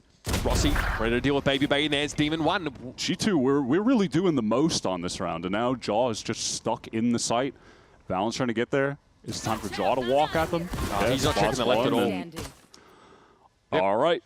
Everyone on G2 just decided it was their turn to walk forward. That's how that round completely fell apart. Yeah, now Valen doesn't really have any choice. He actually doesn't even know if this is a guaranteed A hit. There's just no information. Maybe that's half the reason why we had G2 pushing up. But there was a haunt there just before they started to walk down sewer. So it's not as if G2 don't have like safe information gain. And now Envy, they just need to close it out, but they're giving some ones. Just land the plane. Don't be looking like Spirit Airlines out there. Okay, Valen with 3. Not all enough. good. All good. No one was sweating. No one believed he was going to clutch that. All good. Yeah, I like what G2 did early. They have, kind of like the double share of fighting towards main. And then Dre teleports off, but it's close. So it kind of gives the false idea to the attacking team that they can try to pounce on his position. But when they push up, Leaf is there. It's a bait setup. He flashes for the re-swing. And it's a good setup, but then Leaf just overswings and dies. And honestly, that was kind of a theme we saw from Leaf when he was playing Phoenix against Loud. I think his game overall was good, but he had a lot of solo effort moments where he was getting caught out. Yeah, pushing out a garage frequently. And well, back to back. He's very happy. They had the exact same setup, but Jaws here this time. No, that wasn't even cringe spam though. It's just like a line being held there with the headhunter. That's where Dre was last round, and then he teleported back, and Leaf was there with the flash. It was the same as last round. And he's getting another one. Even more ridiculous that it worked, I guess. Died. Yeah, this time they just added Jaw to also have a relay bolt with Leaf Slash. Oh, God. This timing might be a little early, but Rossi does check for it. Valen might just go sewer here and try and take part in the multi-swing opportunity. Rossi's going to have to bail them out here. He's got 3 for the round. Prowler's going to be shot at, and here's the swing. Here come G2. Thrifty in round number 2 off the back of Baby Bay tearing Demon One's head off at the start of the round. And Dre continuing to be the best player for G2 in this stage 1 run. From the Vice to being on the Chamber. And, you know, on the Vice, you can only have so much impact in the game in one aspect where you're getting like early round high impact kills. Like Dre was doing a fantastic job there, but it's much different when he's on the Chamber and he's able to get active in the way he is right now and just wins another round. Was he lifting up the mouse pad? Yeah, seriously, I need the lore drop on Twitter. Give it to me. I need to know why this is so significant. Either way, this is Envy here knocked down to a hero rifle buy for Kesnet. There is only one part of the map, and it is A long. Excellent. Goes very... Look at that combo with the C's. Yeah, decayed down by that C's. That's pretty brutal stuff. Kesnet, though, started to put his rifle to work. Treaded out now. Can it be recovered? Probably not in this amount of time. Joe going to slide up on them and get this one done. Born up in the block, and Rossi, inside the Nebula is dealt with. Was that a slapping down emote from Shaw? Was that what I just saw? That's crazy, boys. You're mad animated 3 rounds in. Some great defender utility being thrown in here, though. You get that Nebula for Trent to play around. At the same time, he throws the C's as a molly lineup from Leaf that hits into the choke. And then by the time that the Envy players are out of the C's going forward, they're all there. They're still pushing that catchphrase. But will it get over when the crowd is back, you know? Yeah, that's definitely something to account for. Won't be long. Now you're clamoring to join us. Okay, fast lane gets Kesnet here in sewer. Baby Bay pulls out. Doesn't fancy any of it now, but is able to at least recover the rendezvous. Kesnet, though, is almost upon him. And there are players being drawn over this way by G2.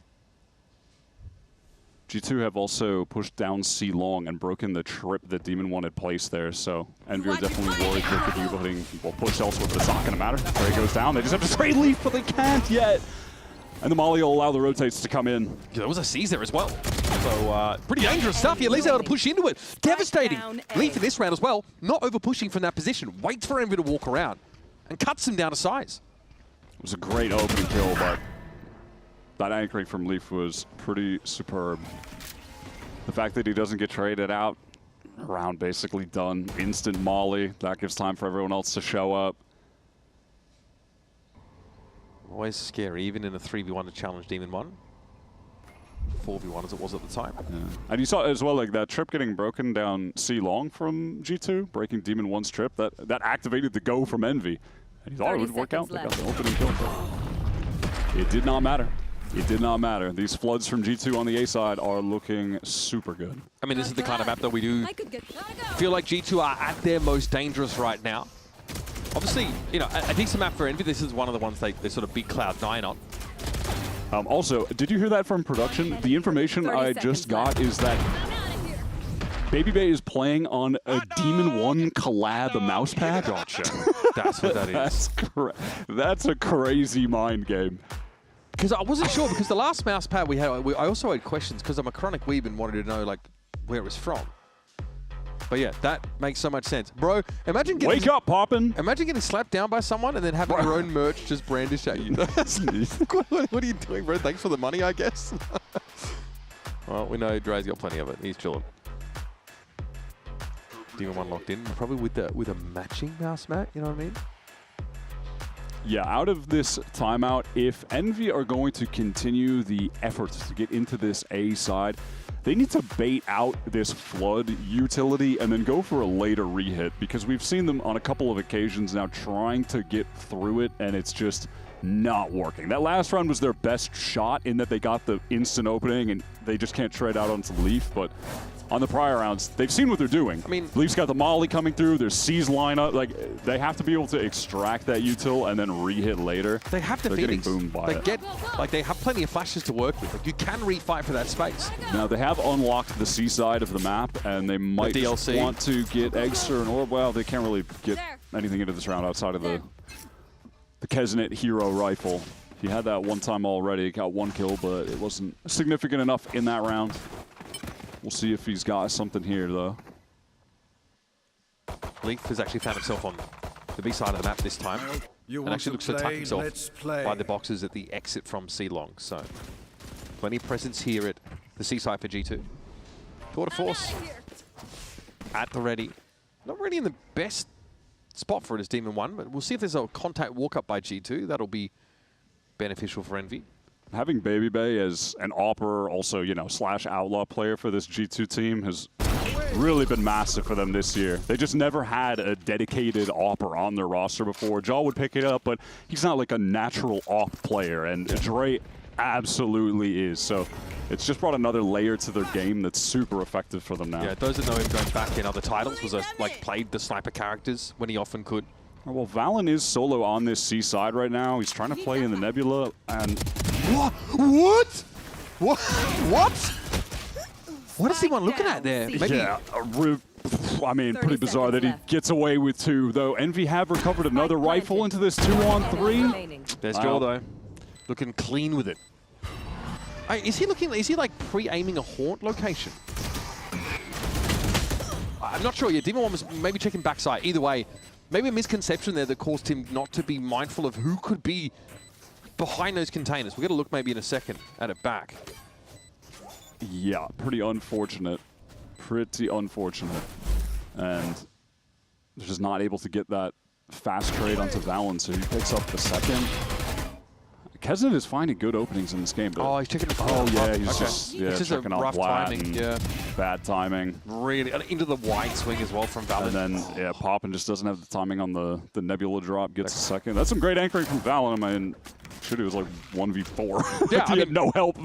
Bro had no help on the site in that instance. If he just goes 1 for 1, it could be a different round. So, and that's what happens when you get Valen on the primary smokes. He goes crazy. It is where he has the most comfort, where he puts up insane numbers on Astra. Feels like he's the only one who can do it. There's a big A fight. Jaw pushed up on the wall. Drops. Oh my god. That is a nasty off angle. Oh my goodness, what? In a split second, he finds connection. Jaw's on for the ace. And it would be an absolute striking round to add to the repertoire. Still 72 health. Spike obviously at his disposal, and Kesnet very much alone. With the second that Envy decide, hey, let's go back to that A lobby take. Oh my god! What a shot!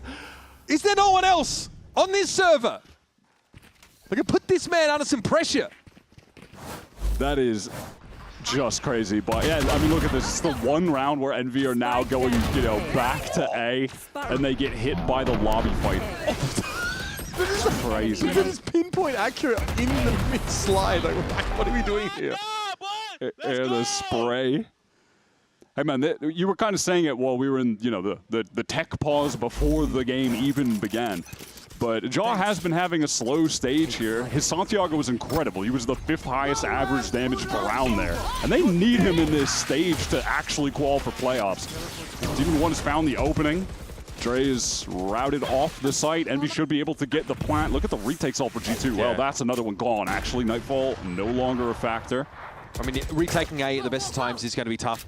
I think Baby Bay did a great job to avoid that. Hunter's Fury actually taking him down. He was properly pinged and was still able to use his rendezvous to get back. Jaw has that cleared for him, so he can go and do some damage, but it's going to be traded at best. Swing out of the smoke, yep. Going to be Baby Bay in the site. The 1v2, though, with flash off of Eggster. Going to be more than he can handle, and that's Envy finally finding the second. The Envy first kill success rate has been pretty good. They just haven't been able to convert off those moments until now. So, well played from them, just getting into that site with some serious pace. The Demon 1 just on the catch down mid. Extra with good value on that ult and kills one of the players that has an ult for the retake. So let's go. Now keep listening to me. I'm gonna win this game. Let's go. that's the most Rossi call I've ever heard. Yeah, it's actually very John QT coded as well, to be fair. Listen in, I'll win this around, boys. Let's see if they do. Jaw ping to the back of the site, a little uncomfortable now. That's 2 recalls off rip that have connected. I thought that was a kill 1,000% with a spray from Kesnet. Valen is super lit up though. And now after that C pressure, it's just a wall to get in for the kind of the cheese plant on B. They're all gonna get hit by this Nightfall. Oh, I love this. As well. Done. Absolutely done in. Leeds though not sure. So he's actually committing to the wall before Rossi appears on the kill feed. Runs into a hail of bullets. This is disruptive though, and it's bought time for Jaw to get right tucked here. I don't think they can be ready for this at all, but the wall makes this a little uncomfortable. Last player standing. Can't make the correction. Demon 1, sharp as they come. This is Baby Bay with a Tour de Force and Judge combination. Yeah, maybe at risk of getting overwhelmed here. Yeah, no reason for Dre to not go for it with this buy. They have a ton of money. Conversely, not a ton of reason maybe for Envy to chase him, considering he's a Judge. Yeah, they're going to win out the round, obviously, for sure. Demon 1 with a nice kind of awareness turn onto Jaw. That's something that Jaw has done a lot this year. When they're playing on defense, he will push through extremities for the fast flank on the retake attempt as the Neon a lot. You know, whereas you see, I think the majority of the time for other teams, they're going to have their Neon included in the pack to throw up the fast lane and be the space maker, but he will just go for incredibly fast flanks to get there, and that's something you got to be aware of when you're playing against G2, when they're on defense, when they're going for retakes.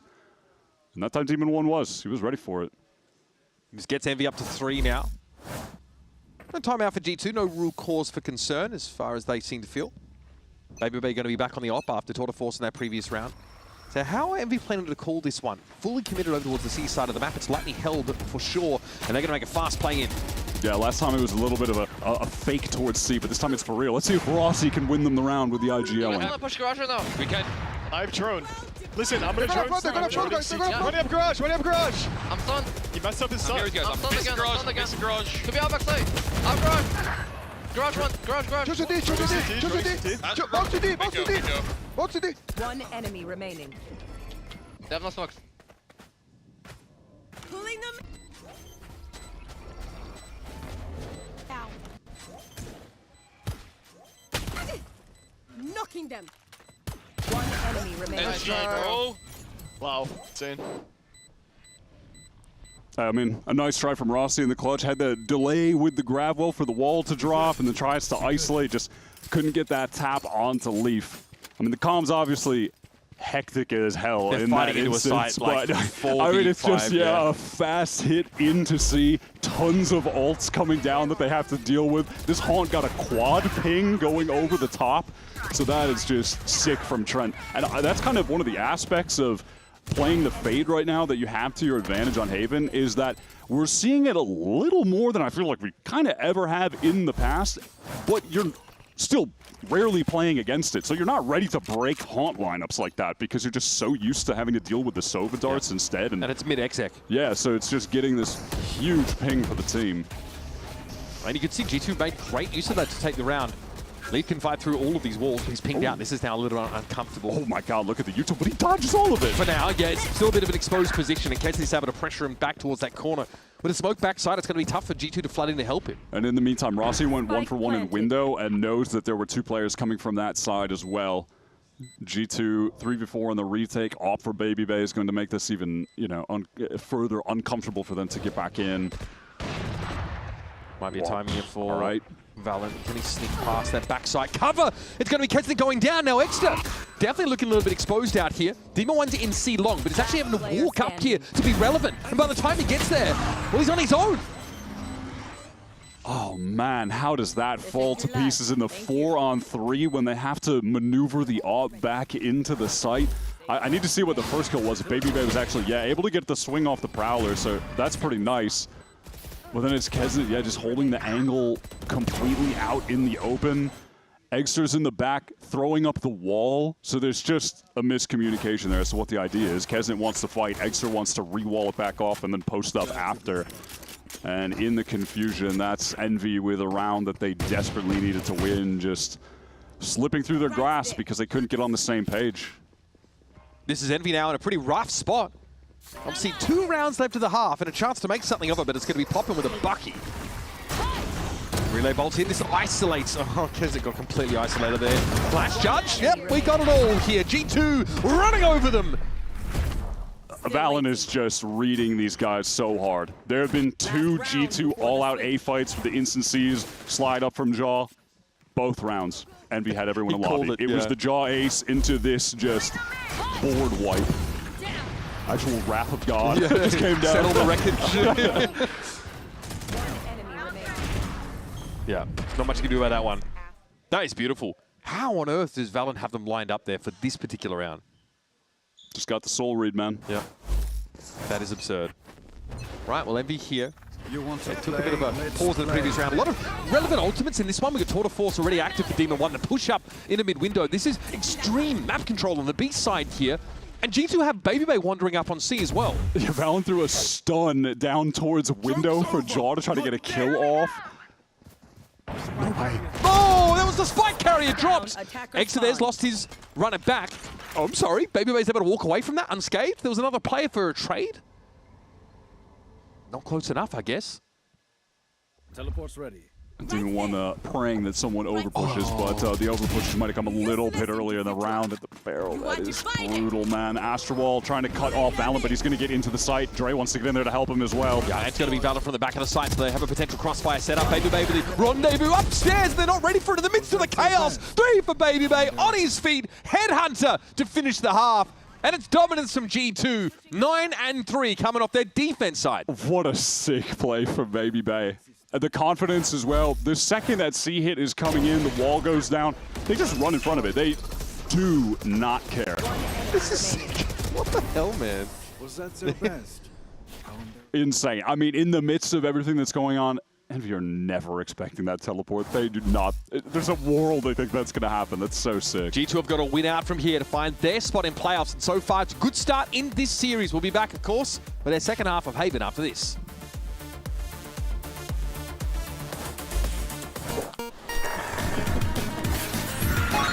Red Bull gives you wings.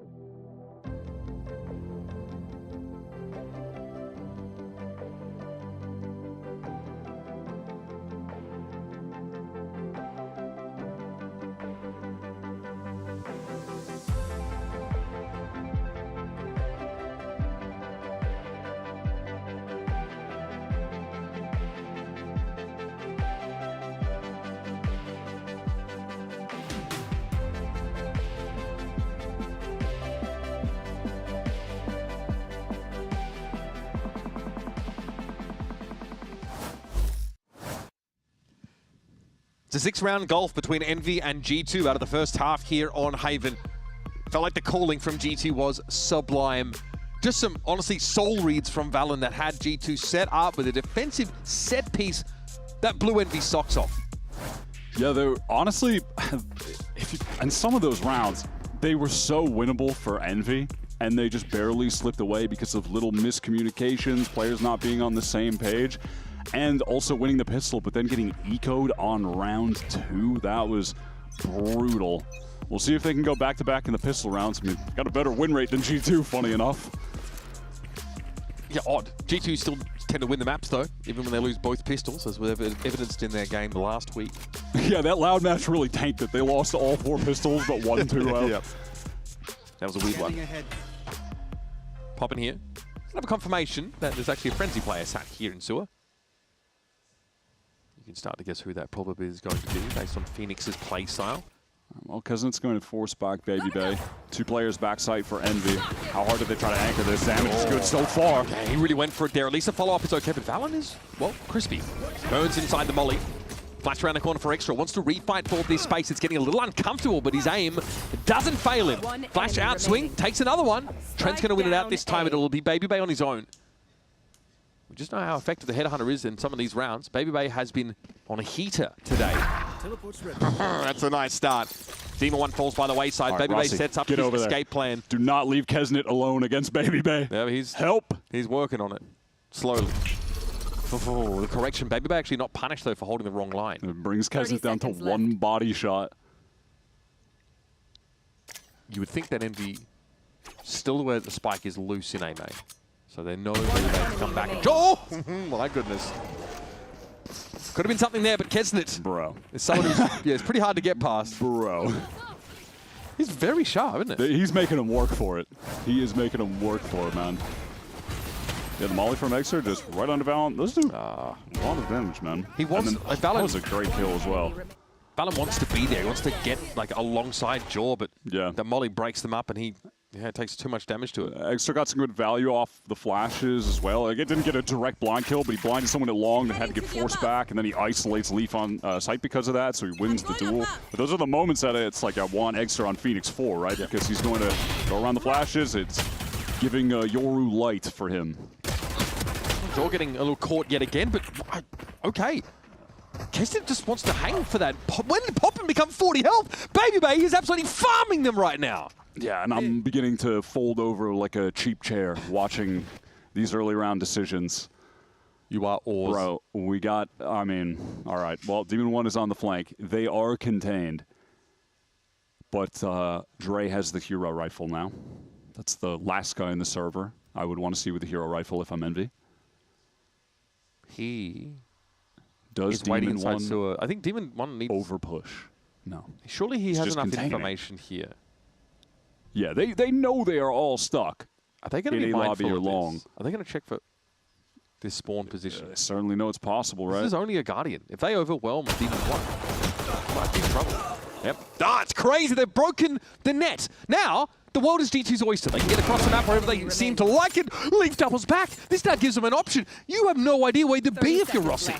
2 pistol rounds won. Okay, this is getting a little out of hand, guys. 2 anti-ecos lost. This one, look, the last one, I mean, I think there's a level of forgiveness you could give because they lost some players to a trap play. Like, we saw that great flood utility for the first time, so they're kind of cut off. This, it's just, brother, we got the first kill. We're in an anti-eco. We can just relax. You contain them on the flank. We can just relax. There's a world where like Demon 1 can play the long angle as well. He can stand and listen, see long. I want this, like, you want this Envy team to be playing with max out confidence. You want them to brawl, you want them to take fights, but there's got to be a level of discipline with it and a recognition of when you're ahead, just keep the advantage, don't give them an in. Tough to find words, but I'm paid to do it, so away we go. The pressure here from Logs. Yeah, that Smoke's an interesting one there on the C side. Well, some good util with the shock combo to at least bring Baby Bay to low HP. Demon 1 would be a terrible time for him to show up in a big way. Leaf flashes in, fight for the space. G2 now have re-cleared outside of Garage. We don't just walk up on those, surely not. That is an awkward scope timing for Baby Bay. That's going to be the Outlaw recovered. And G2 off of the knowledge that they've gained on that side of the map want to just get into A as fast as possible before Envy have an opportunity to get backside and start playing for a flood. Poppin is in alone. Rest in peace, buddy. Really, he's living so dangerously there. Why just may as well just take the full retake in the end. Keston, though, doesn't want to let G2 ease into this, but ends up just taking another raw fight. Gets a lot of damage onto Leaf there. 1-for-1 with that level of damage, that's pretty okay. Yep. One-shottable now is Jaw and Leaf. So Valorant, one of these sheriffs. I think Valorant's the one that recovered the Guardian from the previous round. So he will sit on that. Here. Demon 1 pinging that corner. That one needs to be checked. 2 players crossfired in hell. And there's Jaw. Just swings on him. Demon 1 little bit alone. Man, these guys are getting carved up in these situations. The crossfires for G2 have been so good. Rossi, again, trying to do the most for this Envy squad. Trying to get them through these rounds, but frankly, okay, that's not too shabby, but he's been pulling up short a little too often. 11-4 the scoreline is, and this game has certainly entered a tailspin. Valen does go down, so, I mean, they at least do a little bit of damage, but they got, you know, they got eco'd, so damage is not of the most significance. I do like that Neon throws her absolute cinema hands while she's jumping like that as well. As if to taunt you even further. Hey, You good saw a job, hot boys. dog. Good job. That, Every time. they're trying to make hot dog happen like every time. All right. Extra has the ult coming into this round, and Leaf is going to be one away, so they could definitely play to get this C orb in his hands right now. It's tour de force for Baby Bay. A cheaper round for him. Shorty was the buy. G2. There. We'll start to make inroads here on this C side of the map. Fast lane and a flash likely will get them started, so we'll need to see some stopping power here from Demon 1. He can rondo the Boo, of course, away, and he does that really early. Wow, they get the chamber out of that rat spot so easily. Let's listen into what the G2 re-hit plan is going to be in the mid-round. Contact pop A. We can full contact pop A. It might be Neon Phoenix trap. I think they're in a trap. Oh yeah. Okay, you're right. I'll bait it out. Yo, I need you to hold chamber up. We're just going to plant B. Listen to me. Plant B, just hard flank control, Dre. Okay.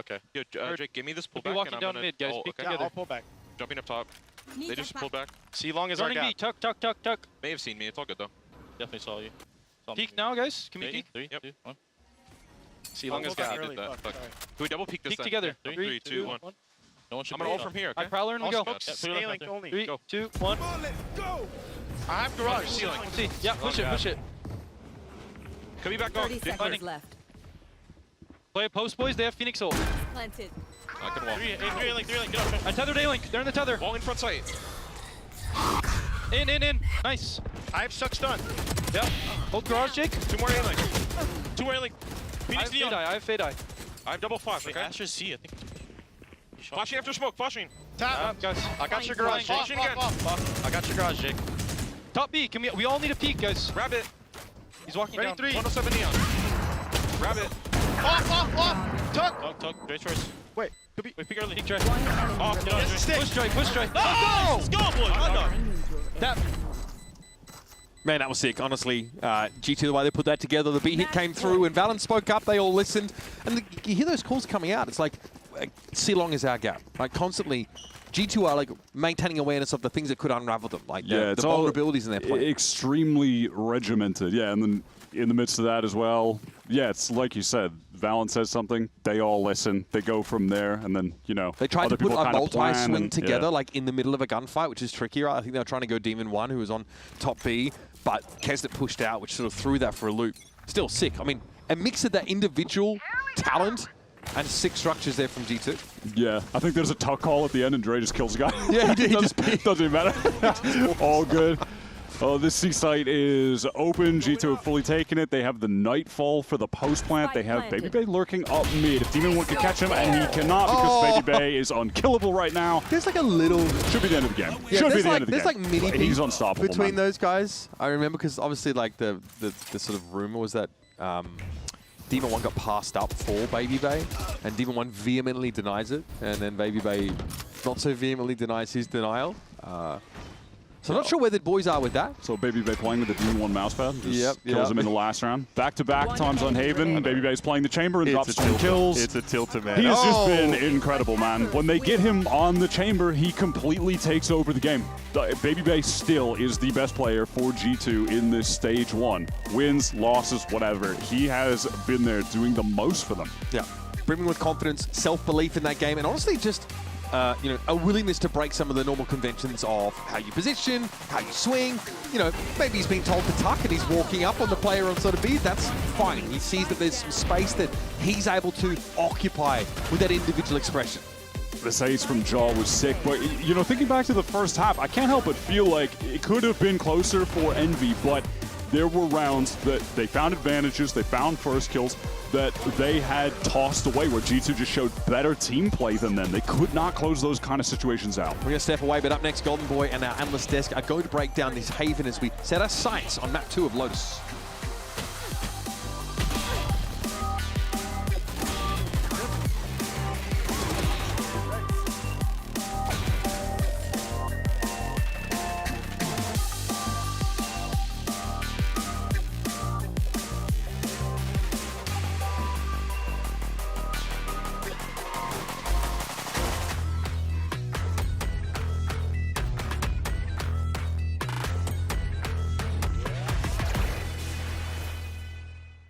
Want to find your fastest server every time? Express like a pro and optimize your connection in one tap. Express and game without ISP throttling. Express and shield yourself from DDoS attacks. Express and choose the VPN trusted by gamers everywhere. ExpressVPN. Experience gaming the Express way. Fast, stable, competitive.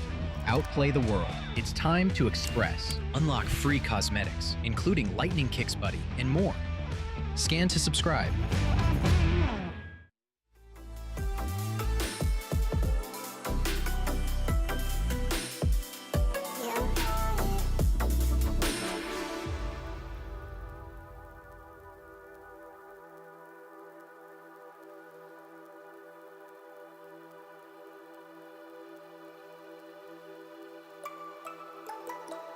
You got it right, right, right. Nothing is out of me. You got it this time. Okay.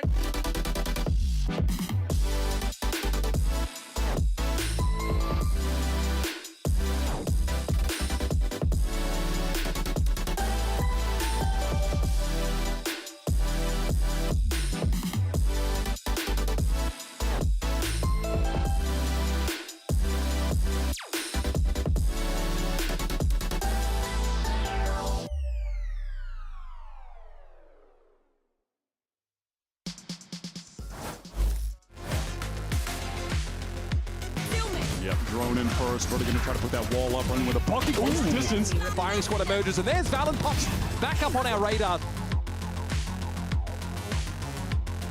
Caen allí por el equipo Santo ahora que lo marca por Kesnid, empieza a jugar bonito, que ha plantado la spike y Kesnid.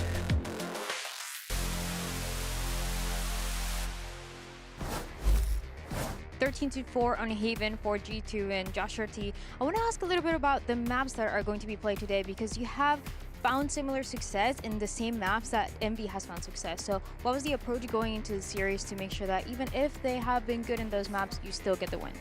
I mean, we knew the implications for this game determines our playoff, whether we're in playoffs or not. So we wanted to just pick maps that we're comfortable with. And we just thought we were just a better team for those maps. And so, you know, why not fight fire with fire, almost literally. And yeah, I mean, we've been working on Haven a little bit and just felt like we can take that away. I mean, it is looking pretty good so far. Thank you so much. G2 Esports pick up the win on map 1, and they do so in dominating fashion, to be honest with you. What are you guys doing? What is going on? Nothing. What are you doing, you Nothing. knuckleheads? Unbelievable, these guys over here. You know how we normally say something really funny right before you go live to test how professional you are? Yeah. Yeah, she did it to me, and I'm not very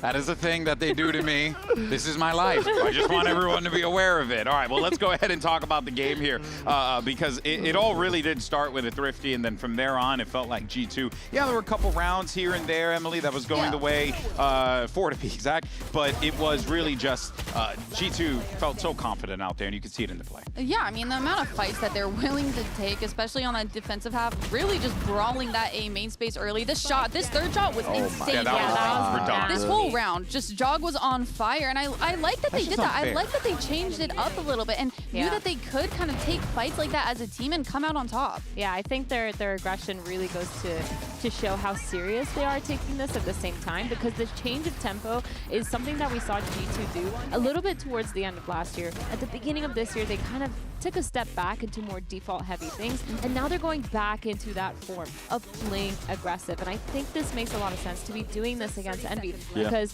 one, this is like their playoff spot essentially that they're playing for, and two, why not go aggressive versus an already aggressive team? Yeah, you opt into their style, I think, and showed that you can do it a little bit better as well. I mean, G2, they did it towards the tail end of kickoff against NRG. That's what it reminds me of as well. That was the first signs of it, where it was like, wow, okay, this is really different. And they have been showcasing that they can slow it down, they can speed it up, they can play these different styles. They're trying to learn themselves, I think, as well as a team, because they've constantly talked the entire year about trying to find their identity, struggling to find their identity right now in terms of how they want to play, because they've just always been typically the snooze fest boring team, right? Yeah.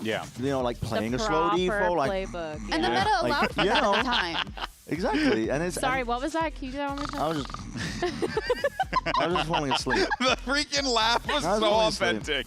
That's so good. But they did play like that for like years, man. And now they're speeding up again. It works. They have the mechanical ability to be able to like literally take it to a team like Envy. Yeah, no, for sure. Well, you may have also noticed something while the game was going on as well. Apparently, everyone on G2 keeps yelling, hot dog. Here's Baby Bay to explain. Hot dog.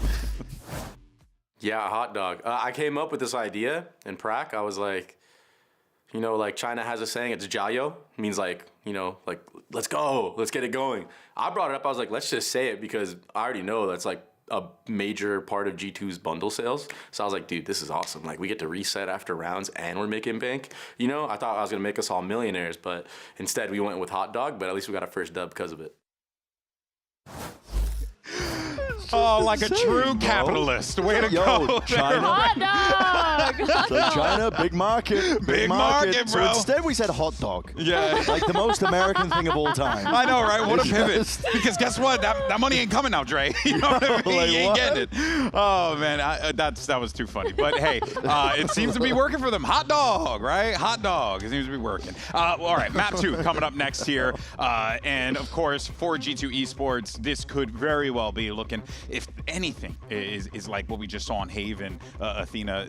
Lotus, you know, could be looking pretty solid here. Envy, they need to find something, because just like with G2, their playoffs are on the line here, so they need to wake up. Yeah, I feel like if they're picking Lotus, they have to have something ready. And I think when you're looking at a team like Envy, the only thing that I wish they would incorporate more is a lot of trap plays, because I think they're really good when they have those protocols. When they were playing the Euro comps, you saw a lot of set traps, saw a lot of set plays that kind of set themselves up for success. And I think when you're looking at a map like Lotus, when you have those trap plays in play, when you're able to have a lot of those protocols, it should be really good. Yeah, I'm also just really curious to see if they've changed their comps at all, because they're playing a little off meta. G2 are bringing in that Harbor, and I didn't think it was fully fleshed out the first time that they played that. And then on the side of Envy, they're also running a veto, which isn't bad in theory, but I also just feel like they weren't getting the most out of it. Yeah, I agree with that. Yeah, I wasn't a huge fan of the veto, the execution on it overall. I think that Envy can win this game. There are exploitable elements in G2's game. I don't think G2 are playing a perfect game by any means. No, they kind of ran over them there individually here, but I'm just waiting for the first time where G2 actually do get... I mean, they've already shown their weakness, right? They're 1-2 currently. So it's like, already in the standings, this team has been struggling quite a bit. But I think it's... Envy are capable. It's just about how much preparation they're going to be putting into it, because G2, they're not exactly well drilled. They've just been hitting. They've been shooting. I know that sounds like stupid, dumbed down, bottom 1 percentile analysis, but it's true. VLR analysis over here. They have just been shooting them in the head and doing it better in a lot of these instances. Well, solo plays. I'm glad you're talking about that, though, because I do want to see what's going on over at the Envy camp. We have Coach Stunner standing by ahead of map 2. I'm here with Stunner ahead of map 2, and that is the map pick of Envy is going to be a Lotus that we saw in that week 1, and I'm quite curious if things are going to change a little bit. That was a week where Demon 1 was actually playing the veto. Is it going to change? Should we expect something else? I mean, we'll find out soon enough. Anything? Anything? No. I mean, we'll see. We'll see. All right, sounds good. Thank you so much. I'm just gonna say no this player. What did I say? No one's watching. Oh. They're not. What did I say? Real things. What did I say? Does everyone need media training? I can help. I got you. What did I say? I've been doing this for over 15 years. I got you covered. Give us something. Well, he gave us something. Nothing. It was like 3 words. Well, you know what? In the words of Coach Stunner, we'll find out what happens with Envy as we get ready for map 2 after this short break. Your casters will catch you on the other side.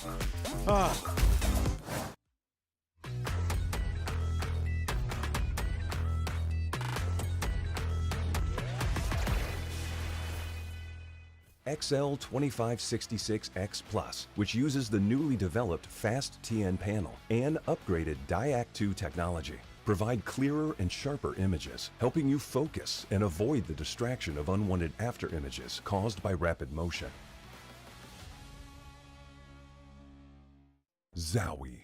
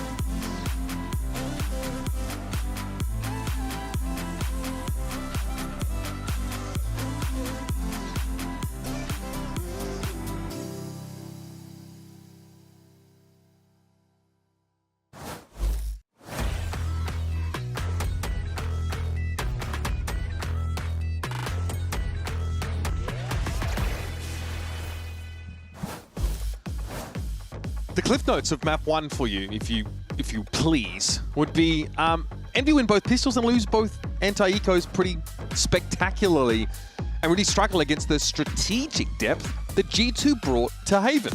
Lotus, is that going to be a different story? Well, we'll see, says Stunner. And it is. Look at Envy's comp. Last time they played this map, they did win against Loud. They started on defense. Kesnet had a life half. He went 18-6. He never missed an off shot. It was absolutely ridiculous. They were playing the veto, which was a little weird. Literally was not a factor because Kesnet boomed Loud all on his own. Envy are switching it up, though. They're going for the double duelist look. They're bringing in the Vice on Rossi. Kesnet is playing Ray as an agent I definitely associated with in my mind, but Demon 1 is on the Neon. He's playing duelist. And for G2, they have just gone back to pure vintage comfort on this map. And this is what Dre was talking about in that interview. Yeah, about the yeah, they ran Harbor on this map as a replacement for Viper. And it did not look great against MIBR. They lose 13-8, and now they're just playing the classic stuff.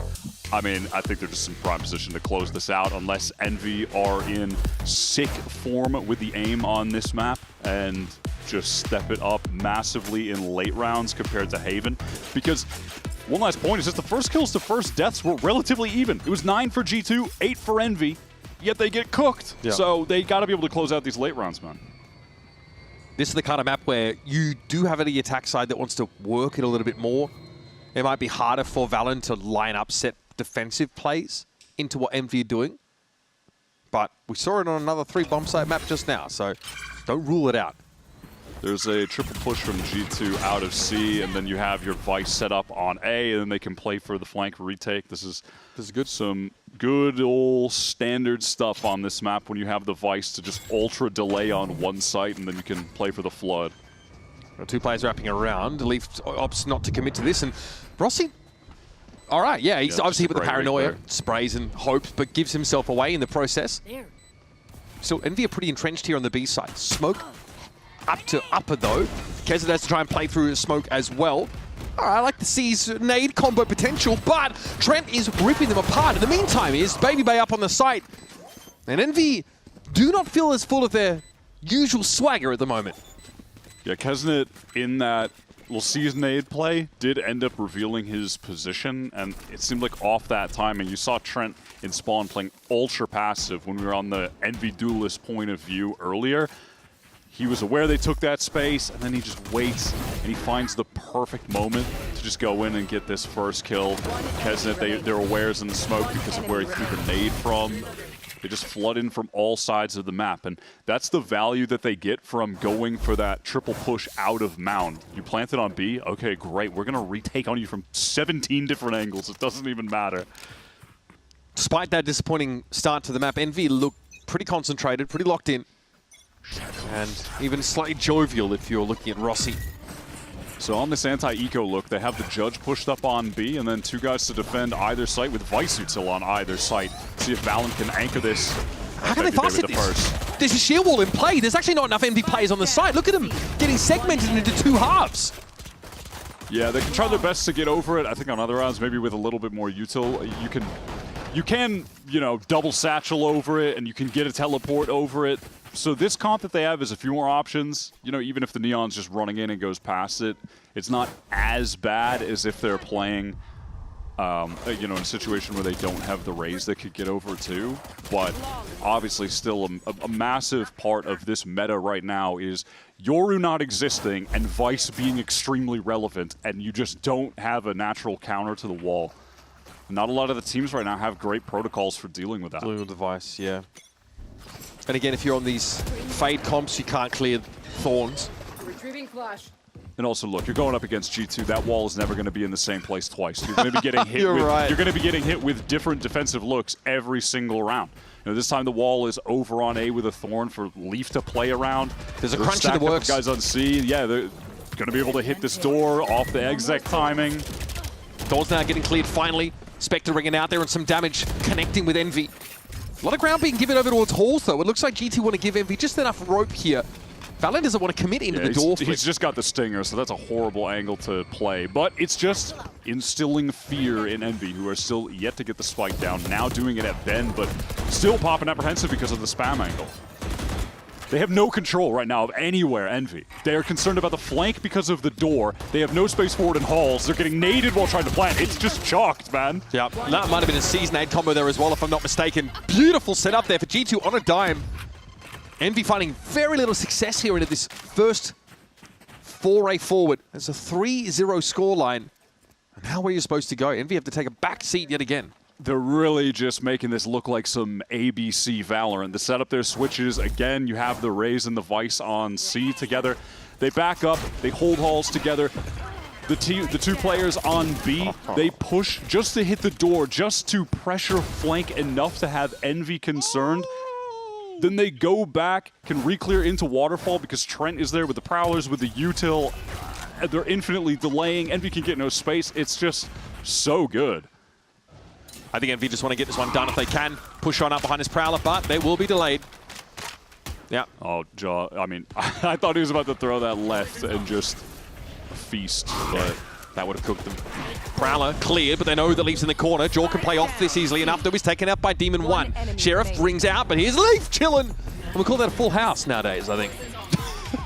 Yeah, I did hear Mimi say that. Stolen. New term, stolen. All right, well, this is a pretty open and shut case. Even though Leaf was getting hit with basically every form of util under the sun in this corner, they really couldn't do too much to shake him loose. Jaw's already got the Raze ult ready to go into this buy round. So does Kesnet, though, so we'll see if Envy can make use of that to get something cooking. They've got 3 kills right now. Yeah.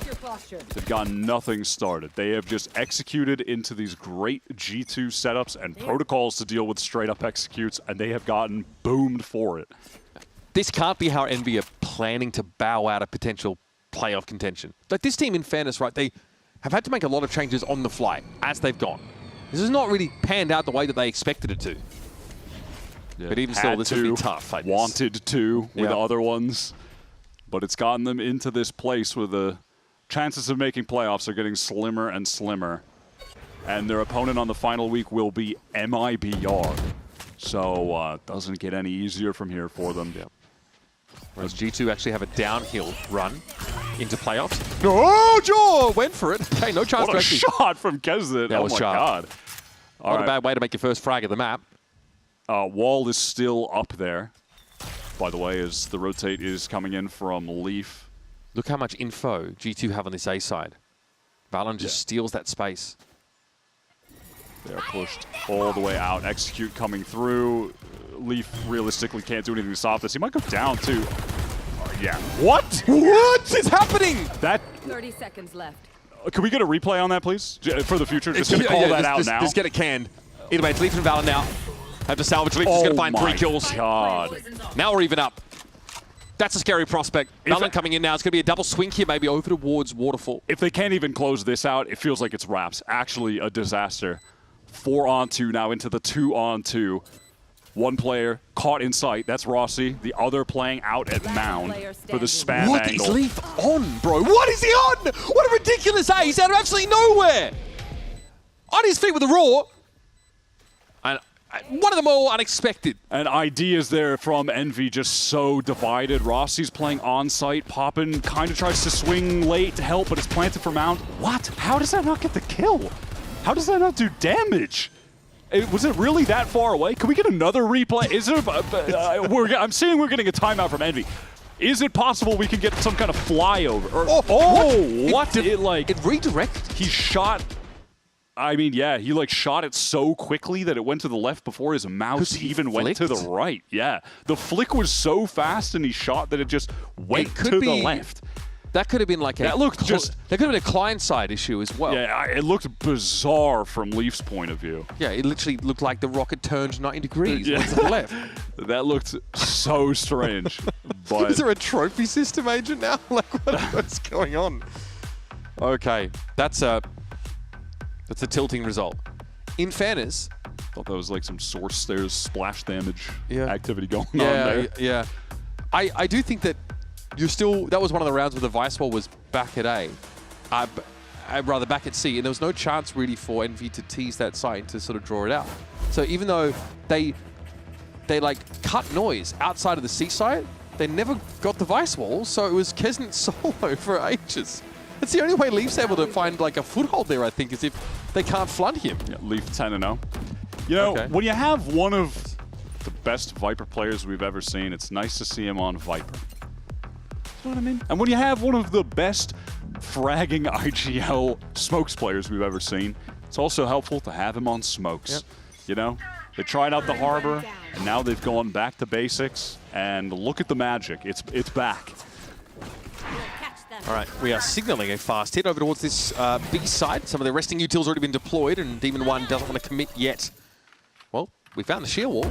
Yeah, they have baited that out early into the round. Minute 20 on the clock, and they have gotten the insert of Rossi over towards back Rebel, and they want to work towards the space that he's gotten there. Poppin's still got a lot in his kit. You know, they could Prowler the box on the left there for sure. Babybay's in the dirty spot here. Yeah, this should get cleared though. Surely. Surely this will get cleared by something, if not just a walk-up multi. Yeah, but Trent's now picked up the angle. Yeah, that's going to get Prowler cleared. Can Trent actually do something on that angle? Yep, he can. Yes, he definitely can. 2 kills found by Trent. Babybay is staying because apparently he can. Yeah, he just doesn't need to move. He just simply does not need to move. I think Trent got 2 with the spam through the stair smoke. It's possible he saw one maybe before the smoke actually blew. On a macro level, where's the issue here for Envy, really? Like, there's nothing egregious about this idea to try and fight their way out onto the A side of the map. One enemy remaining. Like, this seems pretty reasonable, really. Yeah, it's tough when you're going down to the multiplayer spam. Okay, this is turning into a bit of a blowout. 6 rounds on the defense side, just quietly. Envy now have built that bank of ultimates by taking L after L. Here it is, Kesnet still wants to play fast, play hard into that space. Val's gonna have to give it up now, a bit uncomfortable, doesn't want to pull out Paranoia.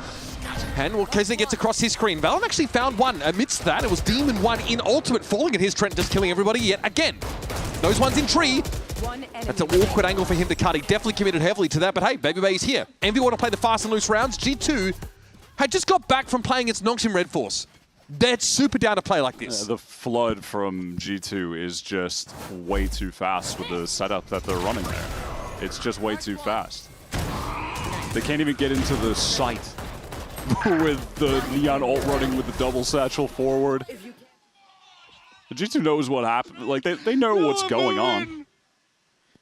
And they are there instantly.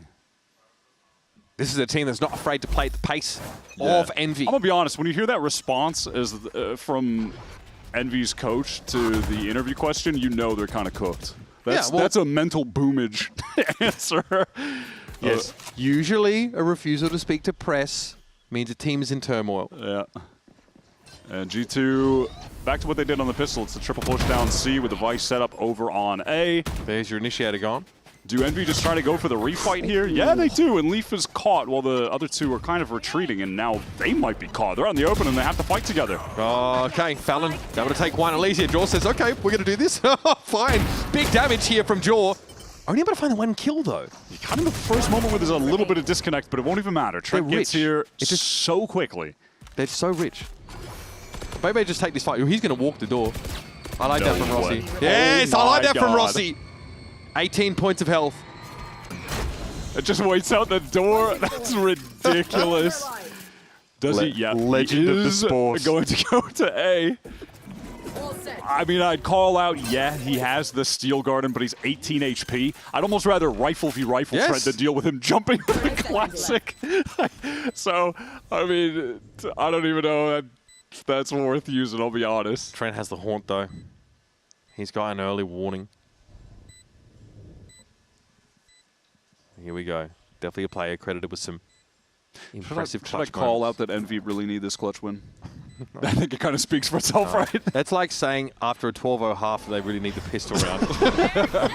All right, Nightfall community. Rossi going to be decayed for quite some time, and now Trent can follow the Black Brick Road. It's Rossi. Huge clutch moment.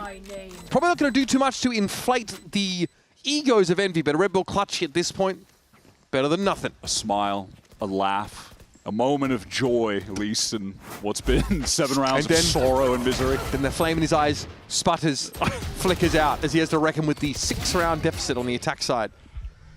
But this is nice.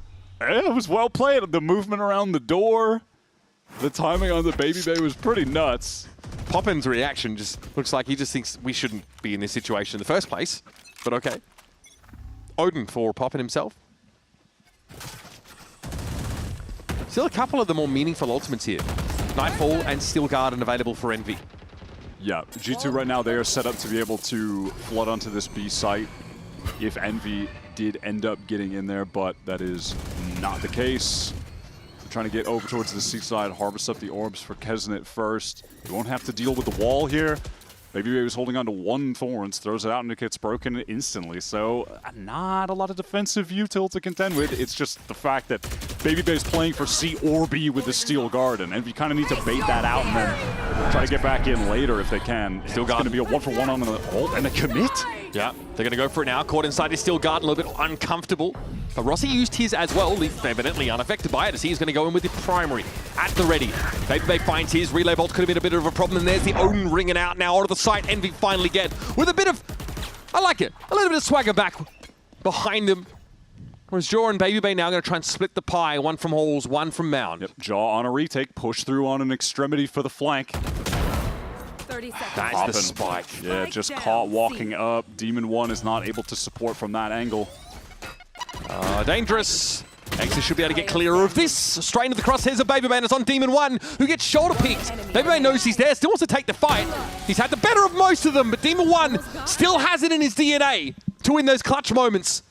And another Red Bull clutch in a 2nd consecutive round. They've got to work for it, man. If they just keep clutching every round, they can win the game. If they just win them all, Mitch.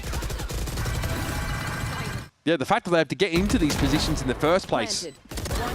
That's what I'm sure is going to be a bit more concerning. Yeah, Extra got a really good impact kill in the middle of that round. I mean, it wasn't terrible on the entry into the site, just trying to kind of go ult for ult, bait them out, and then get back in. There was a good stun onto Ben. They dealt with Leaf, who was the hard anchor there.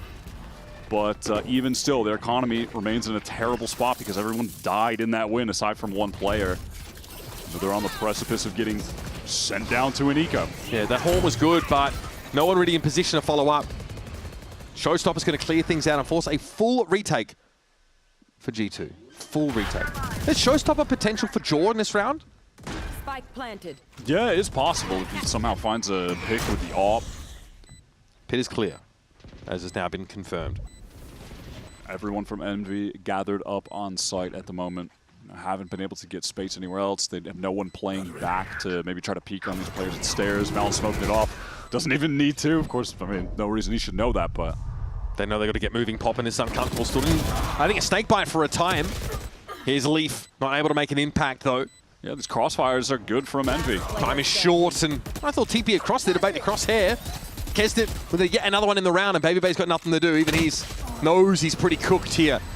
We've strung 3 rounds together for Envy. This one also, where at least the original plan actually pays off. Yeah, that one definitely was the most competent. They get the fast burst onto A. Because of Kesnet's ult, there's no effort from G2 to try to flood into that and just get killed by a rocket. So it actually gets them into a post plant. No, they couldn't really get space elsewhere. They didn't have anyone hanging back towards rubble for a backstab late or stairs watch, nothing like that, but it's just good crossfires on site. They're able to win that out, and they actually have G2 in a bad economic spot. That's crazy. Yeah. I didn't think that was possible, but they've done it. Hasn't really helped them on maps like Haven in the series. No, they did get eco 2 times on the map after winning Pistol, so perhaps this is the moment, though, they can right the wrongs. Except Jaw has the iconic Bucky and the ult. That's dangerous.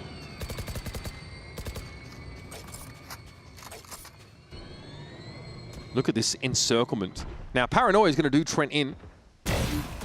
Well, that's the player that would have carried it. Egston walks across. Now, Envy a little bit unsure. Is there a lobby presence for G2? I'll be walking, do we get another rat trap?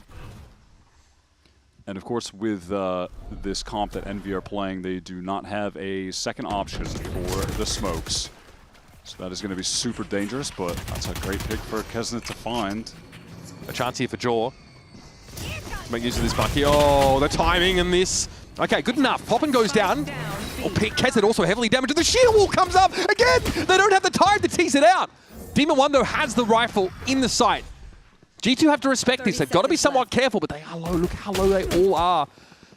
BabyBay losing his nerve a little bit in these duels. And it's going to be on Valen to salvage with a Sheriff. A double swing set up in place. 4 back-to-back rounds for Envy. Charging back into the game. That was nice from Envy in that mid-round to just keep drawing some of that attention towards C, and then they're able to isolate Jaw on the B side. Of course, it's tough when that's the guy with the showstopper, but going 1-for-1 against their ult in that situation, you'll take that all day. I mean, I can't believe we've gotten to this situation, honestly. Felt like it was going to be a blowout, maybe an instance as well of like G2, they're losing, but they're laughing. It's funny, we're still cooking them right, but all of a sudden Envy are back in the game. And also we've seen them slow it down a little bit too. I think that's what's been important. There was that fast A hit, to be fair, but they got messy.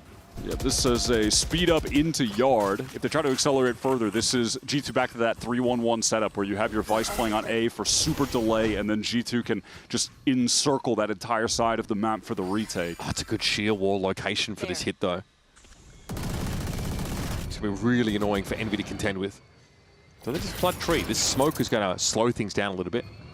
Trenton is not going to be afraid to get on that line, should be called for. And also if you're G2, you don't love to be anchoring here. They've got the Nightfall to deal with, right? So they have to stay out of the range of that and try to get back in, which is exactly what BabyBay does, jumping into the site. They have a player in pit as well. No one hit by the Nightfall at all. Not BabyBay, not any of them. Up in the corner. Ooh, a little bit uncomfortable there. And the trade to favoring Envy. They're ready to fight into this now. Just as BabyBay's gone off the boil, Envy have started to find a bit of step to these sites. Yeah, those two needed to do a lot more, even just bide time so the rest of G2 could get there to assist. Now it's a straight up 5-on-3. And Trent goes down. Yeah, this one is just cooked. Envy have actually put together a pretty competent half at the end of the day, stringing 5 together. It started with Rossi getting that clutch into the Demon 1 clutch, and then 3 rounds where, yeah, they were setting up some good post plants on A 2 times. They were able to find success on this site late. And then that anti-eco round where they've been struggling on the anti-ecos. They actually are able to kind of bounce around the map and finish on the lightly held site of one player, close things out. So, hey, not bad, man. They're actually back in this. We'll take it. We thought we were headed for the 13-0. We might have a series brewing, but they've got to contend with the attack side mid-rounding of Valen in this next half. Do Envy have what it takes to take us to a third map? There is only, of course, one way to find out, and that's by sticking the heck around.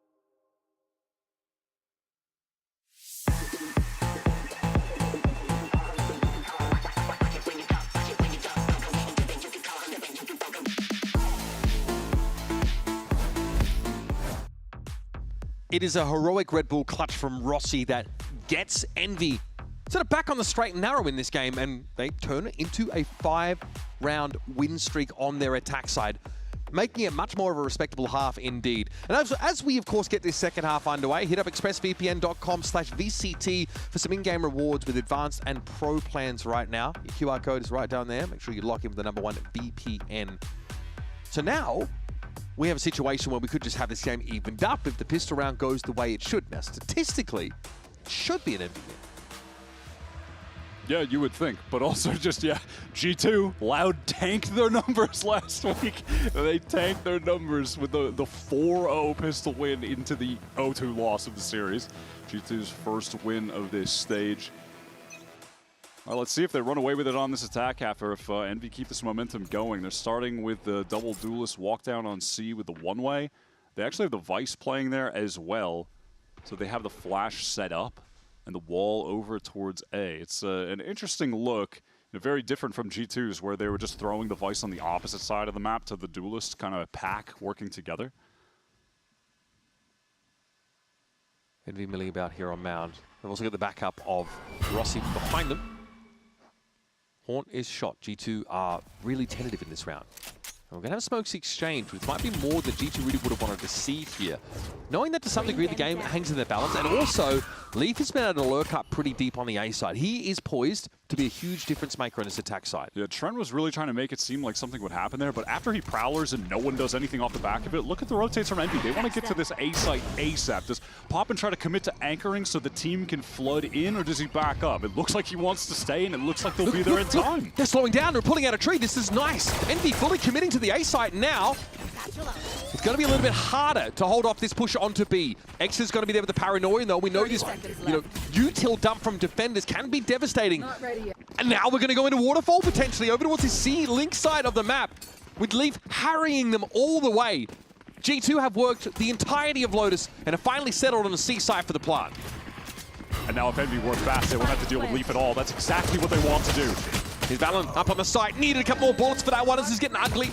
Ping from the Horn. It's good. Trent and Jaw able to capitalize. There's a tap on the spike. You've got to go check in this, and you've got to do it manually here.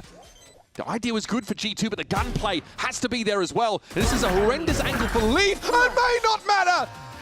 Demon 1 only got it to half. And the Red Bull clutching the pistol for Leaf, who's been dominant on this map. Sick clutch from Leaf. Envy were making the right decisions there, but they weren't able to win out those fights on the site in clean enough fashion with enough HP remaining. The right call was, we have to get in and flood on them right now. This guy, Leaf, he's on the opposite side of the map. Let's go. But it didn't come together quick enough for him to totally be a non-factor. And they just didn't have the health either. So that spam kill was just one bullet through the wall, easy. In Spore, G2 really haven't made any moves so far. It's been Envy looking to take this map control. Will they overpush? Big paranoia catches on multiple of them. But G2 might not be arrayed for this. They're going to wait for them to push into them. It's going to be Demon 1 though with the classic. He's really getting on the scoreboard, going for a raw fight. The weapons are better for G2 and they'll exit the round with a couple guns. That's an Envy win though, I think, on paper. I mean, getting away with 3 kills and basically no investment, a bunch of classics. How did Demon 1, he just, I guess he probably just 2-tapped Trent, something like that, but One enemy remaining. yeah, you'll definitely take it. I mean, and on top of that, y'all died of Valen. It could have been worse. That could have been someone, it could have been Raze like killing everyone. Yeah, exactly. So, you know, allowing Valen to get the from the shadows is not too big of a deal at all. Bro hitting me with the Omen ult name and the big 26. That's cold. Horn here obviously over to Mount to give G2 a way in. X is going to be tucked and they're not ready for it. Yeah, the flash for him to play off. Rossi even on the jiggle gets a second one. That's really And then both of them can just peel away. These B anchors have the wall to play with and the thorns that Rossi can send out. Or what if they just double peek and kill everybody? Hey, wasn't this what you were asking for at the start of the whole series? Yeah, and it is. Brawling, confidence, but also hitting the shots. Yeah. And Kesnet is doing that. You can see him getting like passionate on the cam now too. He's starting to feel it. Yeah. I mean, he's always been a super emotional player, and even when you think about those old crew rosters, a lot of their runs were like all emotion, going crazy, like that LCQ run years ago. And then when things were going wrong, just the plane would crash, and it felt like they could never bounce back. But I want top everyone here, bro. Josh is frustrated at how they dealt with that little C trap play. It's a super common one, and now big A brawl coming out. Could be a little C's nade here into the choke, stun as well. Now the C's nade went for rubble. Maybe Valen TP'd on the cross. This was a very 2025 start to the round. Yeah, so what's the response though from Envy? All right, we get all the space. What's the protocol after the fact that we have this Vice setup towards BC? A Vice setup that's just intending on controlling back C, by the way, where you see where those thorns are at. Yeah. It's giving up the side, essentially. Envy have gone for the full 4-man push. They're going to have to activate Leaf's wall, and he's got a thorns there as well. That's kind of crazy. He is prepped and ready. Thorns got cleared, backside. Leaf tuck, this is ugly for him, he might need, oh! Well, never mind, he's gonna say he needed help. He doesn't, he is him. Literally, Timothy Chalamet out there. Now we're in a 3 versus 3 even up. Trent deals with Pop before he can even get there. That's gonna shut any of that Vice util out of the game. Extra living dangerously. TP forward here, but there's Trent waiting for him. G2, back to winning ways. Yeah, Rossi had a really good kill holding back Halls, but unfortunately the players going through door, they just were not trading for each other effectively. Kesnick goes down, and then you really just can't be allowing Leaf to pick up a second kill. Wow. Right? You really need your Neon to be out at the same time that you're popping out there with Kesnick ideally. And it just gets a bit jumbled with the timings, so the isolated fights just ruin Envy. Yep. And the willingness here as well for G2 just to challenge Envy in these gunfights. They know more than anyone. You get shot, you die in this game. It's been fun. These early rounds have been fun between both these sides. Neither one really wants to give an inch. Same story here on the A side. Prowler attempt to clear. Demon 1 out of that corner. Paranoia is definitely going to do it. He recommits back to it though. Envy used all that same early utility, but this time forced away. G2 wanted to take the fight. Last time they were having none of it. Oh, Rossi, I mean, that's a classic I'm playing Sentinel on Lotus exchange. Love to peek through B main and see if you can kill the guy staring at you from the main on the opposite side. Yeah, Baby Bay's pulled back off that. Leaf took a fair bit of damage in that early exchange. And looks like he has a smoke there on Mound side, so Exter can actually push up somewhat behind it. Yeah, he's been chilling there, and if he's in danger, there's a flash set up for him from Rossi, and he can retreat behind a Thorns, but there is no danger, and it's allowing Envy to be posted up on the right side of the map. Leaf very weak as well. No ultimates in play for G2. Can't tell if Vix is trying to play for Orb or not. You know, they're going to have to get into a site where you can imagine these defenders will be able to effectively flood for Pop. And they've got the Neon and the Raze ready to go. Okay, peeks out. Gets owned, I think. Yep. Unlucky. Or maybe spams, hard to tell. Do we dive in towards the B side? There's actually no info about B at all. Baby Bay's watching it here from main. And, okay, he might need to activate now. Get forward. Jaws ready to fight Demon 1, though, and it's a showstopper. Deadly in this part of the map. Baby Bay, bro, patient as you like. He's in no hurry. Rossi wants to step up, but Baby Bay's ever swing into him. Sick round. Sick round from Baby Bay. Yeah, stunning couple shots there, and the pivot into that B side ends up working out for G2, even though, man, it looked like those defenders had a real chance. You know, Demon 1 gets that first kill in Blue Room, and Poppin just swings like that wasn't spam. You just out in the open and jiggled and dies, which is unfortunate because I feel like defensively, Envy, they're in a pretty good position there if he doesn't go down. This team is so dangerous. Yeah, it's kind of easy to... No one's going to count G2 out, to be fair, but it's quite easy to underestimate them after a difficult strength of schedule at the start of Stage 1 that had them run up into some literal juggernauts. And amidst all of that, G2 were experimenting with the Harbor comps, trying to find their spot, trying to see how they would land coming out of Santiago. Going back to the well here on Lotus. Now, this doesn't exactly spark inspiration for what the future of their Lotus might look like, but at least for now, they're able to go back to a tried and true method and secure their spot in playoffs. Then, that's when you have the space to think a bit more about how you want to innovate. It's got everybody on their best roles. And honestly, when you're G2 right now, do you need to do a lot of innovation even? I mean, the stuff that they were running with the Phoenix back in kickoff into Santiago was working really well. They can just port that over to Pearl. They're running it on Haven. And some of these classic, I say, looks on Lotus. Like, this basically is the meta comp, just playing Vice. They have the Raze instead of the Neon. You know, on paper, sure, the Neon's maybe more optimal, but hey, they're working it with this. It's got everybody in their best roles to go off. I think G2 could just kind of go back to basics and make it to London. At least that was, you know, the idea from what Baby Bay was talking about as well. They admit that, hey, we tried the Harbor, but maybe we were a little early with this Harbor theory. On some maps, anyway. Not as good as we thought. Yeah. Obviously, we still should expect to see Harbor on the maps where he's ubiquitous right now. But Lotus here, Breeze, I mean, yeah, but Leaf looks... for Americas, we love the Breeze Harbor. Leaf looks super at home here on this Viper, though. I feel like you're remiss if you cause yourself to go without it. He is just an absolute master of the agent. Look at this here. Look at this. The seaside wall is super spicy. Normally, your Vipers just like autopilot and arbitrarily throw that A work wall, but I am loving this. from look at how many Envy players are sniffing the cheese. Like, yo, what's going on? Hey, what they doing over there? You know. That's crazy. It's like they smoke C-Main as well. Like amidst this, like they're still cycling some util on that part of the map. It's so sick. You open a cupboard door and your cat just has to find out what's going on inside of it. The natural curiosity of something new happening. I mean, this is exacerbated because they're on a sale, right? So your package from Amazon arrived. There's a new box. Exactly. Gotta check it out. Dude, I love Mail what's Day. going on. Especially when I'm ordering like TCG stuff, bro. I love Mail Day. It's the best. Envy here had to commit to a site, though, in fairness. They're trying to stack, find some value from these classics, so that's also part of it. Didn't want sliding in. Okay, Overdrive looking pretty good, but he's looking worse for wear. It doesn't matter, because he's found 2 kills already, and he seems far from done. Into the side we go. That's the third out of nowhere. Has it basically pre-aimed, and he has paved the way for Envy to find an opportunity in this round. Bitron's going to disrupt the defuse, has to find a quick reload. Here he knows X is trying to pressure around that bubble. The Leaf gets in there. Trent's found his third. Make it 4 to shut Envy down and get themselves to match point. It just doesn't matter. It just doesn't matter. Well, they just don't care about your fairy tale Leaf endings, is bro. in there with an outlaw as well. It's not like he has the spam arsenal ready to go in tree. Get back. Trent gets the one with the spam. Does he kill another with the spam? Yep. Just tap on the spike. That's 2 with the spam. What about 3 with the spam? Yep. Oh my God, Trent! Hot dog, baby! I mean, hot dog. Thanks Trent for bailing is us out. racking up kills in this series. It's really boosting him on VOR. Respect. You know what? That's fine. No deaths and just tons of spam kills.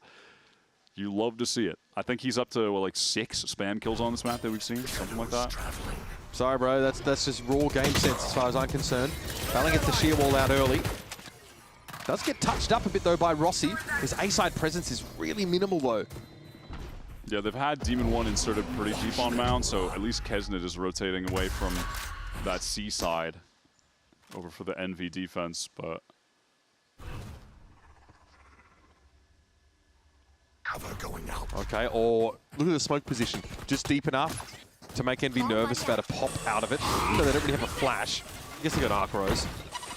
Yeah, straight away, Kesnet goes into the bubble. He's like, nah, bro, I'm going to go see what's going on there. So much pressure from G2 just being applied to C and B main at the same time. It has 4 players' attention divided among the 2 choke points, and the one guy on A gets exposed at stairs, which is your Vice. All of your defensive util turned off, and now G2 are in a post plant with their Viper's Pit. The game should be done. They've got to do their thing and fight for this, but it's not looking good. VALORANT already deals with popping up on that high ground, and he's found his third on the round. Oh, buddy, chalked them up. VALORANT's found 4. Look at the amount of hot dogs coming out of these guys' mouths at the end of this round. I'm sure it's going to be incessant. Give Valon the ace. No Extra says, I think I'll make it more interesting. 13-6 is the result on Lotus as G2 take one giant step towards a playoff berth. It's not set in stone yet, but it's a downhill run for them, and they mean business. To tee up this game, I was talking about where the comfort factor would be at with both of these teams, and be kind of running some experimental stuff with the veto, but looking at their best when you just have Extra on the Phoenix, Demon 1's playing Chamber, popping off, because it's running around on Neon, and a G2 team that had 2 of their absolute best players with unbelievable stats earlier in the year in Valen and Leaf playing Leaf primarily Viper, Valen primarily Smokes, switching it around and not finding their footing in their first 2 matches against Lev, against MIBR that they lost. G2 just go right back into the comfort zone, and they are instantly a cut above. 3 cuts, maybe 4 cuts above. Like, it's just not even close. They're on a totally different level. The amount of experience these guys have together on these roles, on these maps, years of it. And you're talking about guys who are the best in the, up there with the best in the world at those roles.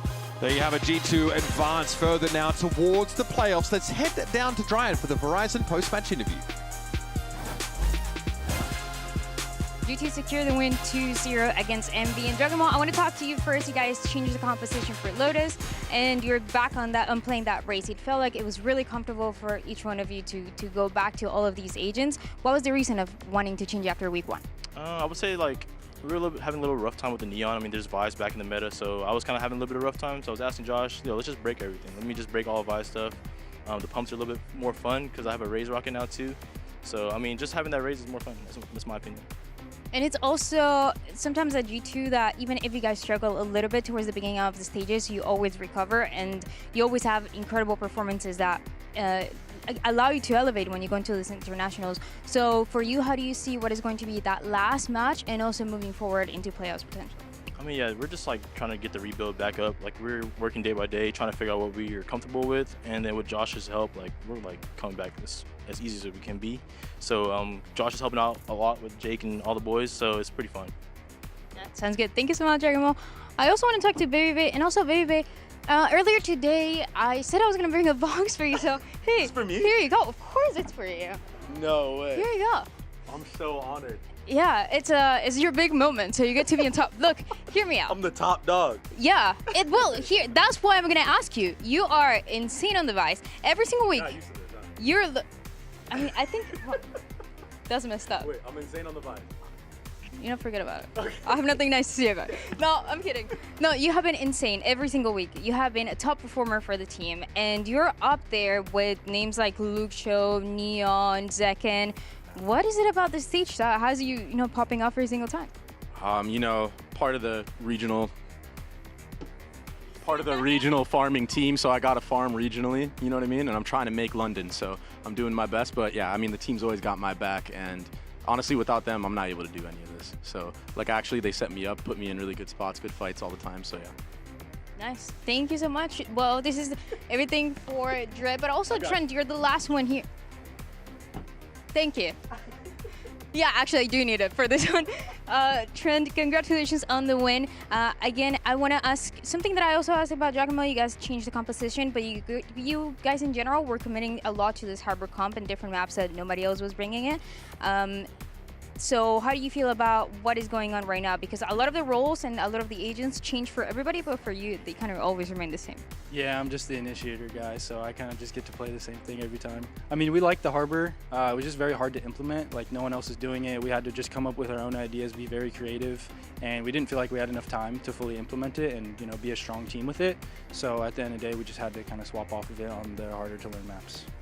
And you have one more match as well before going into playoffs. That's going to be Cloud9. And I remember during kickoff, you guys were talking about how you scream a lot of the tier 2 teams, and you were actually able to learn a lot from them. How do you see this Cloud9 team as well with the additions that they have right now? I think they will be good. Jack is one of the best tier 2 players, prospects coming up. So I think with time, they just need some time. I think he got picked up a couple days ago. So they need some scrims, but overall, I think they'll be a good team. All right, thank you so much, Trent. This is everything that we have for the Verizon post-match interview, but we also have Valiant and Leaf standing by on the couch. Thank you so much for that, Dan. Shout out to Baby Bay for bringing the Apple Hot Box here. dog. Hot dog. Hot dog. We're joined here by G2. We got Valiant and Leaf. Gonna yap about some stuff here, fellas. Congrats on the win. Had to feel good this week. Dominant win for you guys. Looking good. For you coming into this, I know you take every opponent seriously, but just kind of wanted to get the thoughts on the team coming out of some of these setbacks that you've had, and then coming into this week. What were the mentalities like? We're definitely not new to any challenges. Even dating back to last year, I remember that we had moments that it looked like we might not make, like Masters Toronto and some of the events, and we had to claw back from comebacks. So challenges aren't new to us. We treated this just like any other challenge, being down 0-2. That was our mentality going into this. It's it's not, you're not always going to win your first game or even second. Sometimes it just plays like that. And now we're in a do or die situation every week, and I think that's when we thrive. That's when we get the best out of everyone every single day in practice. We're treating this like our lives are on the line, because it really is. Yeah. And I'm just really proud to see the results playing out this way. Yeah. Because sometimes when you work so hard and you don't get the results, it kind of hurts. It might demotivate you a bit, but we're proving to ourselves that if we keep working like this, then Toronto or London is still on the horizon. We can still accomplish all of our goals this year. So it feels great. It's a really good stepping stone for us. Yeah, lower bracket run always builds character. That's essentially what this is, right? And Leaf, I want to ask you, dude, because you're switching roles. We got the Harbor on, so now you're playing a lot of the Astra and the Phoenix. How's that for you? And I heard you really like Astra, so tell me a little bit about that too. Yeah, I mean, I think Astra's really fun. Yeah. Because it's honestly except for Omen, I feel like it's the only controller where you really just have the ability to just do your own plays. Oh yeah. Because you can just spam pullbacks. You can basically have 10 abilities in one round. It's kind of fun.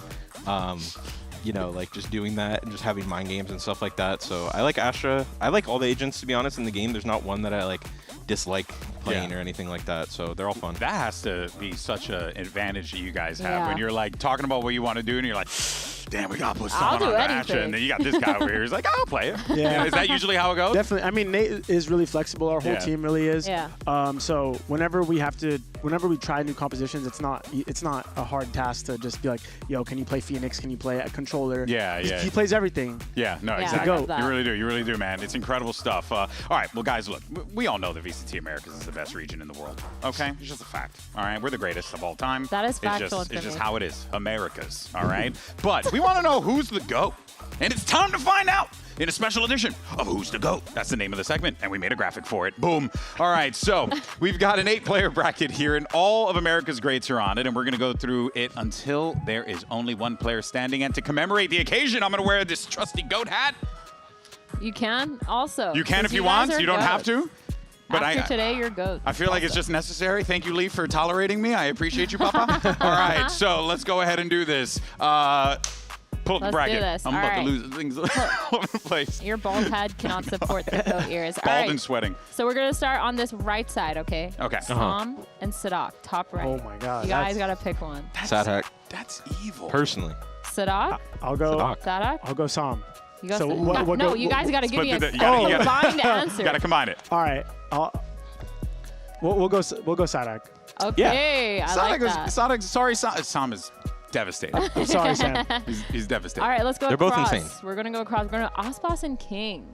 I'm gonna go Aspas. Gotta Yeah. put Aspas. I feel like it has Gotta to be be Aspas, Aspas. right? Dude, IGL slander against IGL slander. That's crazy. Sorry, bro. You know I love you. All right, Ethan Zekin. Ooh. I think that's the hardest one, to be honest. You guys want to leave it last? Yeah. Let's Yeah, go to I'll the see right. you. Let's go tens. Let's go tens. Let's go tens. My humble king.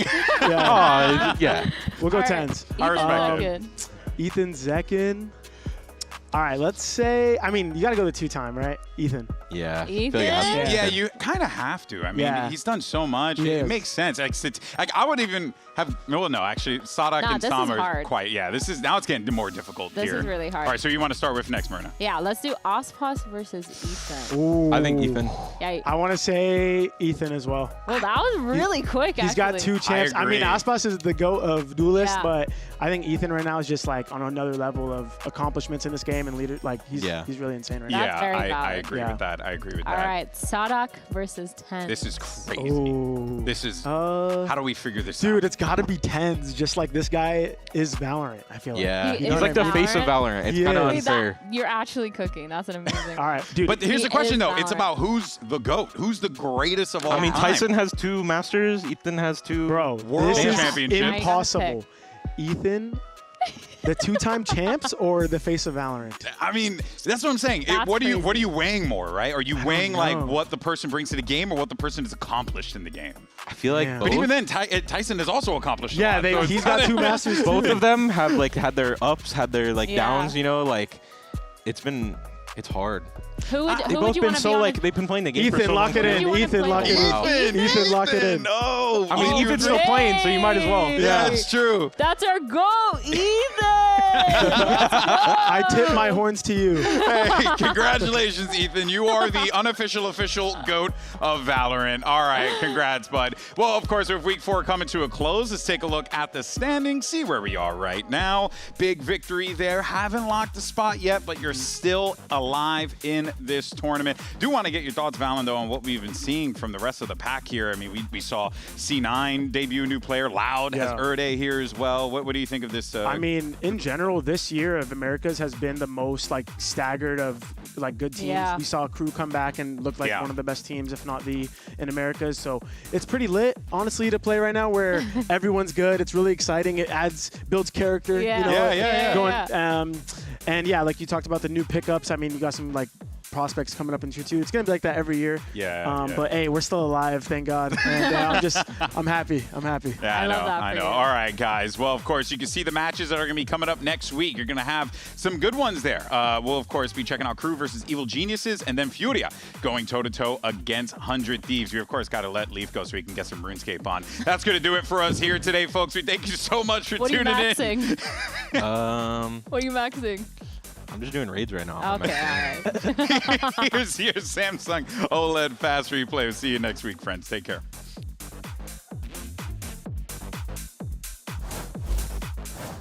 Cloud9 and Loud are ready to take the stage and get things underway here.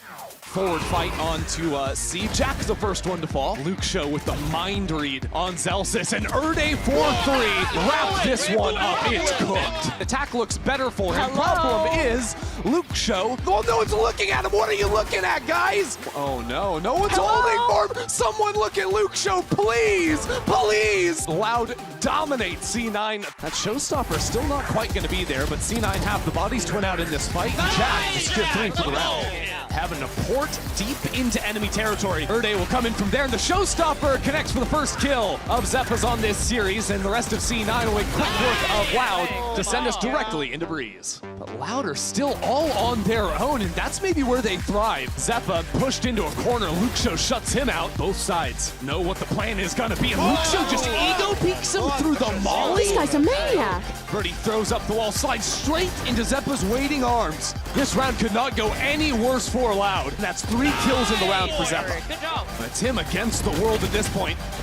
Him and Cow both, it might be enough though, with players low on the other side. Cowan now, and he has been elite on this map. Cowan is ridiculous! What a performance out of Loud. If you told me at the start of the year that G2 would be 1 and 2 fighting for their life here in stage 1, I would have told you were crazy. A big A fight, Jaw pushed up on the wall, dropped. Oh my god. That is a nasty off. Oh my goodness, what? In a split second, he finds connection. Jaw's on for the ace. Oh my god, what a shot. No way.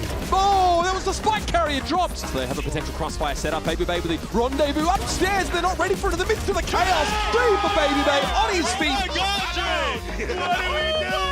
Leaf can't do anything to stop this. He might go down too. Yeah. What? What is happening? Leaf and Valen have to salvage. Leaf is going to find 3 kills. God. Rossi for the spam What angle. is Leaf on, bro? What is he on? What a ridiculous ace out of absolutely nowhere. Big damage here from Jaw. Only able to find 1 kill though. Maybe just take this fight. He's going to walk the door. I like that from Rossi. Yes, I like that from Rossi. Trent can follow the black brick road. It's Rossi. Huge clutch moment. Inside we go. That's the third out of nowhere. Has to basically pre-aim, and he has paved the way for Envy to find an opportunity in this round. But Trent's going to disrupt the defuse. Has to find a quick reload. Here he knows Extra trying to pressure around that bubble. The Leaf gets in there. Trent's found his third. Make it 4 to shut Envy down. 13-6 is the result on Lotus.